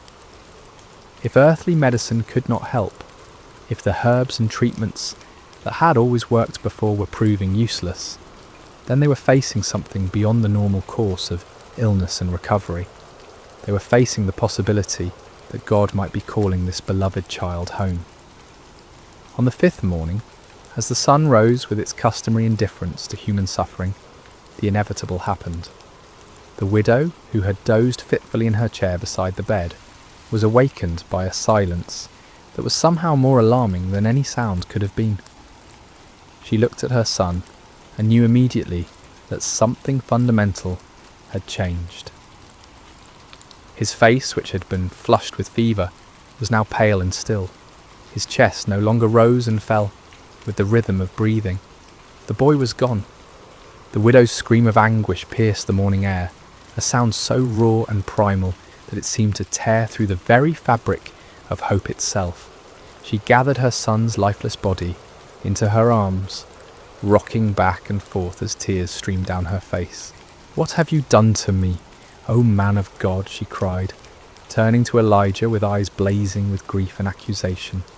"Have you come to bring my sin to remembrance and to kill my son?" The words struck Elijah like physical blows. Here was a woman who had trusted him, who had shared her last meal based on his promise, who had opened her home to him for months. And now, in the presence of God's prophet, her only child lay dead. Without a word, Elijah gently took the boy from his mother's arms. "Give me your son," he said quietly, and despite her grief, something in his tone made her release her hold on the child. Elijah carried the boy to the upper room where he had been staying, laying him carefully on the bed. Then he fell upon his face before God, crying out with all the passion of his prophetic calling. "O Lord my God, have you also brought tragedy on the widow with whom I lodge, by killing her son?" 3 times Elijah stretched himself upon the child, calling out each time, "O Lord my God, I pray, let this child's soul come back to him." The silence that followed seemed to stretch into eternity. Then, like the first breath of dawn, after the longest night, the boy's chest rose. His eyes fluttered open, clear and bright, and he looked up at Elijah with wonder. "Teacher?" he whispered, his voice weak but unmistakably alive. Elijah gathered the boy in his arms, his own eyes wet with tears of joy and gratitude. "Come," he said, "let us go to your mother." When the widow saw her son walking down the stairs, alive and whole, she fell to her knees. "Now by this I know that you are a man of God," she declared through her tears, "and that the word of the Lord in your mouth is the truth." The miracle at Zarephath teaches us profound truths that echo through the ages. First, we learn about faith in scarcity, how the widow trusted God's promise, even when her cupboards were bare and death seemed certain. Her willingness to give from her need rather than her abundance shows us that God often asks us to step forward in faith before we can see how he will provide. Second, we see the power of obedience before understanding. The widow didn't need to comprehend how flour and oil could multiply. She simply needed to trust the word of the Lord and act upon it. Blessings flowed not because she understood the miracle, but because she believed in the one who promised it. Third, this story reveals God's care beyond all boundaries. Here was a Hebrew prophet ministered to by a Gentile widow, showing that God's love transcends nationality, culture, and religion. The miracle in Zarephath foreshadowed the day when God's salvation would be offered to all nations. Finally, through Elijah's intercession for the dead boy, we glimpse God's ultimate power over life and death itself. This miracle points forward to the resurrection, hope that would one day be fully revealed in Christ, reminding us that with God, even death is not the final word. As our story draws to a close, I invite you to consider the empty jars in your own life, those places where resources seem exhausted, where hope feels depleted, where you wonder if God sees your need. The widow of Zarephath discovered that the God of impossible things delights in filling what appears empty, in multiplying what seems insufficient, in bringing life where death has reigned. Perhaps tonight, as you prepare for rest, you can release your own impossibilities into his capable hands. Trust that the same God who filled flour jars and oil vessels in ancient Zarephath is still working miracles today, sometimes dramatic and visible, sometimes quiet and hidden, but always rooted in his unchanging love for his children. The sun has set over that ancient town by the sea, and a gentle breeze stirs the olive trees, where a widow once gathered sticks in desperation, and found instead a destiny of faith. In that small house, the jars remained full, the boy grew strong, and 3 hearts learned to trust in the God of endless provision. May you rest tonight knowing that your own story is being written by the same loving hand, and that tomorrow's provision is already prepared by the one who never fails to keep his promises. Sleep well, dear friend, and remember, with God the jar never truly empties and hope is always renewable.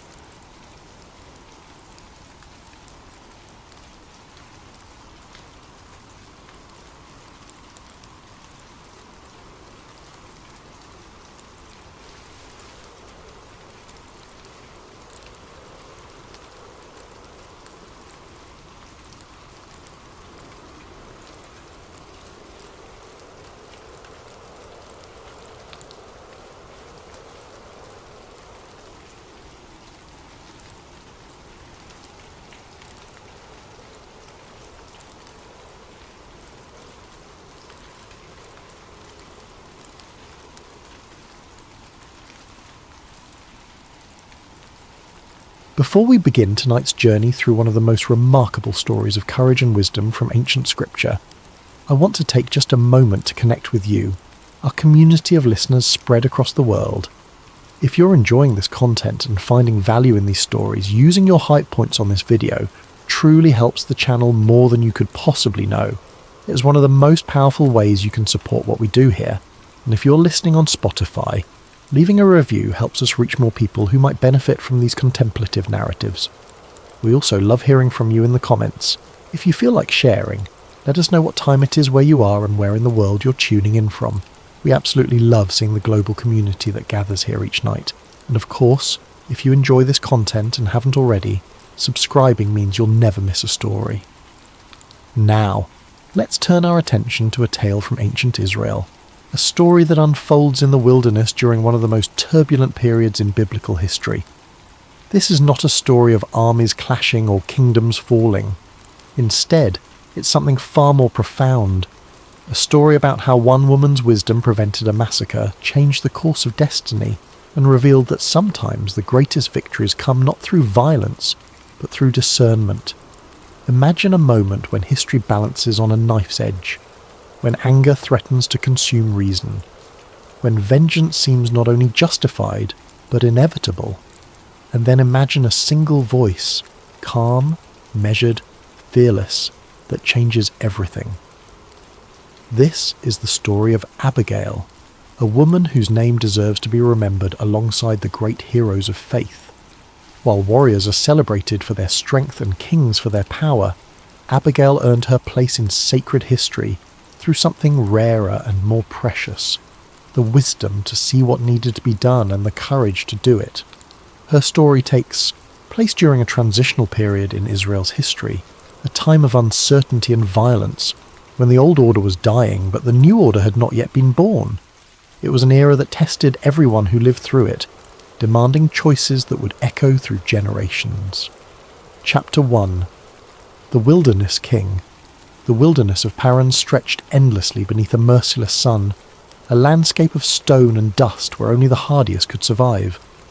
In this unforgiving terrain, David lived as an outlaw, though destiny had already marked him for something far greater. Years earlier, the prophet Samuel had anointed him in secret, pouring sacred oil over the head of a shepherd boy and declaring him the future king of Israel. But standing between David and that throne was Saul, the current king, whose jealousy had turned to murderous obsession. David had done nothing to deserve this persecution except succeed where Saul had failed, slaying Goliath, winning battles, earning the love of the people. The irony of David's situation was profound and painful. He had been chosen by God, anointed by God's prophet, promised a kingdom and a dynasty. Yet he lived in caves and hid in the wilderness like a criminal. He commanded the loyalty of hundreds of brave men, yet possessed no land to call his own. He was Israel's greatest warrior, yet he spent his days running from Israel's king rather than defending Israel's borders. So David ran. He gathered around him a band of men who had also been cast out by society. Those in debt, those in distress, those discontent with the current order. They numbered in the hundreds, these wilderness warriors, and they survived by their wits and their swords in the barren places where civilization's reach grew thin. These were not simple bandits or raiders, despite what some might have claimed. These were men who had been failed by the current system, who saw in David a leader worth following, who believed that Israel's future lay with this anointed fugitive rather than with the increasingly unstable king who currently sat on the throne. They were soldiers without an army, loyal to a king without a kingdom, living in the tension between what was and what would be. Despite his circumstances, David maintained a code of honor that set him apart from common bandits. When he and his men encountered shepherds tending flocks in the wilderness, they didn't rob them. Instead, they protected them from raiders and wild animals, forming a living wall around the vulnerable. They asked nothing in return, operating on the ancient principle that hospitality and mutual aid were sacred bonds, especially in harsh lands where survival often depended on the kindness of strangers. This protection wasn't merely about being nice or maintaining good public relations, though those factors certainly played a role. It was about David's understanding of leadership and justice. He knew that how he acted now in these wilderness years would shape what kind of king he would become. He knew that God was watching, that his character was being tested and refined. He knew that the men who followed him were learning from his example, absorbing his values, becoming the kind of soldiers and leaders who would help him build a kingdom when the time came. The days in the wilderness were long and uncertain. David knew he was destined to be king, yet he lived as a fugitive. He had been chosen by God, yet he hid in caves.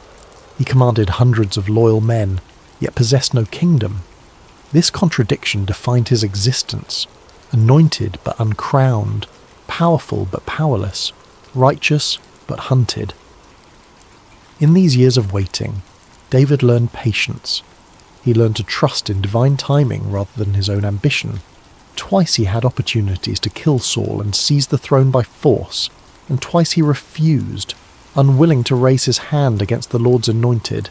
Even though that same anointed king sought his destruction, David would not force God's hand. He would not take by violence what had been promised to him through providence. The first opportunity came in a cave at En-Gedi, where Saul entered alone, unaware that David and his men were hiding in the darkness deeper within. David's men whispered that God had delivered Saul into their hands, that this was the moment they had been waiting for. But David refused to kill Saul. Instead, he crept forward and cut off a corner of Saul's robe, then immediately felt guilty even for that small act of disrespect toward God's anointed. When Saul left the cave, David emerged and called out to him, showing him the piece of robe, proving that he could have killed Saul, but chose mercy instead. The second opportunity came in the wilderness of Ziph, where David and his nephew Abishai crept into Saul's camp at night and found the king sleeping, his spear stuck in the ground near his head. Again, David's companion urged him to kill Saul. One thrust of that spear would end the threat, forever. Again, David refused, taking only the spear and a water jug as proof of their visit, leaving Saul alive despite the danger he represented. These incidents revealed David's character. He would not compromise his principles even when doing so would have solved all his problems. He would not sin to escape persecution. He would not take by violence what God had promised to give him through providence. This restraint was not weakness but strength, the strength of a man who trusted God enough to wait, even when waiting was agonizing. But patience, as anyone who has practiced it knows, can be worn thin by hardship. And in the wilderness, hardship was the only constant companion. The sun beat down mercilessly during the day. The cold crept in at night. Water was scarce. Food was uncertain. Danger lurked constantly, not just from Saul's pursuing army, but from the wild animals and hostile tribes that inhabited the desert places. David and his men existed in a state of perpetual alertness, never fully resting, always watching the horizons for signs of threat. They moved frequently, never staying in one place long enough to be tracked and cornered. They relied on the hospitality of those who supported David's cause, but such supporters were increasingly reluctant to help openly, fearing Saul's reprisal. In this context of constant stress and uncertainty, maintaining discipline and morale became a daily challenge. Men who were hungry and tired could become dangerous and unpredictable. Men who felt dishonoured could demand satisfaction. Men who had given up everything to follow a fugitive king needed to believe that their sacrifice meant something, that the promises would eventually be fulfilled. David understood all of this.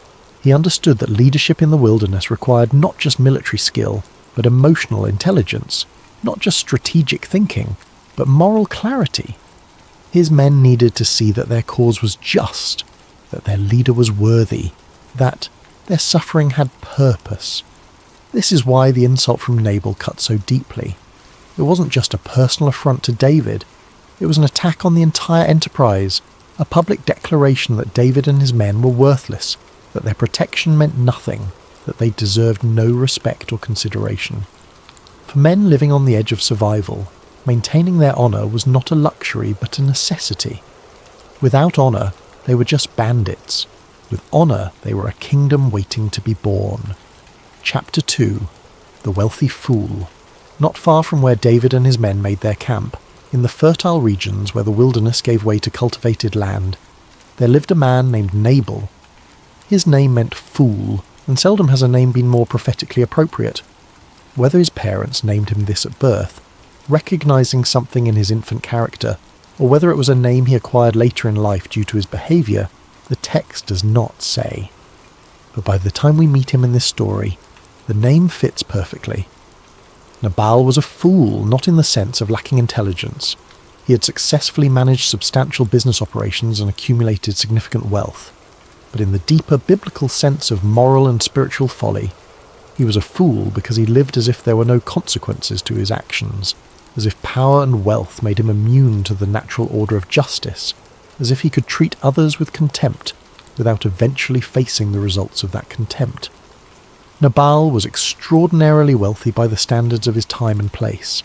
He owned 3,000 sheep and 1,000 goats, a fortune in livestock that required numerous servants and shepherds to manage. His wealth came from the land around Maon, and his business operations extended into Carmel, a fertile region where his flocks could graze and multiply. To put this wealth in perspective, most families in ancient Israel might own a few sheep or goats. A moderately prosperous family might have a dozen or two. A wealthy family might have 50 or 100. Nabal had thousands. His flocks represented not just wealth, but power, economic influence, social status, the ability to employ many people and control significant resources. This wealth had come to him through inheritance, business acumen, or some combination of both. The text doesn't detail how he acquired it, but it does make clear that he knew how to maintain and grow it. Shearing season, when his sheep were harvested for their wool, was a major commercial event that generated substantial revenue. The wool would be sold to traders, who would transport it to cities where it would be processed into cloth, which would then be made into garments. Nabal sat at the beginning of this economic chain, producing the raw material that fed an entire industry. Despite his material abundance, Nabal was poor in the qualities that truly matter. He was harsh in his dealings with others, seeing every interaction as a transaction to be one rather than a relationship to be honoured. He was stubborn, refusing to consider perspectives other than his own. He spoke cruelly and acted without wisdom, believing that his wealth gave him license to treat others with contempt. His harshness manifested in multiple ways. He drove hard bargains with those who had to deal with him, using his economic power to extract maximum value while giving minimum compensation. He spoke roughly to his servants, treating them not as people with dignity but as tools to be used. He ignored the traditional expectations of hospitality and generosity that were central to his culture's moral framework, acting as if his wealth exempted him from social obligations that others had to honour. His stubbornness meant that once he had decided on a course of action, no amount of reasoning could change his mind. He didn't see this as a flaw, but as strength of character, the ability to stick to his guns, to not be swayed by the opinions of others, to maintain his course regardless of circumstances. But there's a difference between principled consistency and foolish inflexibility. Nabal had the latter. He couldn't distinguish between standing firm on important matters and simply being too proud to admit he might be wrong. His household suffered under his character. Servants spoke of him in whispers, careful not to draw his attention or provoke his anger. Those who worked his fields and tended his flocks did so out of necessity, not loyalty. They feared him but didn't respect him. They obeyed him but didn't honour him. The difference might seem subtle, but it's profound. Fear can compel outward compliance, but it breeds resentment and disloyalty. Respect and honour, by contrast, create genuine commitment and faithfulness. The servants in Nabal's household developed elaborate strategies for managing his temper and minimising their contact with him. They learned to anticipate his moods, to stay out of his way when he was in a particularly foul disposition, to present information in ways that wouldn't trigger his anger. It was an exhausting way to live, always walking on eggshells, always calculating how to avoid the next explosion. Nabal inspired fear, perhaps, but never respect. Obedience, certainly, but never devotion. When his servants spoke of him among themselves, It was with resignation and barely concealed contempt. They stayed because they needed employment, because their families depended on the wages he paid, because leaving would mean starting over somewhere else with no guarantee of finding better circumstances. But they would have felt no particular loyalty if circumstances changed. They served Nabal, but they didn't serve him willingly. In this same household lived Nabal's wife, Abigail. The contrast between husband and wife could not have been more striking. Where Nabal was foolish, Abigail was wise. Where he was harsh, she was kind. Where he acted impulsively, she thought carefully. Scripture describes her as intelligent and beautiful, but these surface qualities barely hinted at the depths of her character. Abigail possessed what the ancient Hebrews called chokmah, wisdom that goes beyond mere knowledge to encompass understanding, discernment, and the ability to act rightly in complex situations. She saw not just what was, but what could be. She understood not just facts, but consequences. She could read situations with remarkable accuracy, perceiving the dynamics at play, the motivations of the people involved, the likely outcomes of various courses of action. This kind of wisdom is different from intelligence, though the two often go together. A person can be intelligent, able to learn quickly, to remember facts, to solve abstract problems, without being wise. Wisdom requires not just mental capacity, but emotional maturity, moral clarity, and what we might call situational awareness. It requires seeing the world as it truly is rather than as we wish it to be, and then acting appropriately based on that clear vision. Abigail also possessed tremendous emotional intelligence.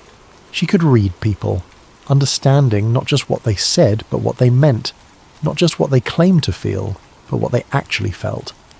This ability made her effective in managing difficult situations and navigating complex social dynamics. She knew when to speak and when to remain silent, when to act boldly and when to exercise patience, when to be direct and when to be diplomatic.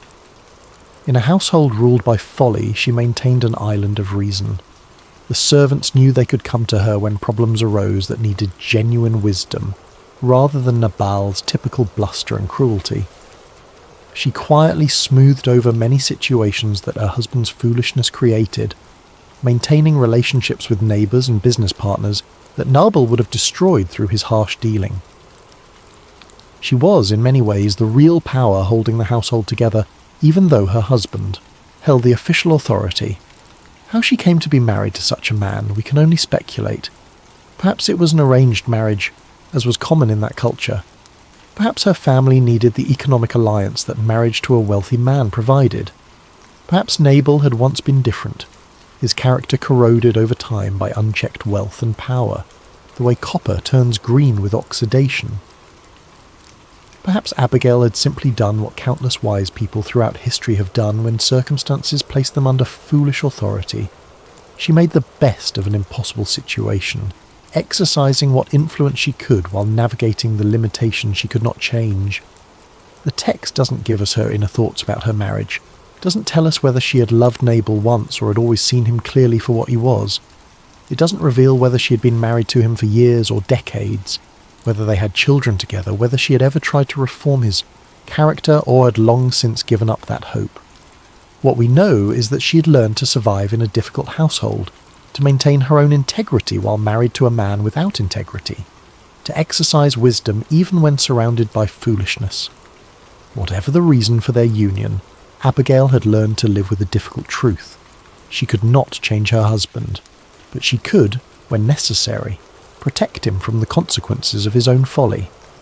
She had probably done this many times before in smaller ways, smoothing over an insult he had given, quietly compensating someone he had cheated, making excuses for behaviour that needed no excuse but would create problems if not addressed. She would soon need to do exactly that, but on a scale she had never faced before. This time, protecting Nabal from the consequences of his folly would require not just quiet diplomacy, but extraordinary courage. This time, the stakes would not be a lost business deal or a damaged reputation, but the lives of everyone in the household. Chapter 3. The Request and the Insult. Shearing time came to Carmel, a season of celebration and prosperity. The sheep had grown their wool through the year, and now that wool would be harvested, sold, and transformed into wealth. For a man as rich as Nabal, shearing time meant the movement of tremendous value, and traditionally, it was also a time of generosity, when wealthy landowners shared their abundance with those who had helped them throughout the year. The cultural expectations around shearing time were well established.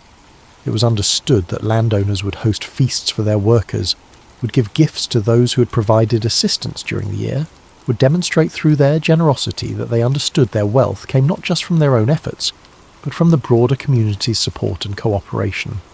Stinginess during shearing time was considered shameful, a violation of social norms that could damage a person's reputation and standing in the community. David learned that Nabal was shearing his sheep in Carmel. He knew that his men had spent months protecting those very shepherds and flocks, forming a wall of protection around them in the lawless wilderness. Not a single sheep had been stolen, not one shepherd had been harmed. The shepherds themselves had acknowledged this protection, had been grateful for it, had recognized that David's men could have taken what they wanted but instead had acted honorably. The protection David's men had provided was substantial and valuable. The wilderness was full of threats, raiding parties from neighbouring tribes, wild animals like lions and bears, even individual thieves who would steal sheep and disappear into the wasteland. Shepherds were vulnerable, often young men or boys armed with nothing more than a staff and a sling. The presence of David's armed warriors created a zone of safety around Nabal's flocks that would otherwise not have existed.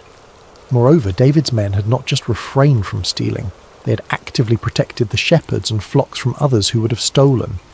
This was the service of professional soldiers, security that someone like Nabal would normally have to pay for. David had provided it for free, asking nothing at the time, trusting in the traditional customs of hospitality and reciprocity that governed relations in that society. David's band had asked for nothing in return at the time, but now, at this season of plenty, he thought it reasonable to request some provisions. This was not extortion or a protection racket, though some might try to characterize it that way. This was a legitimate request based on services rendered, framed within the cultural expectations of that time and place. David was not demanding specific payment or threatening consequences. He was simply asking, during a season of abundance, if Nabal might share some of his prosperity with those who had helped, protect it. He chose 10 young men from among his followers and gave them careful instructions. They were to approach Nabal with respect and courtesy. They were to greet him with words of peace and blessing. They were to remind him of the protection David's men had provided. And they were to make a humble request for whatever provisions Nabal felt appropriate to share. David's careful instructions reveal his understanding of how to approach such situations. He didn't send his most intimidating warriors or his roughest veterans. He sent young men who would seem less threatening. He didn't demand or threaten. He requested humbly. He didn't specify what he wanted or how much. He left it to Nabal's discretion, trusting in the man's sense of obligation and generosity. The messengers found Nabal at Carmel and delivered their message exactly as instructed. They spoke with deference and humility. They emphasized peace and friendship. They detailed the protection they had provided without compensation. And they asked, politely, if Nabal might share some food with David's men during this prosperous time. The greeting they delivered was formal and respectful. Long life to you, good health to you and your household, and good health to all that is yours. Now I hear that it is sheep shearing time. When your shepherds were with us, we did not mistreat them, and the whole time they were at Carmel nothing of theirs was missing. Ask your own servants, and they will tell you. Therefore be favourable toward my men, since we come at a festive time. Please give your servants and your son David whatever you can find for them. Every element of this message was calibrated to be non-threatening and respectful. The blessing at the beginning, the acknowledgement that this was a festive time, the invitation to verify their claims with his own servants, the humble request for whatever he could spare, the reference to David as Nabal's son, a term of respect indicating David's willingness to position himself as Nabal's inferior in this exchange. Nothing in the message could reasonably be interpreted as threatening or disrespectful. Nabal's response revealed the full extent of his character, his foolishness, his contempt for those he considered beneath him. "Who is David?" he sneered. "Who is this son of Jesse? Many servants are breaking away from their masters these days. Why should I take my bread and water and the meat I've slaughtered for my shearers and give it to men coming from who knows where?" The insult was carefully constructed and deliberately offensive. Every phrase was chosen to wound, to diminish, to express contempt. "Who is David?"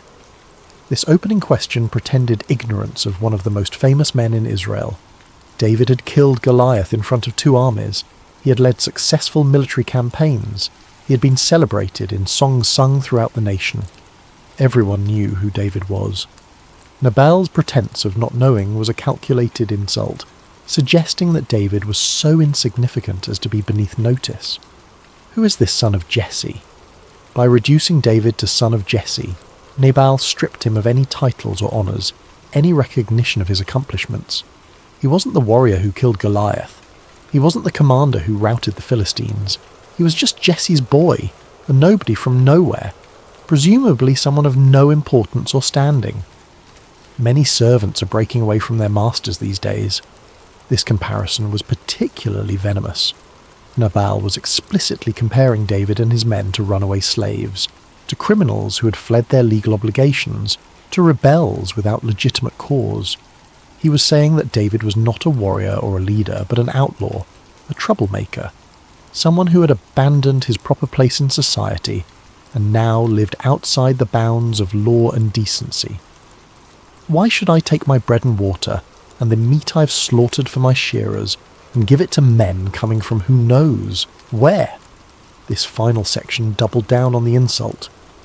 By calling his provisions my bread, my water, my meat, emphasizing the possessive, emphasizing his ownership, Nabal made clear that he felt no obligation to share anything with anyone. The phrase, "men coming from who knows where," suggested that David's men were not just strangers, but potentially dangerous drifters, people of unknown origin and probably criminal character. The entire response violated every norm of hospitality, generosity, and basic human decency that governed that culture. Even if Nabal had wanted to refuse the request, there were polite ways to do so. He could have claimed he had already distributed all his excess provisions. He could have offered a token amount as a gesture of goodwill. He could have explained that times were hard and he needed to be careful with his resources. Any of these responses would have been socially acceptable, maintaining face for both parties. Instead, Nabal chose the most offensive possible response. He didn't just refuse help, he mocked and insulted the men who had provided him protection. He didn't just say no, he impugned their character, questioned their legitimacy, and treated them with open contempt. The messengers returned to David with empty hands and full reports of Nabal's contemptuous response. As they spoke, repeating Nabal's insults word for word, David's face darkened with anger. We can imagine the scene, the messengers delivering their report, probably with some embarrassment on behalf of the man they served, and David's reaction building as each phrase of Nabal's response was recounted. Here was a man who had treated David's kindness as weakness, who had returned good with evil, who had mocked and insulted him before his own men.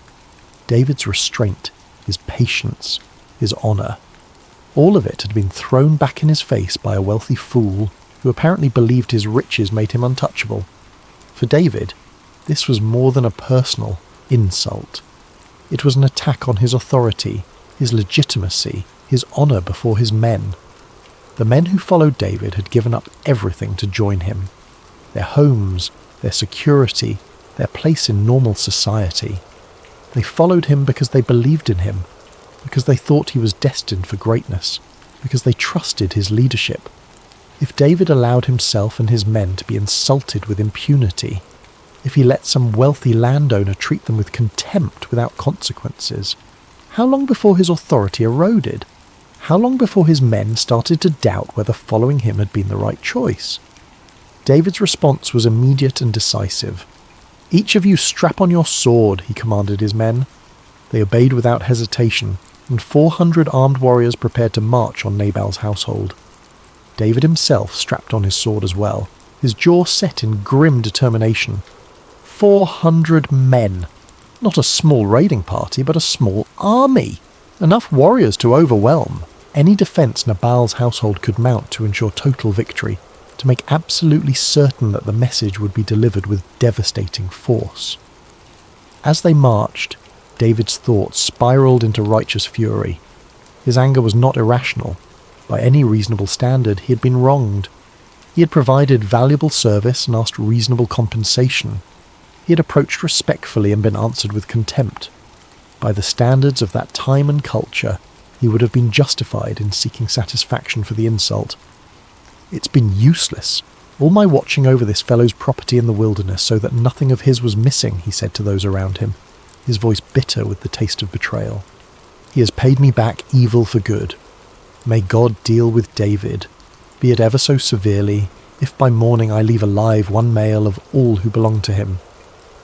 The oath was traditional and binding. David had sworn before God that he would kill every man in Nabal's household before the sun rose again. Not just Nabal himself, but every male in the household. Servants, shepherds, anyone who lived under Nabal's authority.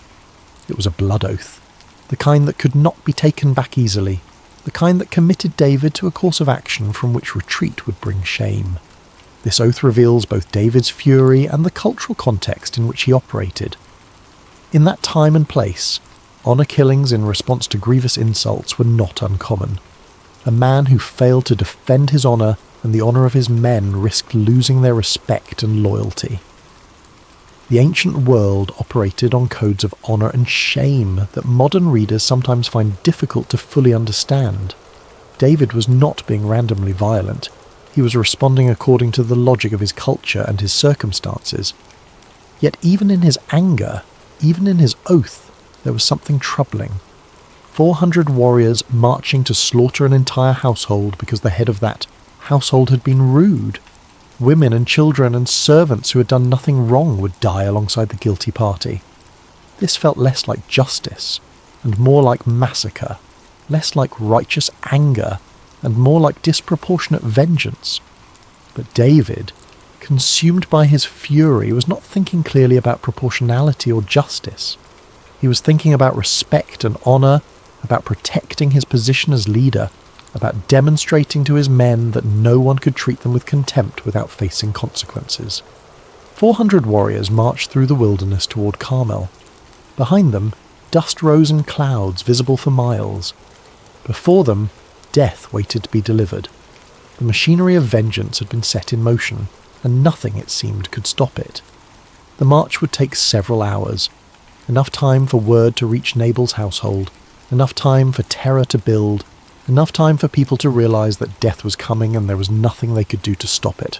But this reckoning had not accounted for Abigail.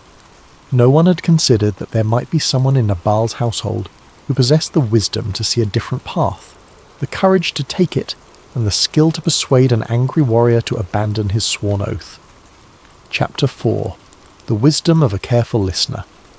One of Nabal's young servants, observing the exchange between his master and David's messengers, immediately understood the catastrophic danger.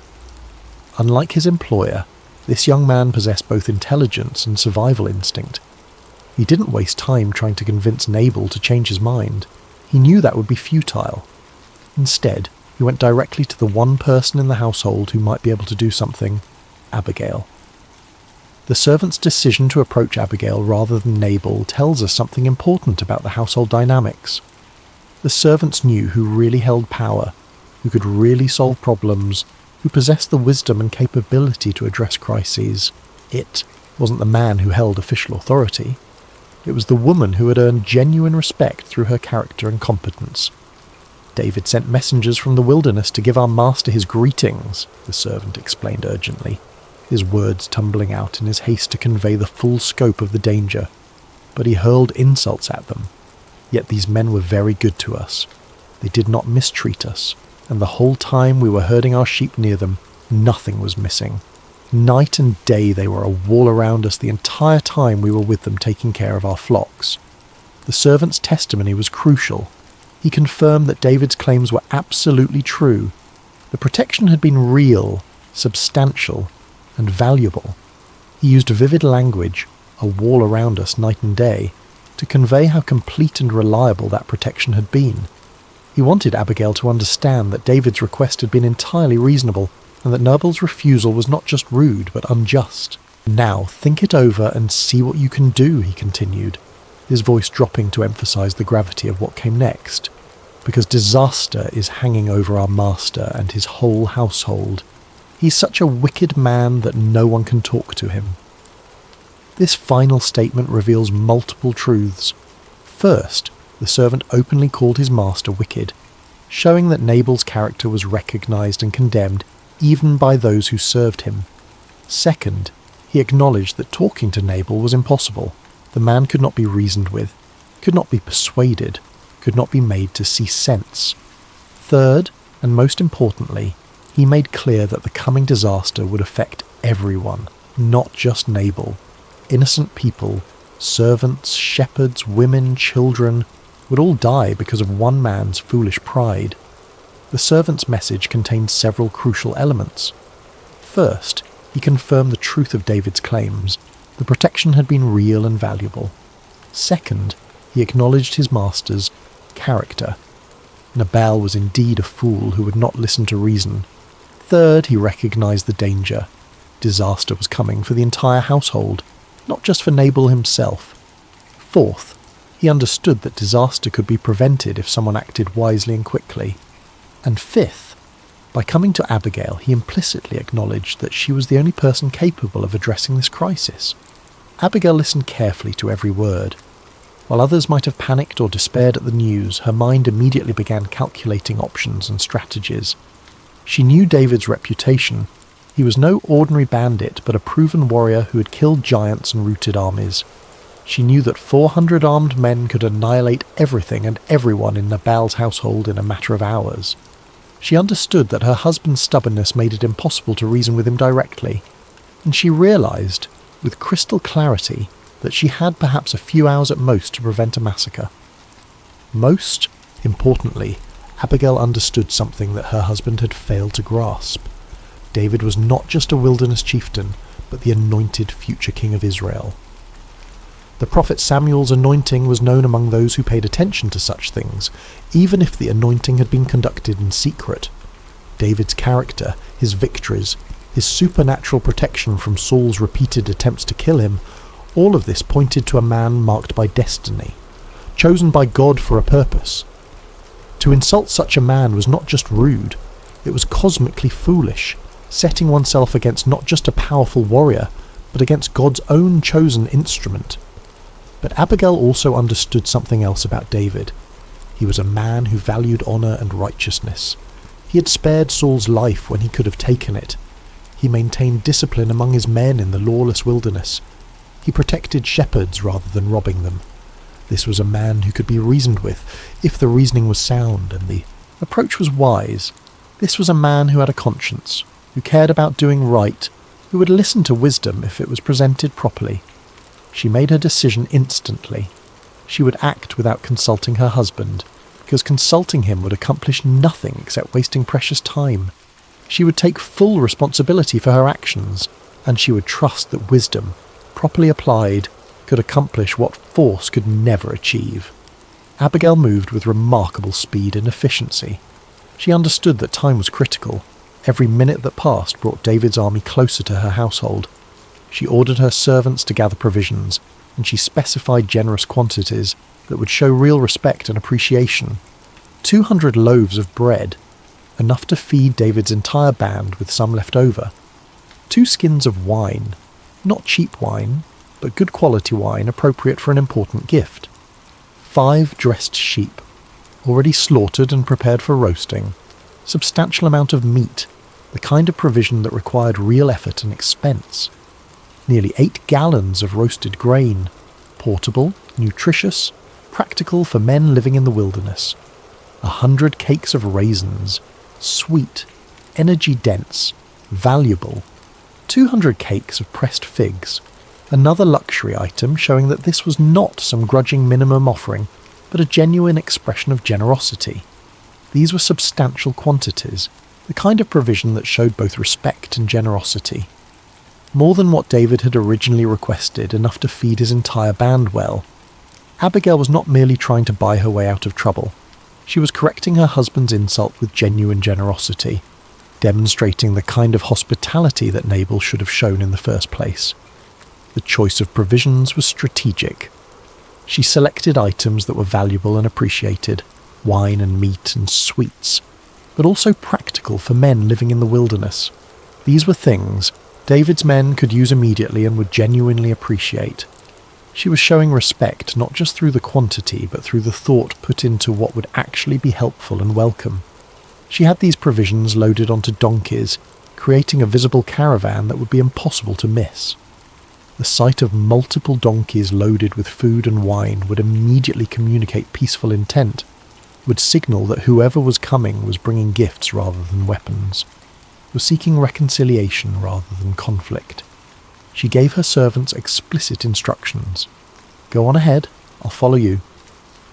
This arrangement was carefully planned. The servants would arrive first, their laden donkeys making clear that this was a mission of peace and generosity.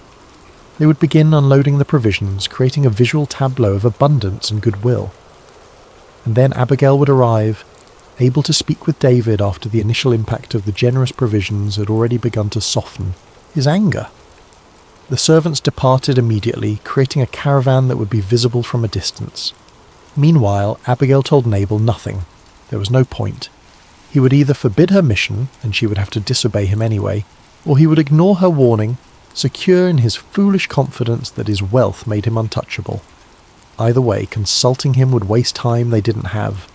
This was a moment that required action, not permission. Some might question whether Abigail was right to act without her husband's knowledge or consent. After all, wasn't she violating the proper order of authority in the household? Wasn't she being disobedient to her husband? But biblical wisdom literature consistently affirms that there are times when a higher principle must take precedence over a lower one. The preservation of innocent life takes precedence over formal procedures. Preventing evil takes precedence over maintaining appearances. Doing right takes precedence over doing what's expected.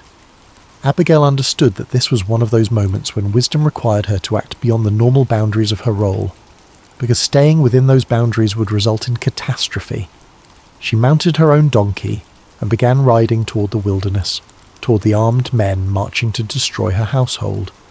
She rode alone, following her servants at a distance, moving steadily toward the confrontation that would determine whether wisdom or violence would prevail.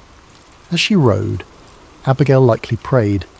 She would have asked God for wisdom in choosing her words, for courage to speak boldly when the moment came, for divine favour in turning David's heart from vengeance. She would have committed herself and her mission to God's providence, trusting that if she acted rightly, God would honour her faithfulness. She also likely considered carefully what she would say when she met David face to face. She understood that words would be her only weapons, and that those words would need to be chosen with perfect precision. Too much deference might seem insincere or manipulative. Too little might inflame David's anger further. She would need to acknowledge the wrong done to him while not defending her husband's actions. She would need to appeal to David's better nature while respecting his legitimate grievances.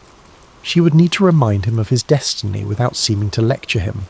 She would need to turn his anger away from violence without suggesting that his anger itself was unjustified. All of this would need to be accomplished while speaking to a man she had never met, who was currently marching toward her home with 400 armed warriors intent on slaughter, who had sworn an oath before God to kill every male in her household before morning. The odds were not in her favour. A wrong word, a misjudged tone, a poorly chosen argument, any of these could result in David dismissing her and continuing his march toward violence. But wisdom, Abigail knew, often succeeds precisely when the odds suggest it should fail. And she was about to demonstrate that principle in a way that would be remembered for thousands of years. Chapter 5. The Meeting in the Ravine. The geography of that fateful encounter is significant and worth pausing to consider. Abigail rode down into a mountain ravine, a place where the land itself created natural walls on either side, focusing attention, limiting distractions, creating a kind of natural amphitheatre where every word would carry weight and importance. Ravines in that region were formed by seasonal water flow. carved over centuries by occasional flash floods that rushed through during the rainy season. During the dry season, they became natural passages through the mountainous terrain, shadowed by the steep walls on either side, cooler than the exposed hillsides, often the quickest route between locations but also potential places of ambush. And there, coming from the opposite direction, she saw them. David and his men, 400 warriors, armed and grim-faced, marching with the purposeful stride of men committed to violence. At their head, David himself still burning with the fury of insult and betrayal. They'd come too far to turn back easily. The momentum of anger carried them forward, and the oath David had sworn gave that momentum the force of sacred obligation. Imagine the visual impact of that moment. Abigail, a woman alone on a donkey, riding toward an army. The contrast could not have been more stark. 1 against 400. Peace against war, wisdom against fury. Any reasonable person would have been terrified. But Abigail's courage came not from absence of fear, but from conviction that what she was doing was right and necessary. When Abigail saw David, she acted quickly, her movements deliberate and practiced. She dismounted from her donkey and bowed down before him with her face to the ground, the deepest form of respect and submission in her. Culture. This was not weakness, but strategy. She immediately diffused any perception that she came in defiance or pride. She acknowledged David's authority and position. She showed humility without grovelling, respect without civility. The act of dismounting and bowing would have required David and his men to stop. They couldn't simply march past a woman prostrated in their path. This gave Abigail her opening, created the space for words to be spoken and heard. Then she spoke, and in speaking she demonstrated why wisdom is sometimes called the highest gift, why Solomon asked God for wisdom above all other possible gifts, why the book of Proverbs consistently presents wisdom as more valuable than gold or silver or any material treasure. "Pardon your servant, my lord, and let me speak to you," she began, her voice clear and steady despite the circumstances. "Hear what your servant has to say. Please pay no attention to that wicked man Nabal. He is just like his name. His name means fool, and folly goes with him. And as for me, your servant, I did not see the men my lord sent." Notice the structure and wisdom of her opening. She asked permission to speak, showing respect for David's authority, even though he had no formal authority over her. She referred to herself as your servant multiple times, positioning herself as someone under David's care rather than as an adversary or even a neutral party. This was strategic. By calling herself his servant, she appealed to his responsibility as a leader to listen to those under his protection. She immediately disavowed her husband's actions, calling Nabal what he was, wicked and foolish. She didn't make excuses for him, didn't try to minimize what he had done, didn't ask David to understand or forgive Nabal's perspective. She simply acknowledged the truth. Nabal was a fool, and his response had been foolish. By doing this, she separated herself from his actions while taking responsibility for her household's obligations. She explained that she had not been present when David's messengers came, establishing that she bore no personal responsibility for the insult. This wasn't an excuse but a statement of fact. If she had been there, the implication was clear. Things would have gone differently. David's men would have been welcomed and provided for as they deserved. In these opening sentences, Abigail accomplished several things simultaneously. She showed respect without weakness. She acknowledged wrong without defending it. She established her own character as distinct from her husband's. She created a foundation for everything else she was about to say. But Abigail was just beginning. She continued, her words carefully chosen, building her argument with the precision of a skilled advocate. "And now, my lord, as surely as the Lord your God lives, and as you live, since the Lord has kept you from bloodshed and from avenging yourself with your own hands, may your enemies and all who are intent on harming my lord be like Nabal, and let this gift, which your servant has brought to my lord, be given to the men who follow you." This passage is masterful in its construction, revealing Abigail's deep understanding of how to appeal to a person's better nature. She invoked the name of God, reminding David that his actions would be witnessed and judged by a higher authority than any human. She didn't threaten David with divine judgment. That would have been counterproductive. But she framed the situation in terms of David's relationship with God. She reframed what was happening in the present moment. David had not yet shed blood.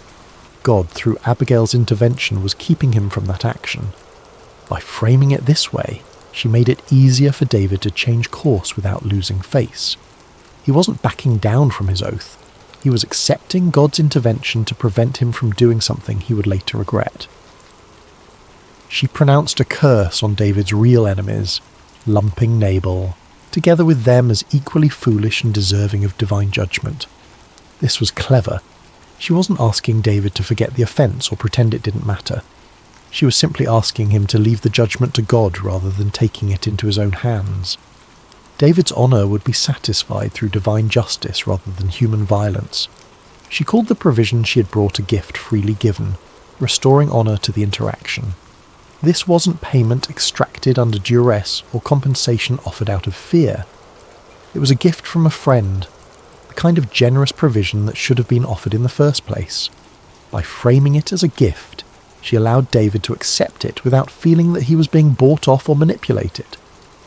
She pressed on, speaking with increasing boldness, her confidence growing as she saw that David was actually listening. "Please forgive your servant's presumption. The Lord your God will certainly make a lasting dynasty for my Lord, because you fight the Lord's battles and no wrongdoing will be found in you as long as you live. Even though someone is pursuing you to take your life, the life of my Lord will be bound securely in the bundle of the living by the Lord your God. But the lives of your enemies he will hurl away as from the pocket of a sling." Here, Abigail revealed her understanding of David's true identity and destiny. This was not information available to just anyone. The fact that she knew about David's anointing, knew about God's promises to him, knew about his destiny to establish a lasting dynasty.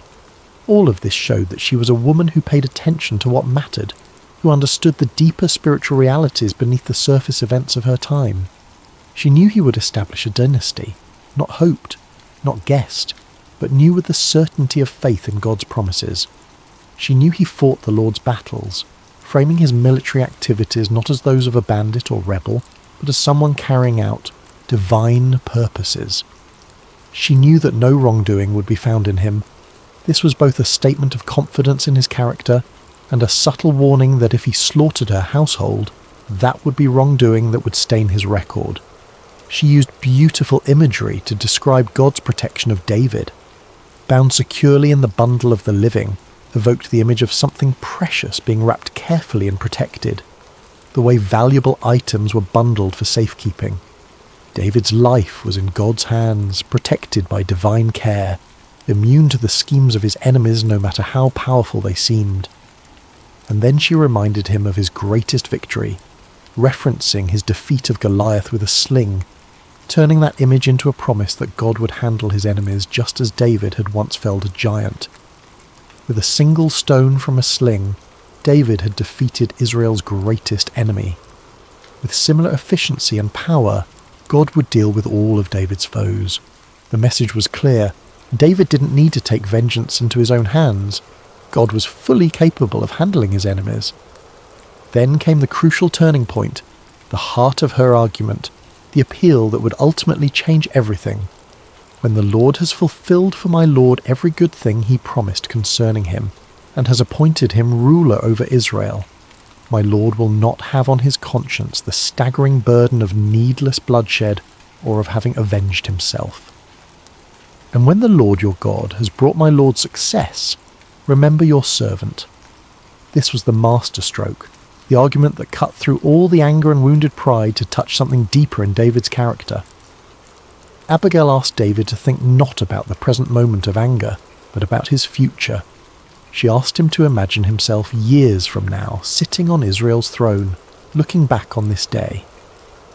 When he became king, not if, but when, treating his future as an established fact, speaking with the confidence of faith, would he want to look back on this day with regret? Would he want to carry the weight of having slaughtered an entire household over an insult? Would he want his conscience stained with unnecessary violence? Would he want to remember that he had killed innocent people because their master had been rude to him? She called it the staggering burden of needless bloodshed, acknowledging that taking life has weight, has consequences, leaves marks on the soul of the one who does it. Even justified killing carries weight. But needless killing, disproportionate killing, killing driven by anger rather than justice, that kind of bloodshed becomes a burden that never fully lifts, a stain that never quite washes clean. She appealed to David's conscience, to his sense of who he was and who he wanted to be. She reminded him that he was not just a warrior but a man of God, not just a fighter, but someone called to lead God's people. She called him to his higher self, to the man God had anointed him to be, not the angry warrior he was in that moment. And notice what she didn't do. She never directly criticised David. She never suggested that his anger was unjustified, or that Nabal's insult didn't matter. She never implied that David was wrong to feel offended, or that he should simply swallow the insult and move on. Instead, she elevated David above the situation.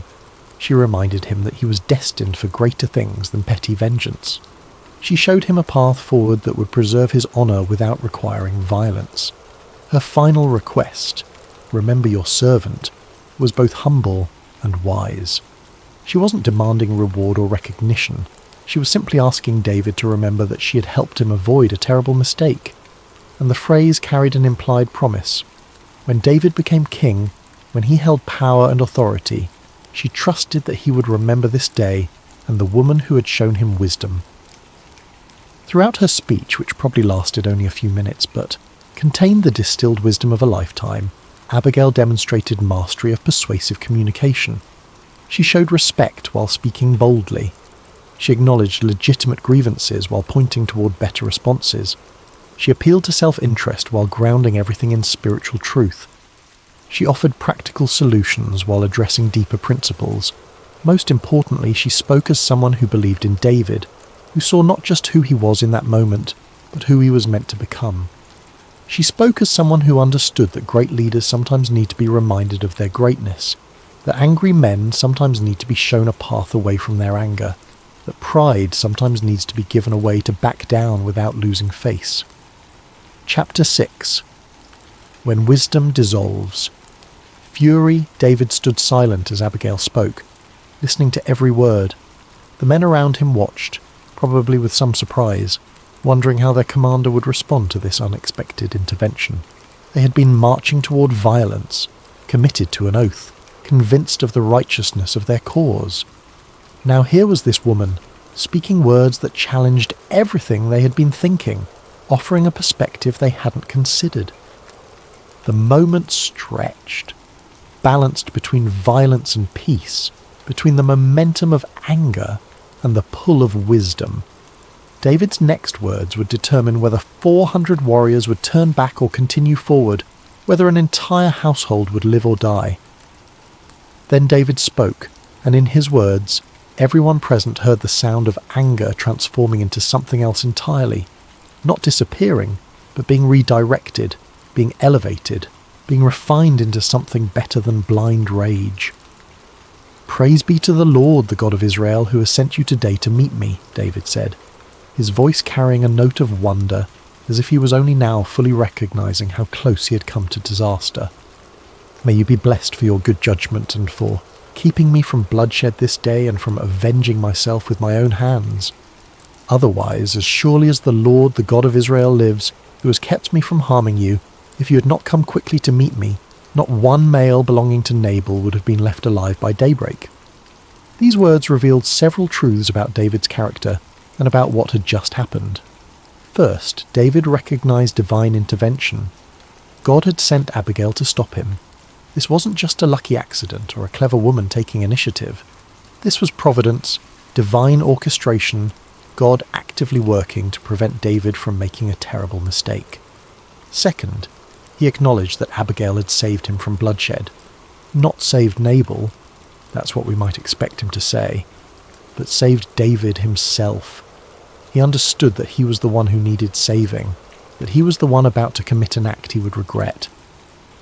The violence would have stained him more than it would have hurt Nabal, who would have been dead and beyond regret. Third, he confirmed what he had intended to do. The slaughter would have been total. Not one male would have survived. He didn't soften this or try to minimize it. He stated it plainly, acknowledging the full extent of what he had been about to do, owning the reality that his anger had been leading him toward mass murder. Fourth, by speaking these things aloud before his men, David demonstrated the kind of leadership that would eventually make him a great king. He didn't try to save face by pretending he hadn't really meant it, didn't minimize his anger or the oath he had sworn. Instead, he publicly acknowledged that he had been wrong, that he had needed correction, that this woman's wisdom had been greater than his fury. This is what wisdom does in the presence of anger. It doesn't deny the anger or call it invalid. It doesn't argue against the reasons for the anger, or suggest that the offended party should just get over it. Instead, it provides perspective, appeals to deeper values, offers a path forward that preserves honour without requiring violence. Wisdom acknowledges that anger can be righteous while still recognising that righteous anger can lead to unrighteous actions. It creates space for people to change course without losing face, to redirect their energy toward better ends without denying the legitimacy of their feelings. David accepted the provisions Abigail had brought, a visible sign that he was accepting her entire message, not just taking the food while continuing with his original plan. "Go home in peace," he told her, his voice now calm, the fury drained away. "I have heard your words and granted your request." Those simple words contained multitudes. David acknowledged that he had truly heard her, not just listened to the sound she made, but understood the wisdom she was offering. He had heard her with his mind and his heart, had allowed her words to penetrate past his anger to touch something deeper in his character, and he granted her request, which was nothing less than the lives of everyone in her household. 400 warriors who had sworn to kill every male in Nabal's house would now return to their camps without having shed any blood. Servants who would have died for their master's folly would live. Shepherds who had done nothing wrong would continue tending their flocks. An entire household was saved because one woman had the wisdom to act and the courage to speak. With those words, the crisis ended. The immediate danger passed. 400 warriors who had been marching toward massacre turned around and headed back to their wilderness camps.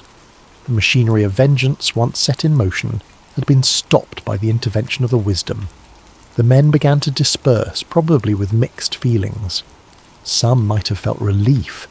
Killing an entire household isn't something most people want to do, even when they're angry. Some might have felt disappointment. They had worked themselves up for violence and now had to let that energy dissipate without release.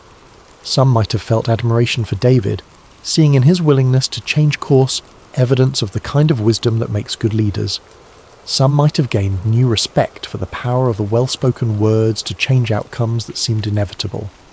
Abigail had accomplished the impossible, with no weapons except words, with no authority except her own moral clarity, with no power except the power of truth spoken well. She had prevented a tragedy.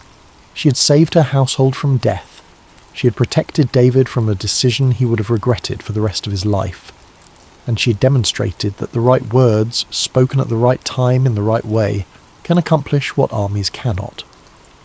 As she prepared to return to her household, Abigail must have felt a complex mixture of emotions: relief that the immediate danger had passed, exhaustion from the intensity of what she had just experienced.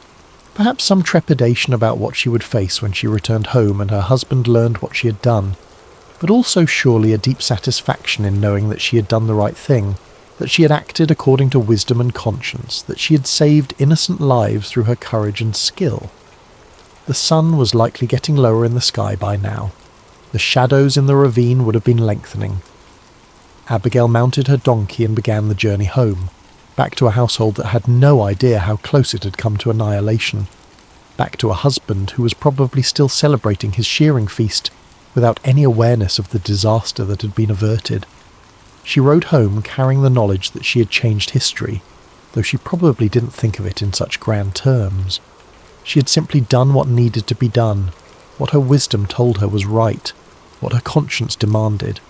She had demonstrated that one person acting with courage, And wisdom at the right moment can change outcomes that seem inevitable, can redirect the course of events, can prevent tragedies that others thought were unstoppable. Chapter 7. The Fate of Folly. Abigail returned to her home in Carmel as evening was settling over the land. The dust of David's departing army had settled behind her.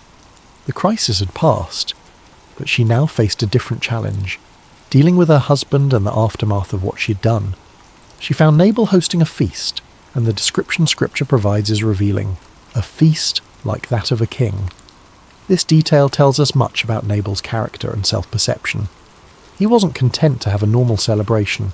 He had to display his wealth, had to demonstrate his status, had to make sure everyone understood just how rich and important he was.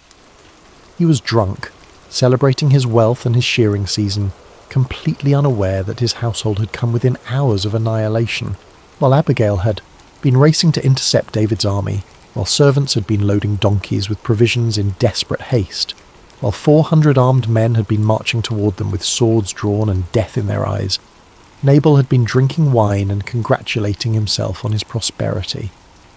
The scene would be almost comical if it weren't so tragic. A man completely oblivious to the danger he had created through his own foolishness, celebrating in ignorance while others saved him from the consequences of his actions. He had no idea that every person at his feast owed their life to his wife's wisdom and courage. He had no idea how close he had come to destroying everything through his stubborn pride. Abigail said nothing to him that night. There was no point in trying to communicate with a drunk man, especially one as foolish as Nabal, even when sober. She had learned through long experience that some conversations are futile, that some moments are wrong for truth-telling, that wisdom includes knowing when to speak and when to wait. So she waited through the night, waited through his drunken revelry, waited for morning when sobriety might make understanding possible. We can imagine her during those hours, exhausted from her journey and the emotional intensity of her confrontation with David, but unable to rest, knowing that she still had to face her husband, still had to tell him what she had done, still had to deal with the aftermath of her actions. When morning came and Nabal had sobered up, his head probably aching from the previous night's excess, Abigail told him everything. She didn't soften the truth or minimize the danger. She explained about David's messengers and his own contemptuous response. She described the 400 armed men who had been marching toward their home with sworn intent to kill every male in the household. She detailed her intervention, the provisions she'd taken without his knowledge or permission, and her meeting with David in the ravine. She made absolutely clear exactly how close they had all come to death, how his foolish insult had nearly cost everyone their lives. The news had a dramatic and immediate effect. Scripture says that Nabal's heart failed him, and he became like a stone. This description suggests either a stroke or some form of shock so profound that he became paralyzed, unable to move or speak. Medical historians have speculated about the exact nature of Nabal's condition. Perhaps a massive stroke, perhaps a heart attack, perhaps a psychological shock so severe that it manifested as physical paralysis. Whatever the medical mechanism, the meaning is clear. The man who had been so certain of his own importance and invulnerability, who had been celebrating with royal pretensions just hours earlier, suddenly came face to face with the consequences of his folly, the reality of how close he had come to death, the understanding of how his own actions had nearly destroyed everyone and everything he possessed, the humiliation of learning that his wife had to save him from his own stupidity. All of this crashed down on him with crushing force. Some speculate that what killed Nabal was not just physical shock, but spiritual and psychological devastation. He had built his identity on his wealth and status, on the illusion that his riches made him untouchable and superior. Now he had to confront the reality that his wealth meant nothing in the face of real power, that his status hadn't protected him, that he had been completely vulnerable and had been saved only through the intervention of the wife he had probably treated with contempt. For a proud man, a man whose name meant fool, but who probably believed himself quite clever, this realization might have been more devastating than any physical blow. His entire self-image collapsed. Everything he had believed about himself and the world was revealed as false. And unlike physical injuries which can heal, damage to one's fundamental sense of self can be fatal. He lingered for about 10 days in this condition, neither dead nor truly alive, existing in some twilight state between the two. We don't know if he was conscious during this time, if he could hear or understand what was happening around him, if he experienced this time as suffering or simply as a kind of blankness. The text is spare in its details, telling us only that he remained like a stone for approximately 10 days. Then he died. The text simply states that the Lord struck Nabal and he died, leaving the exact mechanism ambiguous, but the meaning clear.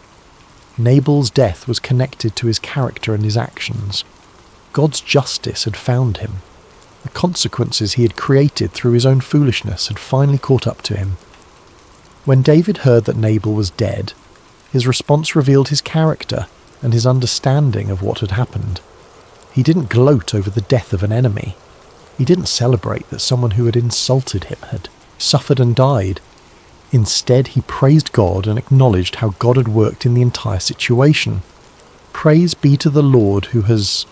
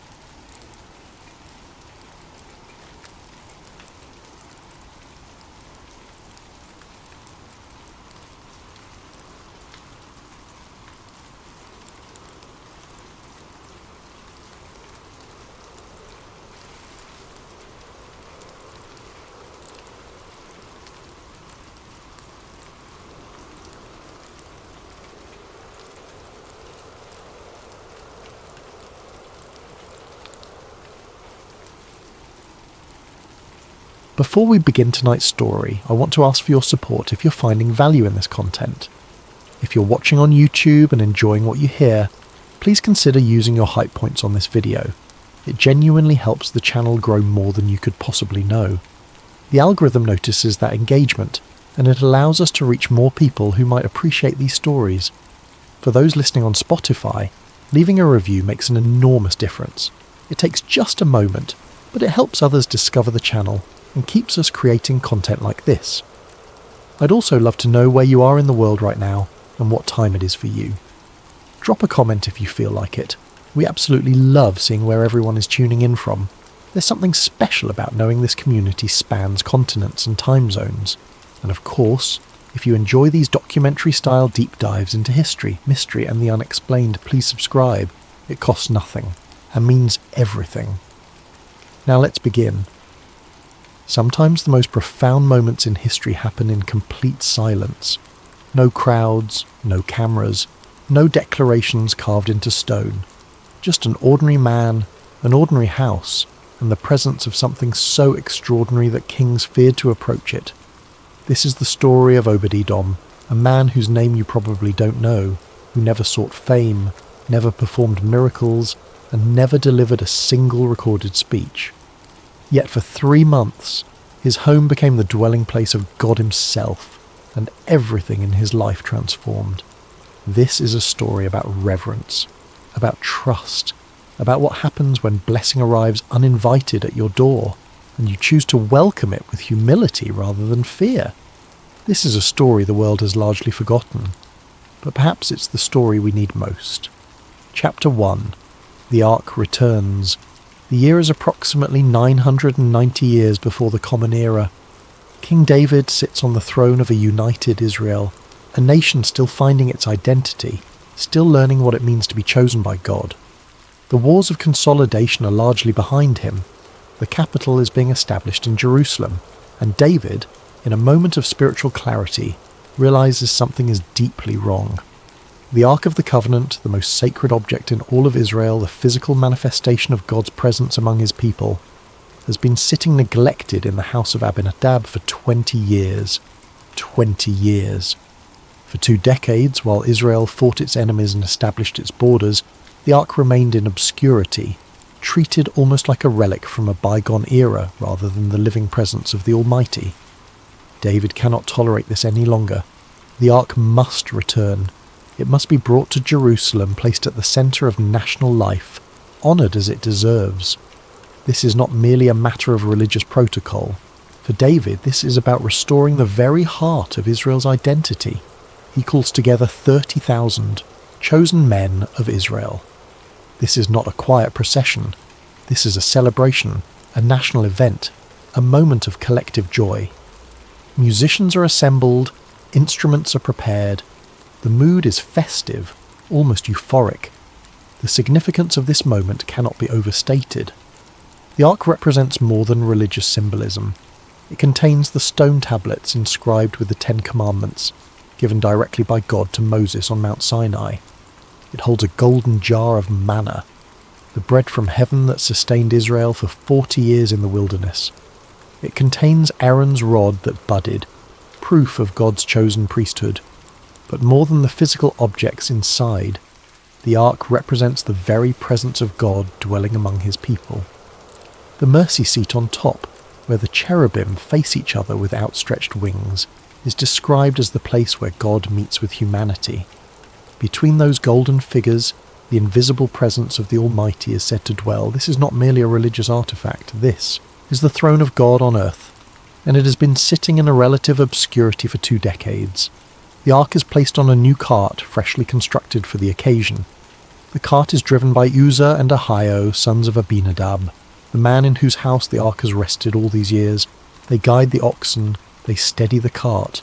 They know this object better than anyone, or so everyone believes.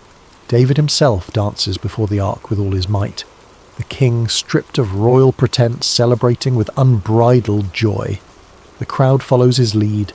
Music fills the air. Cymbals crash, harps play, voices rise in song. This is how blessing should arrive, they think, with celebration, with joy, with the whole nation watching. The procession winds through the hills toward Jerusalem. Thousands of feet march in rhythm.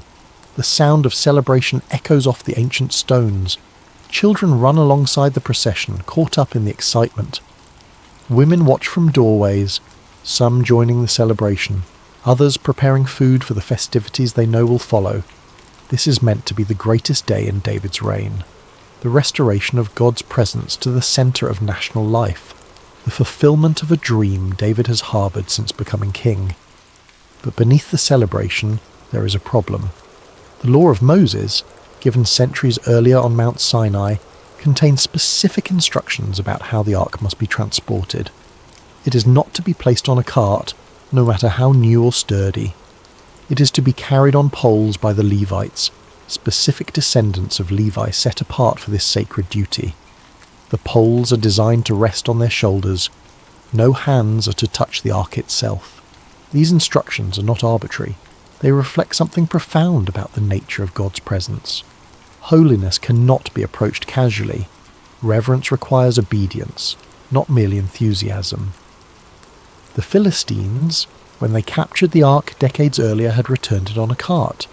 But they were Philistines. They did not know the law. They did not understand the proper protocols. Their ignorance was excusable. Israel's ignorance is not. But in the excitement of the moment, these details have been overlooked. Perhaps the exact procedures were forgotten during the 20 years of the ark's absence. Perhaps the enthusiasm of the moment clouded judgment. Perhaps David, in his genuine desire to honour God, assumed good intentions were enough. The procession moves forward, music swelling, voices rising, the entire nation swept up in the moment, and then everything changes. Chapter 2. A sudden tragedy. The road is uneven. Ancient pathways carved through limestone hills, worn by centuries of travellers, oxen, and weather. The wheels of the cart navigate stones and ruts, the precious cargo swaying slightly with each movement. The oxen stumble. It is a small thing, the kind of minor disruption that happens countless times in any journey. The animals lose their footing for just a moment on the uneven ground. The cart lurches. For just a heartbeat, the ark tilts dangerously to one side. Uzzah, walking beside the cart as he has for miles, reacts instinctively. His hand shoots out to steady it, to prevent the sacred object from falling into the dirt. It is a protective gesture, born from care and concern. He has lived with this object in his family's house for 20 years. He feels responsible for it. His fingers make contact with the gold-covered acacia wood, and he collapses, instantly. No warning, no cry of pain, no gradual weakening. One moment he is walking, concerned, protective, his hand extended. The next moment he is on the ground, motionless, dead. The music stops as if cut by a knife. The celebration evaporates like morning mist under the sun. 30,000 men stand frozen in place, watching, trying to comprehend what they have just witnessed. The oxen continue walking for a few steps before Ahio, Uzzah's brother, manages to bring them to a halt. His own face is a mask of shock and incomprehension. The joy that filled the air moments ago is replaced by something else entirely. Fear. Raw, visceral, existential fear. This is not the fear of enemy armies approaching, not the fear of wild animals or natural disasters. This is something deeper, more primal. This is the fear of standing in the presence of something utterly holy, utterly other, utterly beyond human comprehension or control. The people begin to back away from the cart, not in an organised fashion, but in an instinctive recoil. Space opens around the ark, around Uzzah's body, around the entire scene. King David stands among them, no longer dancing, no longer celebrating. His face reflects a cascade of emotions, confusion, anger, grief, perhaps even a sense of betrayal. Uzzah was trying to help. Uzzah was protecting the ark. Uzzah grew up with this object in his home. How could this be the result? The theological implications crash over David like a wave. If God's presence can strike down a man for touching the ark, even with good intentions, even in an attempt to protect it from damage, then what does that say about the nature of this presence? What does it say about how Israel has been treating the ark all these years? What does it say about the celebration they were just having? David's anger is recorded in the text. He is angry at God for this outbreak, for what seems like a disproportionate response to a well-intentioned action. But beneath the anger is something more complex, the realization that he has fundamentally misunderstood something crucial about approaching the divine. The procession cannot continue like this. The joy has turned to mourning. The celebration has become a funeral. Thousands of people are standing on a road, traumatized, uncertain, afraid. David names the place Perez Uzzah, which means the breaking forth of Uzzah, or the outbreak against Uzzah. It is a memorial, a marker, a warning carved into the collective memory of the nation. Future travellers passing this spot will ask about the name, and they will be told the story. They will learn the lesson written in one man's death. But memorials do not answer questions, and the questions are multiplying in David's mind. Why did Uzzah die when he was trying to help? What would have happened if the ark had fallen? Would that have been worse than a man's death? How is anyone supposed to approach this presence safely? If even good intentions and protective care result in death, how can the ark be moved at all? David is afraid now, not the fear of enemy armies or political conspiracies. He has faced down Goliath as a boy. He has survived King Saul's murderous jealousy. He has led armies into battle and established a kingdom. This is different. This is the fear of standing in the presence of something so holy, so other, so utterly beyond human comprehension, that even reverence might not be enough. The practical problem becomes immediate and urgent. What do we do with the ark now? It cannot return to Abinadab's house. That chapter has ended literally and symbolically in tragedy. It cannot continue to Jerusalem. David is too shaken, too uncertain. The people are too afraid. No one wants to be responsible for what might happen next. The ark needs to rest somewhere while David figures out what went wrong and how to proceed correctly. And in this moment of crisis and confusion, with thousands of people watching and waiting for royal direction, David makes a decision that will change one family's life forever. There is a house nearby, a modest dwelling belonging to a man named Obed-Edom. David has probably never noticed it before. It is not politically significant. It does not belong to a high priest or a military commander or a wealthy merchant, but it is there. And in this moment, it represents a solution to an impossible problem. Chapter 3. The Ark Left Behind Obed-Edom. The Gittite is not a name that echoes through history. The designation Gittite indicates his family's origin from Gath, one of the 5 main Philistine cities. This detail is significant. Gath was the hometown of Goliath, the giant David defeated as a young man. It was enemy territory, or at least had been in the recent past. Yet here is a man with Philistine origins, living peacefully in Israel, integrated into society enough to have a house along the road to Jerusalem.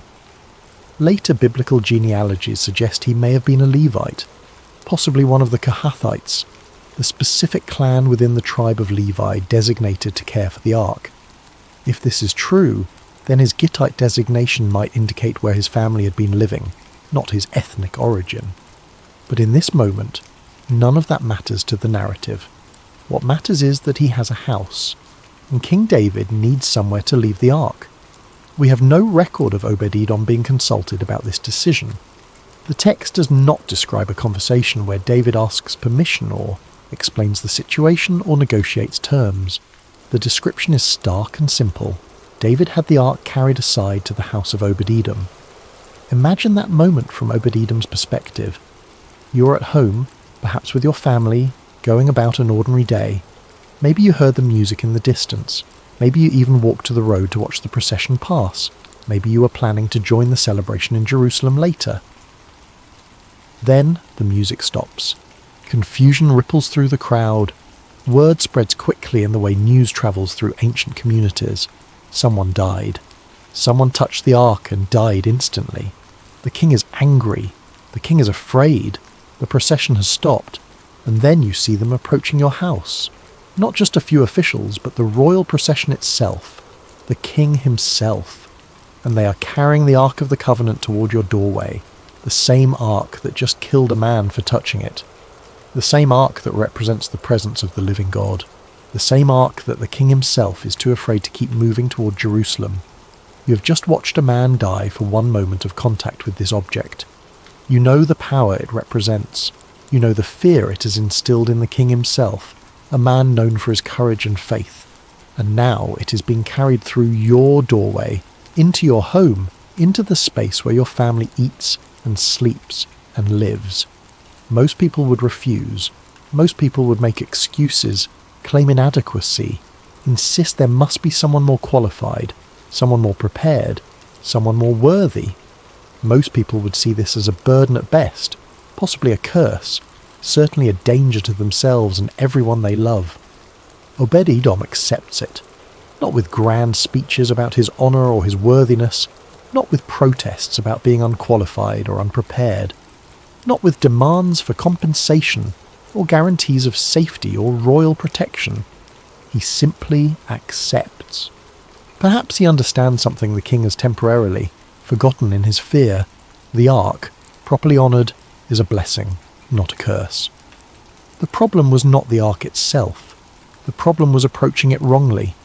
Perhaps his Levitical training, if indeed he is a Levite, gives him confidence that reverence and proper care will be enough. Or perhaps he simply trusts that God knows what he is doing, even when humans do not. The ark is carried into his house. The Levites, or whoever is handling it now with extreme caution, place it somewhere inside. Perhaps a main room, perhaps a separate space hastily cleared and prepared. We are not told the details because the details do not matter to the larger story. What matters is the acceptance. The royal procession departs. The musicians pack their instruments. The celebration abandoned. The 30,000 chosen men disperse, returning to their homes with a story they will tell for the rest of their lives. King David returns to Jerusalem troubled, uncertain, angry and afraid, and Obed-Edom is left, with the presence of God in his house, for an indefinite period. No one knows how long this arrangement will last. Days, weeks, months, years, until David figures out what went wrong, until the king's fear subsides, until some prophet or priest receives divine instruction about how to proceed. The future is completely uncertain, but the present is crystal clear. The Ark of the Covenant, the throne of God on earth, the most sacred object in all of Israel, is now residing in the house of Obed-Edom the Gittite. The story could have ended there. A footnote in a larger narrative about David's reign. A minor detail about where the ark was stored temporarily during a crisis. But the story is just beginning. Chapter 4. Living with the Presence. The first night must have been extraordinary. Imagine the conversations in that household as evening falls. Obed-Edom, his wife, their children, perhaps extended family living under the same roof as was common in ancient times. They gather for the evening meal, the normal routines of daily life, but nothing is normal anymore. The ark sits somewhere in their home. The presence of God rests under their roof. Do they speak in whispers, afraid that normal volume might somehow show disrespect? Do they move more carefully, aware that every action is taking place in proximity to holiness? Do they pray more fervently, more frequently, more consciously than ever before? We are not told these details. The biblical narrative gives us almost nothing about the internal experience of Obed-Edom's household during these months. We are left to imagine, to extrapolate from what we know about human nature and divine presence. What we know is that life continues. It has to. Life does not pause for theology. Crops still need tending, animals still need feeding, children still need raising, work still needs doing. The ordinary necessities of existence continue regardless of how extraordinary the circumstances might be. Days pass, then weeks. The initial shock begins to fade, not into casualness, but into something like routine. You cannot remain in a constant state of heightened alertness indefinitely. The human mind adapts. The extraordinary becomes, in a sense, ordinary, but the awareness never disappears entirely. You cannot forget that the Ark of the Covenant is in your home. You cannot treat it casually. Every time you walk past the room where it rests, you remember. Every morning when you wake, you remember. Every night before sleep, you remember. The presence of God is here. Obed-Edom chooses reverence as his response. Not the reverence of spectacle or ceremony, not the reverence of religious performance or public display, not the reverence of keeping maximum distance and avoiding all contact out of fear, but the reverence of faithful presence, of treating something sacred with consistent daily care, of allowing holiness to shape the rhythms of life rather than interrupt them. His household wakes each morning with an awareness that permeates everything. They work, they eat, they pray, they go about the ordinary tasks of ancient agricultural life. But all of it happens in the context of this extraordinary awareness. There is no evidence in the text of fear dominating their experience. This is remarkable when you consider the context. King David, the warrior poet, the man after God's own heart, the giant slayer, the king who united Israel, was too afraid to keep the ark moving toward Jerusalem. The entire nation watched Uzzah fall dead and recoiled in terror. 30,000 men dispersed with that image burned into their memory. Yet this relatively unknown family accepts the presence of God into their home and responds not with paralyzing terror, but with faithful, reverent stewardship. Perhaps it is precisely because Obed-Edom is not the king that he can do this. Kings think about political implications and national consequences. Kings worry about perception and protocol and precedent. Kings carry the weight of collective expectations. Every decision a king makes affects thousands or millions of people. The pressure of that responsibility can make even simple acts feel impossibly complex. But Obed-Edom is simply a man with a family, trying to honour God in the ordinary circumstances of life. He has no audience to perform for except God himself, no legacy to protect beyond his own household, no reputation to uphold beyond his immediate community. He can simply be faithful. There is profound freedom in obscurity. The person no one is watching can focus entirely on doing what is right, rather than on how it appears to others. The family no one cares about politically can concentrate on genuine devotion rather than public perception. Obed-Edom and his household develop rhythms around the ark's presence. Perhaps they maintain a certain respectful distance. Perhaps they keep the room where it rests particularly clean. Perhaps they pray facing that direction. Perhaps they incorporate acknowledgement of God's presence into their daily prayers and routines. We do not know the specific practices because the text does not record them. What the text records is the outcome of those practices, and in that outcome, something remarkable begins to happen, something that will eventually reach the king's ears and change everything. Chapter 5. Unexpected Blessing. 3 months pass, 90 days of the ark resting in the house of Obed-Edom, 90 days of faithful stewardship, 90 days of reverent care, 90 days of ordinary life lived in proximity to extraordinary holiness. And during those 90 days, everything in that household begins to flourish. The biblical text is characteristically sparse in its description, offering just a handful of words to describe what happened. The Lord blessed Obed-Edom and all his household, but those few words contain entire volumes of meaning. What does divine blessing look like in practical, concrete terms in an ancient agricultural society? It manifests in ways that are tangible, measurable, undeniable. The fields Obed-Edom tends yield more grain than expected. The harvest is abundant beyond normal predictions. The quality is exceptional. Where neighbours struggle with ordinary yields, his crops thrive. The livestock multiply and stay remarkably healthy. Ewes give birth to healthy twins. Cows produce exceptional amounts of milk. Animals that in other households might sicken or die remain vigorous and productive. Business transactions, whatever form they take in this economy, seem to succeed. If Obed-Edom sells goods, he gets fair prices. If he trades, he makes beneficial exchanges. The ordinary commerce of life flows smoothly. The children in the household thrive. They stay healthy when sickness moves through the region. They grow strong. They learn quickly. The ordinary challenges of raising children in the ancient world, high infant mortality, childhood diseases, accidents, seem somehow held at bay. Relationships within the household remain peaceful. The stress and conflict that naturally arise when people live in close quarters seem diminished. Disagreements are resolved. Harmony prevails. The household functions as a unit with unusual cohesion. This is not mystical prosperity divorced from physical reality. This is not abstract theological blessing that can only be discerned through spiritual contemplation. This is the daily, concrete experience of a household where everything seems to work, where the problems that would normally arise somehow do not materialize, where the ordinary challenges of life become surprisingly manageable, where there is enough, consistently, in every area. Obed-Edom's family notices, of course. They live it every day. They see the difference between their circumstances and those of their neighbours. They recognise that something unusual is happening.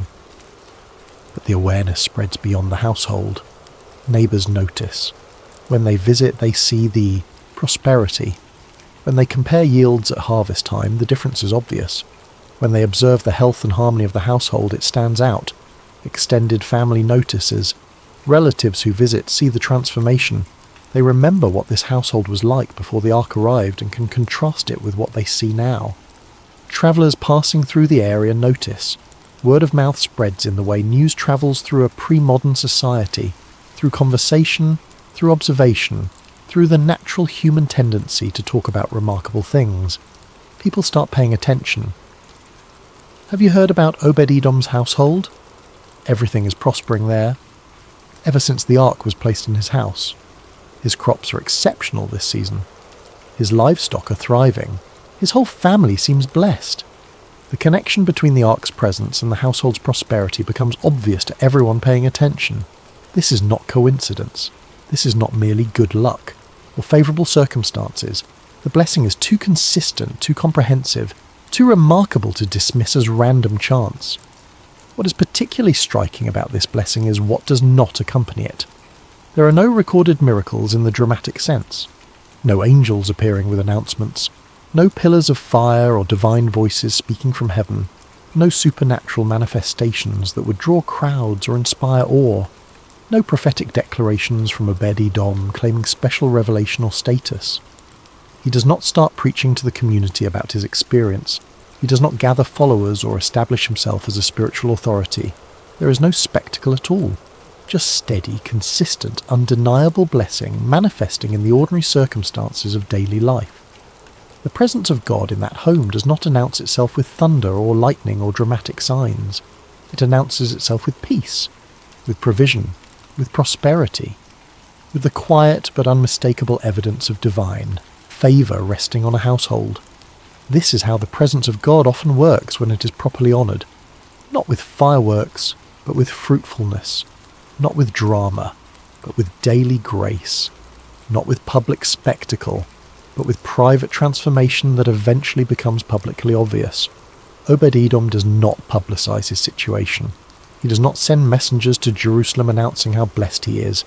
He does not start a ministry or write a book, or claim special status because the ark happened to end up in his house. He simply continues living faithfully, now with the added awareness that faithfulness is being blessed in ways he could never have orchestrated or predicted or earned. His quiet stewardship continues.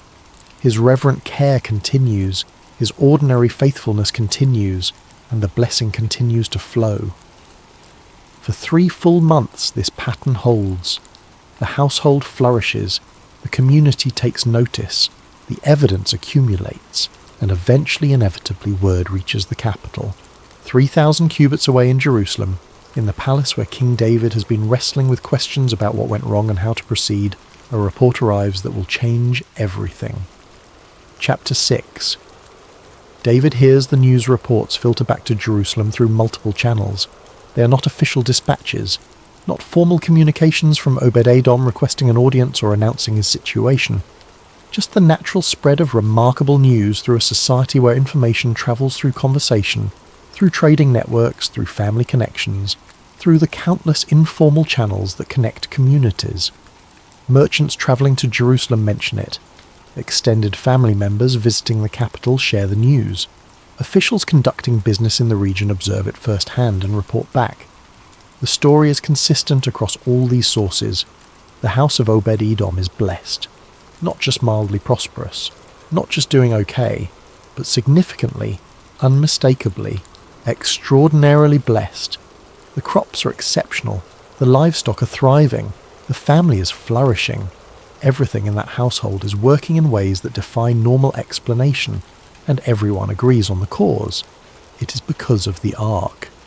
The presence that seemed so dangerous 3 months ago, the object that caused a man's death and struck fear into the entire nation, has become a source of profound blessing in the home of this obscure family.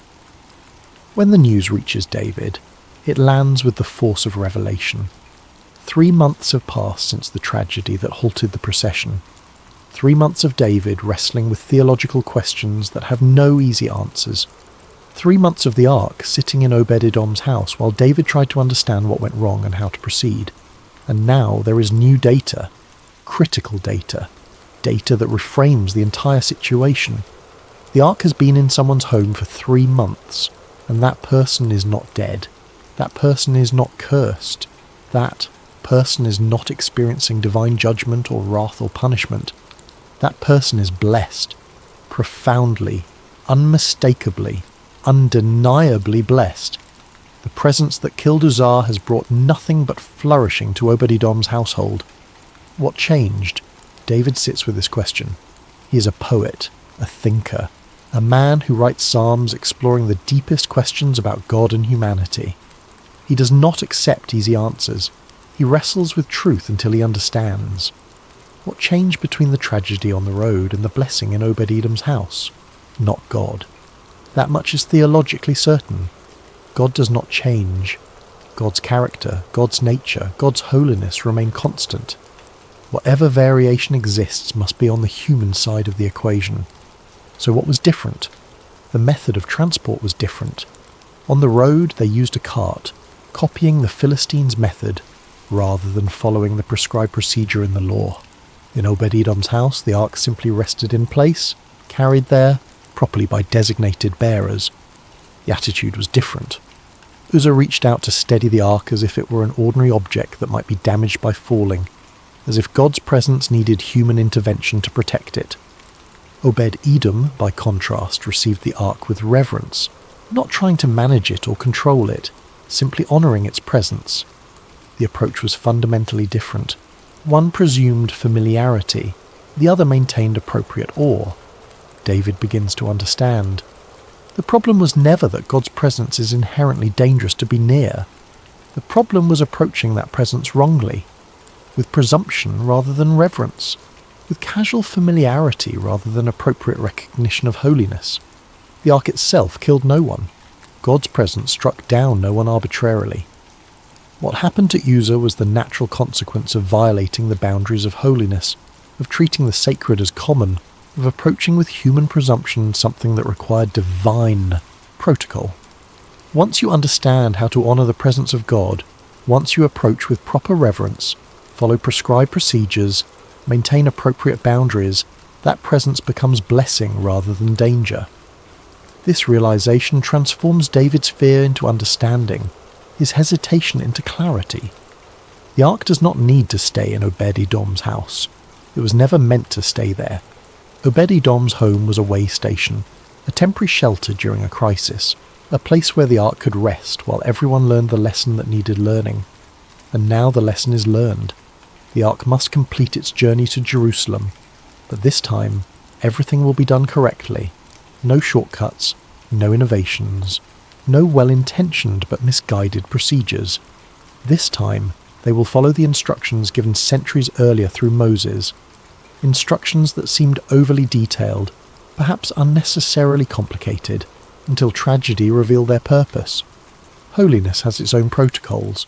Divine presence has its own requirements.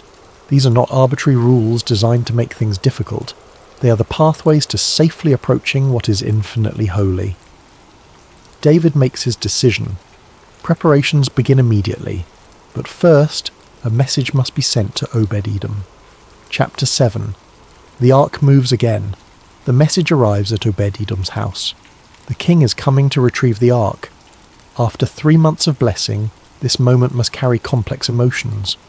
The presence that has transformed this household, that has brought such abundance and prosperity and peace, will be leaving. The source of daily grace will move on to its proper destination.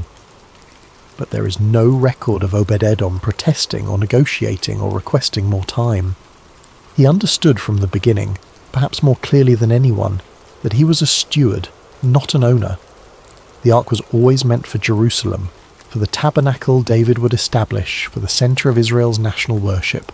His house was temporary shelter, a providential pause in a larger journey. That the pause became a time of profound blessing was grace, pure, unearned, unexpected grace. But grace does not create entitlement. Blessing does not mean ownership. When word comes that the king is coming, Obed-Edom prepares to release what was never truly his to keep. David's preparations in Jerusalem are meticulous this time. He consults the written law, the Torah, the specific instructions given to Moses regarding the ark's transport and handling. He identifies the proper Levites by genealogy, the Kohathites specifically designated for this duty. He ensures they understand the procedures, the protocols, the requirements. The poles that pass through the rings on the ark's sides are checked, positioned correctly. The Levites who will carry it are instructed on how to lift it, how to walk, how to maintain appropriate reverence throughout the journey. No more carts, no matter how new or sturdy or well constructed. Carts are for ordinary cargo. The ark is not ordinary cargo. It is the throne of God, and it will be carried as such. No more innovation on sacred procedures. No more assuming that good intentions compensate for wrong methods. This will be done according to instruction, following the pattern established in Scripture. The procession forms in Jerusalem and makes its way to Obed-Edom's house. When they arrive, the ark is brought out carefully, reverently. The Levites position themselves. The poles rest on their shoulders, and the journey toward Jerusalem begins again. The mood is different from 3 months earlier. There is still joy, still celebration, still music. The psalmists and musicians have returned with their instruments. The people once again line the route, wanting to witness this historic moment. But the exuberance has matured into something deeper. The unrestrained excitement has been tempered by wisdom. Everyone remembers what happened last time. Everyone remembers Uzzah. Everyone remembers the fear. This time they approach with sober reverence alongside their joy. David himself has changed in these 3 months. He still dances, still celebrates, still expresses his devotion physically and publicly. But there is a different quality to it now, a recognition of boundaries, an awareness of proper protocol. Every 6 steps the procession stops, sacrifices are offered, oxen and fattened calves are brought, ritually slaughtered, offered to God. The journey is not rushed. Every movement forward is accompanied by worship, by acknowledgement, by sacrifice. This is not about efficiency or getting to Jerusalem as quickly as possible.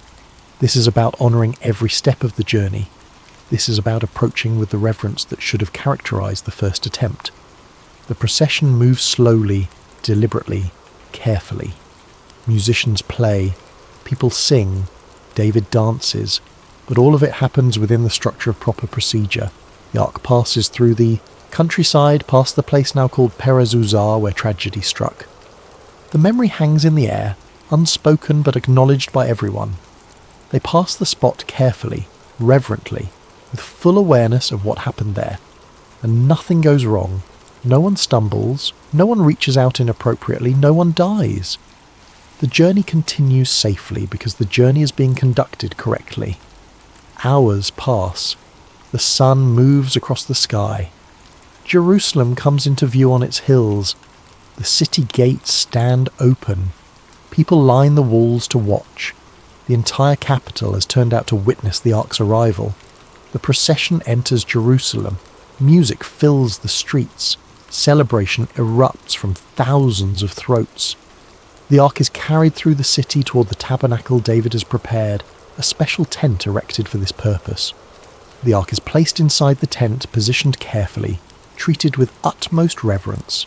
More sacrifices are offered. The celebration intensifies. David has robes brought, distributes food to everyone present. Bread and meat and wine for the entire assembly. The feast continues long into the evening. But throughout all the celebration, throughout all the joy and music and public worship, people remember. They remember Uzzah and the first attempt. They remember the fear and the confusion and the uncertainty. And they remember the house of Obed-Edom, where God's presence brought nothing but blessing because it was received with proper reverence. The story could end here, with the ark finally reaching its destination, with David's dream fulfilled, with Jerusalem becoming the religious centre of Israel as intended.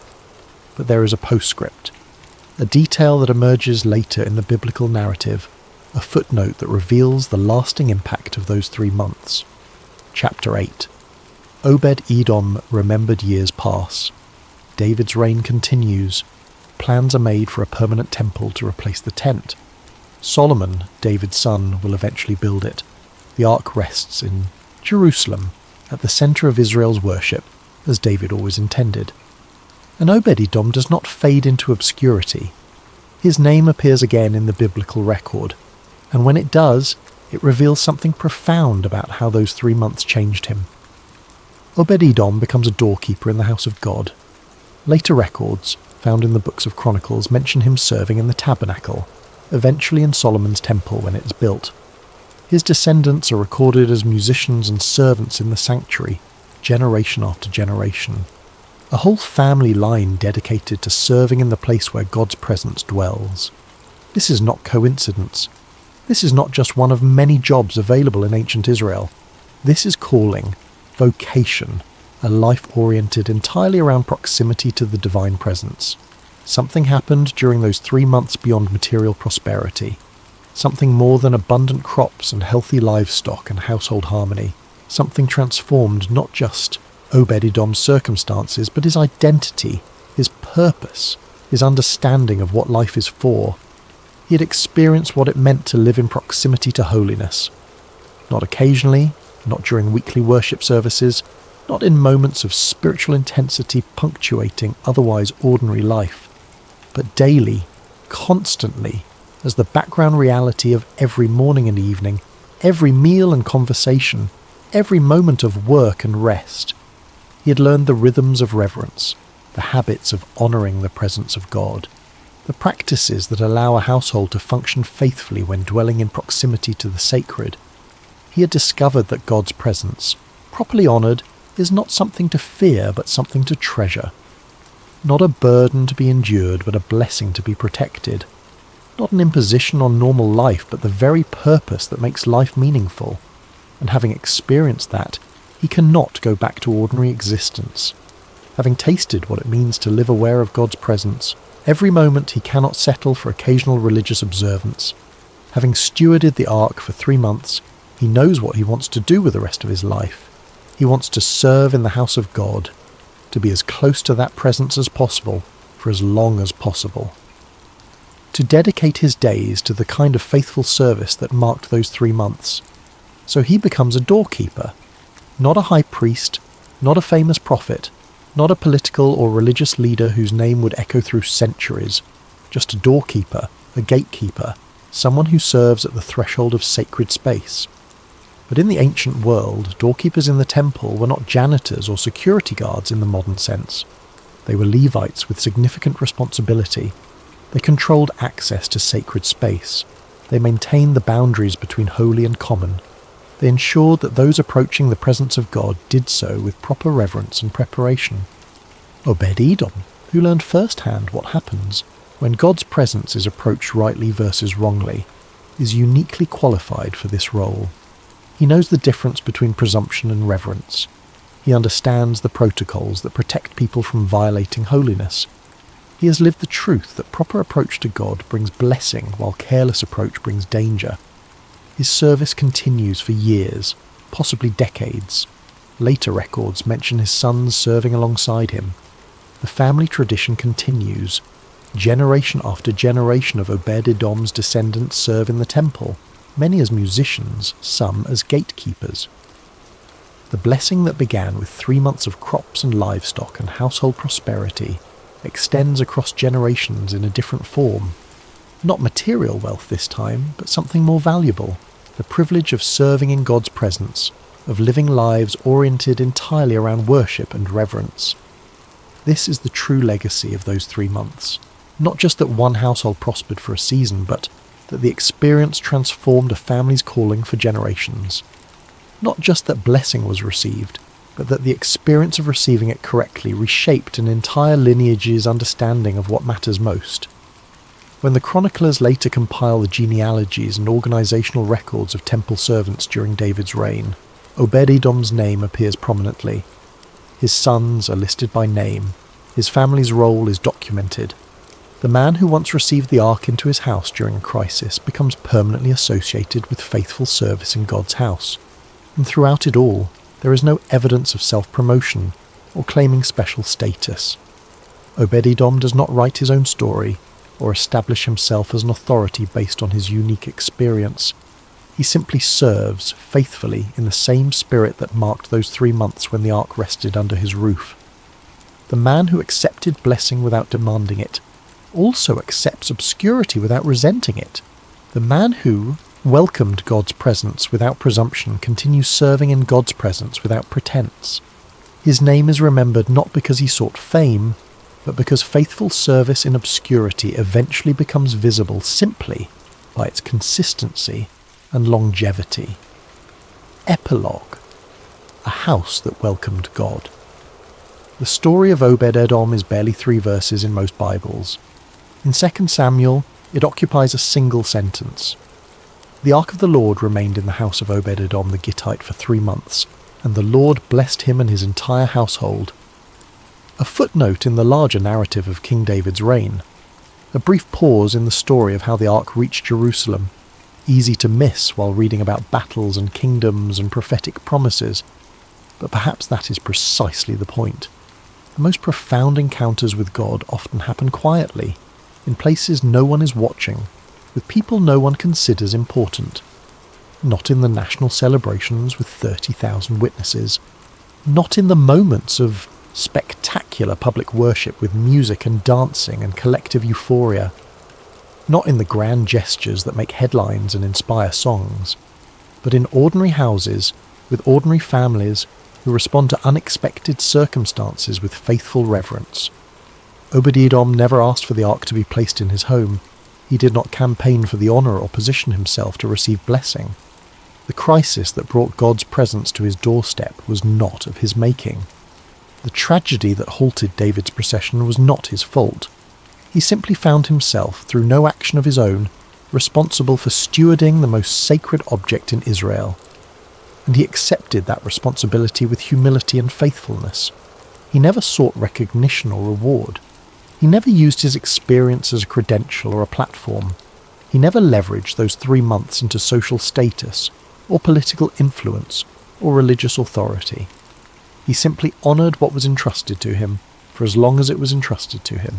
And when it was time for the ark to move on, he released it without complaint or negotiation. The blessing he received was not payment for services rendered. It was not wages earned through correct performance. It was grace. The natural overflow of God's presence when that presence is welcomed and honoured rightly. And when the blessing moved on in its physical form, when the ark continued to Jerusalem and was no longer under his roof, he followed it. He reoriented his entire life around continued proximity to God's presence. He became a servant in the house of God, content to stand at thresholds and gates, facilitating others' approach to the holiness he had learned to revere. There is something profoundly instructive about this story for those of us living thousands of years later in radically different circumstances. We often think blessing must be pursued, claimed, declared, demanded. We create elaborate systems for attracting God's favour, as if holiness could be manipulated through the right techniques or the right words or the right level of faith. We treat divine blessing like a formula that can be cracked, a code that can be broken, a transaction that can be negotiated. But Obed-Edom teaches a different way. Sometimes blessing arrives uninvited, unexpected, unearned. Sometimes the presence of God shows up in our lives not because we achieved something, or figured out the formula or demonstrated sufficient faith, but simply because in the ordinary faithfulness of daily life, we created space for holiness. And when that presence arrives, the response is not to manage it or control it or try to keep it forever. The response is simply to honour it, to live with appropriate reverence, to continue faithfully, to trust that where God's presence is properly welcomed, blessing will follow. Not because we deserve it, not because we earned it, but because that is the nature of God's presence. When it is received rightly, it transforms what it touches. Obed-Edom's house was blessed for 3 months, 90 days, a season, not forever. The ark moved on. The specific circumstances changed, but the impact of those 3 months echoed through generations. The experience of those 90 days shaped a family's calling for lifetimes. The lesson learned in that brief season became a legacy that outlasted the specific blessing. Perhaps that is the final and most important lesson. Faithfulness in the moment creates legacy beyond the moment. Reverence in ordinary circumstances shapes extraordinary outcomes. And sometimes the most important thing we can do is simply welcome what comes, honour it properly, and trust God with the results. No speeches required, no fame sought, no platform needed, no recognition demanded, just a house that welcomed God and was forever changed by the privilege. In a world that constantly urges us to promote ourselves, to leverage our experiences, to build platforms and establish authority and claim special status. The story of Obed-Edom whispers a different truth. Sometimes the greatest honour is faithful obscurity. Sometimes the deepest blessing is serving in places no one notices.